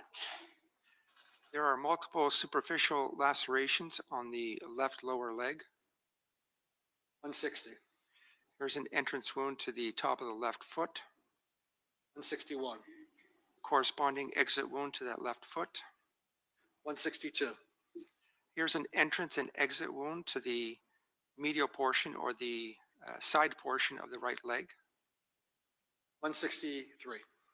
These are exit wounds to the right hip. 164. A superficial laceration to the right arm. 165. I believe this is a close-up view of an entrance wound to the upper left thigh. 166. Here we can see entrance and exit wounds to the back of the left heel. So we see one of them very clearly. Is the other one beneath the 4 on the ruler? Yes. On the white ruler? Say exhibit 167. This is again the bottom portion of the left foot. 168, is that entrance wound that we saw with the massive head wound earlier? That's correct. This is the corresponding entrance wound to the back of the head. And so is it very common for the entrance wound to be very small and the exit wound to be significant? Yes. Why does that happen? The amount of pressure that goes through the gunshot, it creates a cavity and causes more damage on the exit than on the entrance. 169, what are we looking at here? These were teeth discovered in the body bag. So you document, photograph those and collect them? Correct. 170, what are we looking at here? So here we are looking at an x-ray of the chest and the right arm and a portion of the left arm. Here we see a bright white metallic object. If you could circle that, doctor, so we can see what you're talking about. Thank you. Which corresponds to a bullet. And you were able to remove and collect that bullet? Yes. Exhibit 171, what are we looking at here? Here are other fragments in the right arm and just right of the right chest. Circle those so the jury can see. Thank you. Next. 172. Here we see another bullet fragment on the left lower abdomen. Thank you.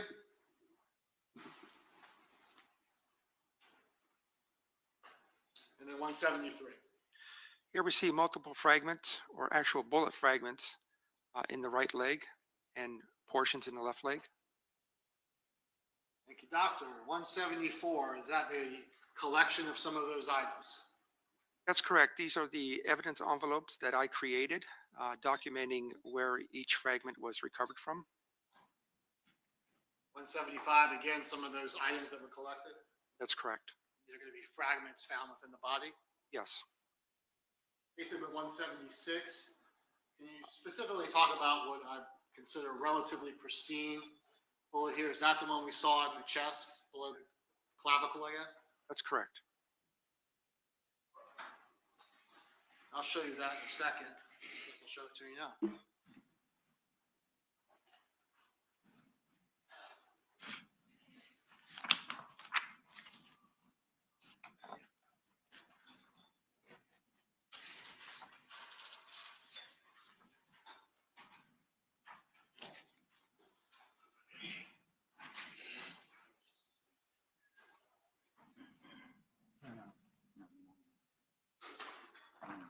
All right, we have one of them, doctor, the very, what I consider pristine bullet. Cavity, states exhibit 12. That can correspond to the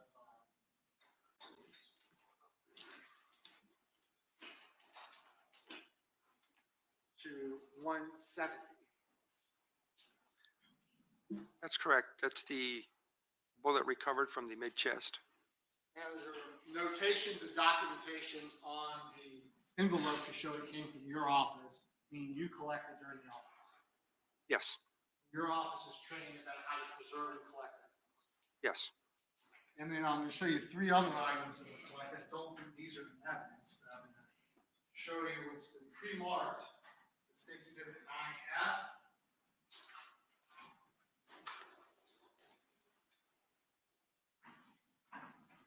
9G. And 9E. These 3 items, take your time to look at them, come from your office, were collected during the course of your lifetime. Yes, they were. I would move these three items into evidence as the pre-marked numbers. Okay, is there any objection from Defendant Whitaker? Any objection from Defendant Robinson? No, Your Honor. All right, then State's Exhibit 9E will be moved into evidence as State's Exhibit number 213. State's Exhibit 9F will be moved into evidence as State's Exhibit number 214. And State's 9G will be moved into evidence as State's Exhibit number 215. Thank you, Your Honor. Doctor, approximately how many gunshot wounds did Mr. McCormick suffer? Total of 9 gunshot wounds. And were all of them lethal? Well, any gunshot wound can be lethal. We usually, when we talk about gunshot wounds, which are more serious than others.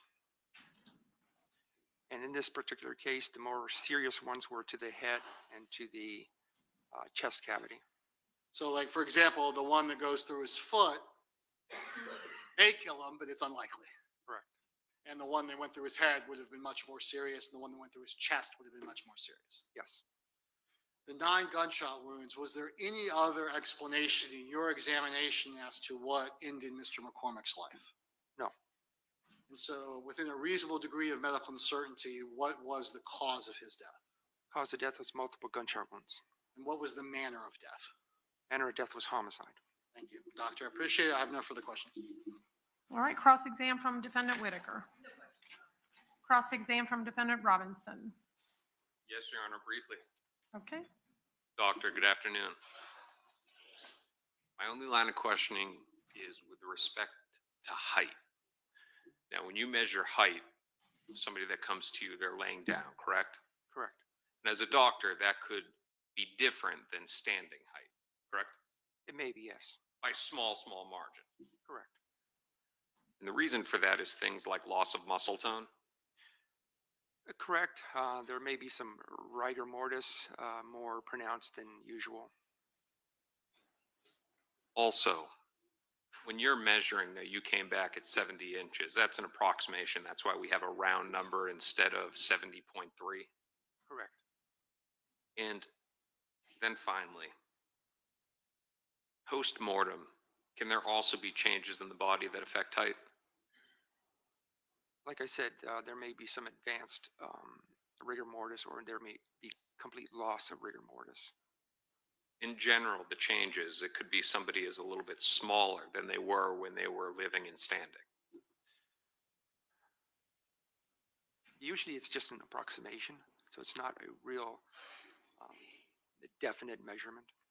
He could have been standing before he was killed. He could have been 5'9". It's possible. I don't know. Could have been 5'11". You don't know. Sure.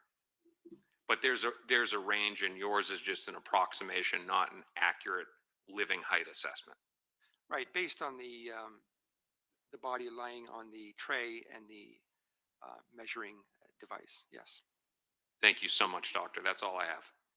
All right, is there any redirect? No, no. All right, may this witness be excused? Okay, thank you, Dr. Pytak. You're excused and free to go.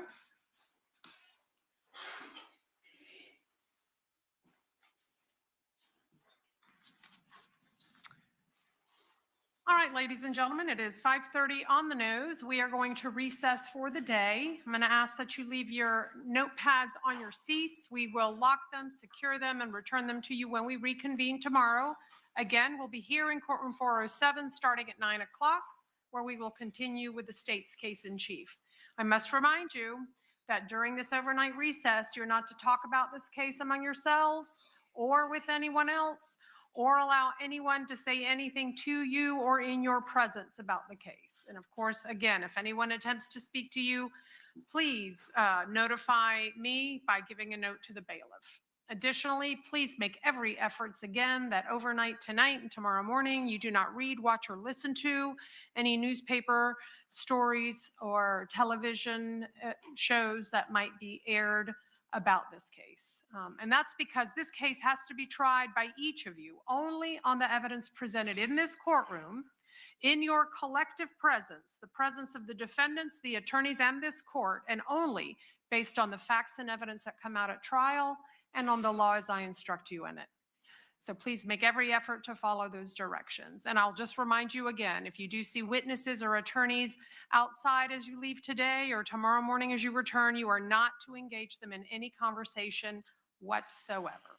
So with that, I wish you a good evening, and you are now excused and free to go.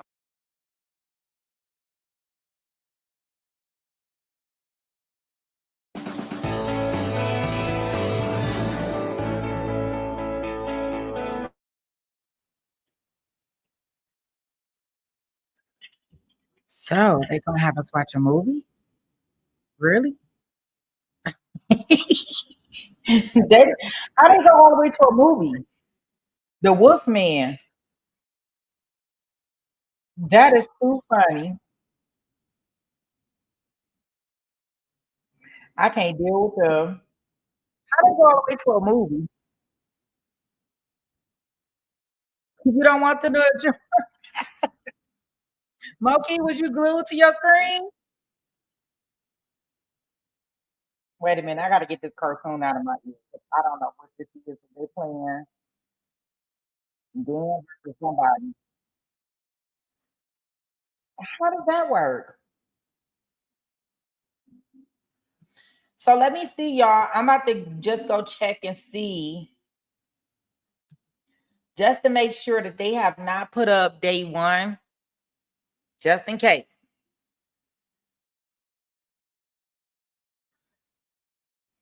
Yeah, Sherry, they way sillier than that. Let me see. Let me see if I can find us a good part one of this. Because I still kind of want to see, I definitely want to see what happened in the morning.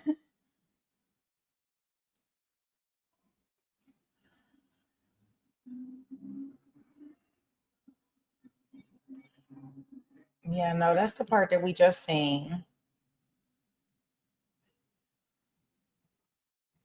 Let me see. Mm. I saw them running day one yesterday on a local news station. Yeah, Moki, we watched that was the opening statements. We watched that earlier. So we did get a chance to see that. So today, Moki, they was streaming day two in the morning, but something happened where a juror was seen, and all crime and law and the news station, they pulled the feed.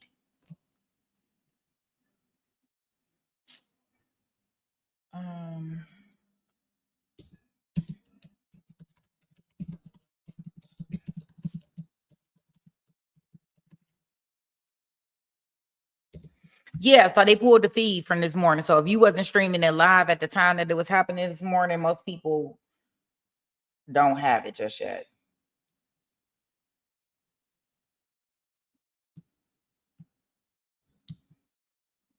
I keep trying to see if First Coast News is gonna show it, or scrub it, or whatever they got to do, take whatever it is off of it and show it. But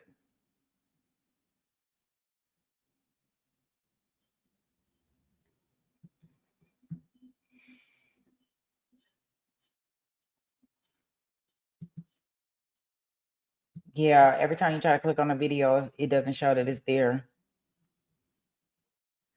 Wait a minute, y'all. Let me go.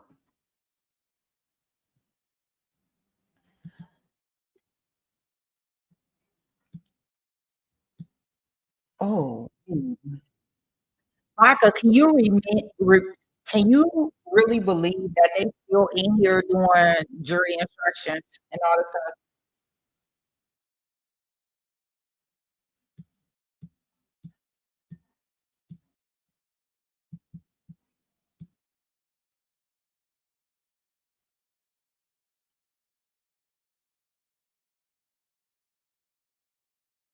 Wow. I thought they was supposed to be stopping at 1:30. I see the dad is in there. The boyfriend's dad.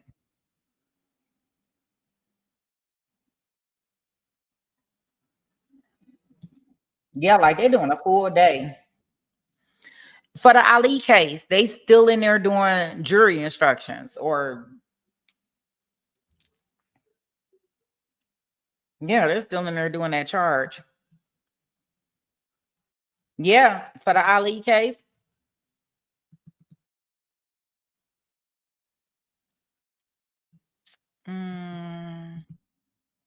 Let's see here. I think what am I doing here? I know what I'm doing.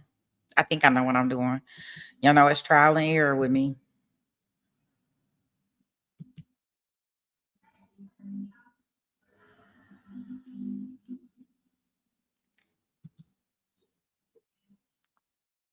You say that's forever. Okay, so do y'all want to come? Yeah, I see. Yeah, like they still in there. No,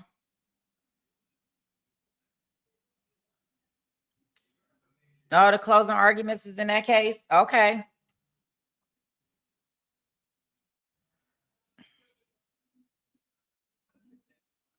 So y'all tell me, do y'all want to move and watch the Ali trial? The jury, I know you do, Banka. Is that what y'all want to do now? Y'all know I'm down for anything.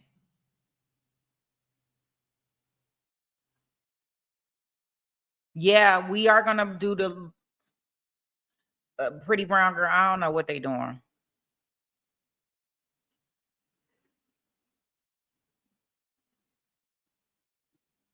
Oh, look, are they ending? Maybe they just now ending.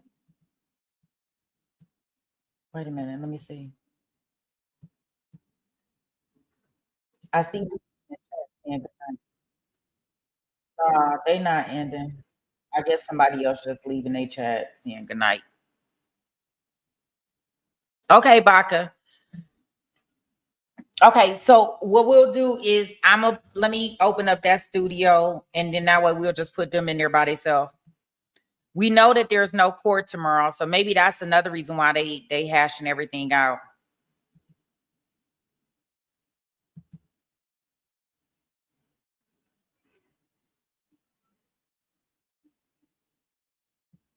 Now let me get the link.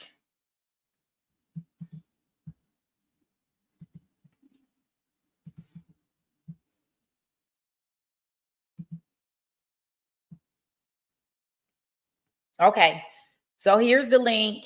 We'll go over there. We'll go ahead and watch the jury instructions for the Ali trial. And at least they did have a lunch. I was wondering why they went to lunch.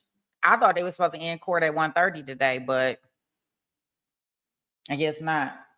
So we'll go in there, we'll watch that, and we can just decide, how long we want to, do that. And worst case scenario, before we go into day 3 of our current trial tomorrow, if we don't get through all the jury stuff today, we can always look at it tomorrow instead of the DB stuff, because we can still start at 6, right? Okay, yeah, that's fine. So let me put this in here, or we may have to be looking at day 1 tomorrow. Day 2, part 1, I guess I should say. Okay, so I'll see you guys over there. You should be able to just click the link. We're going to go ahead and look at the Ali trial where they are currently doing a charge conference.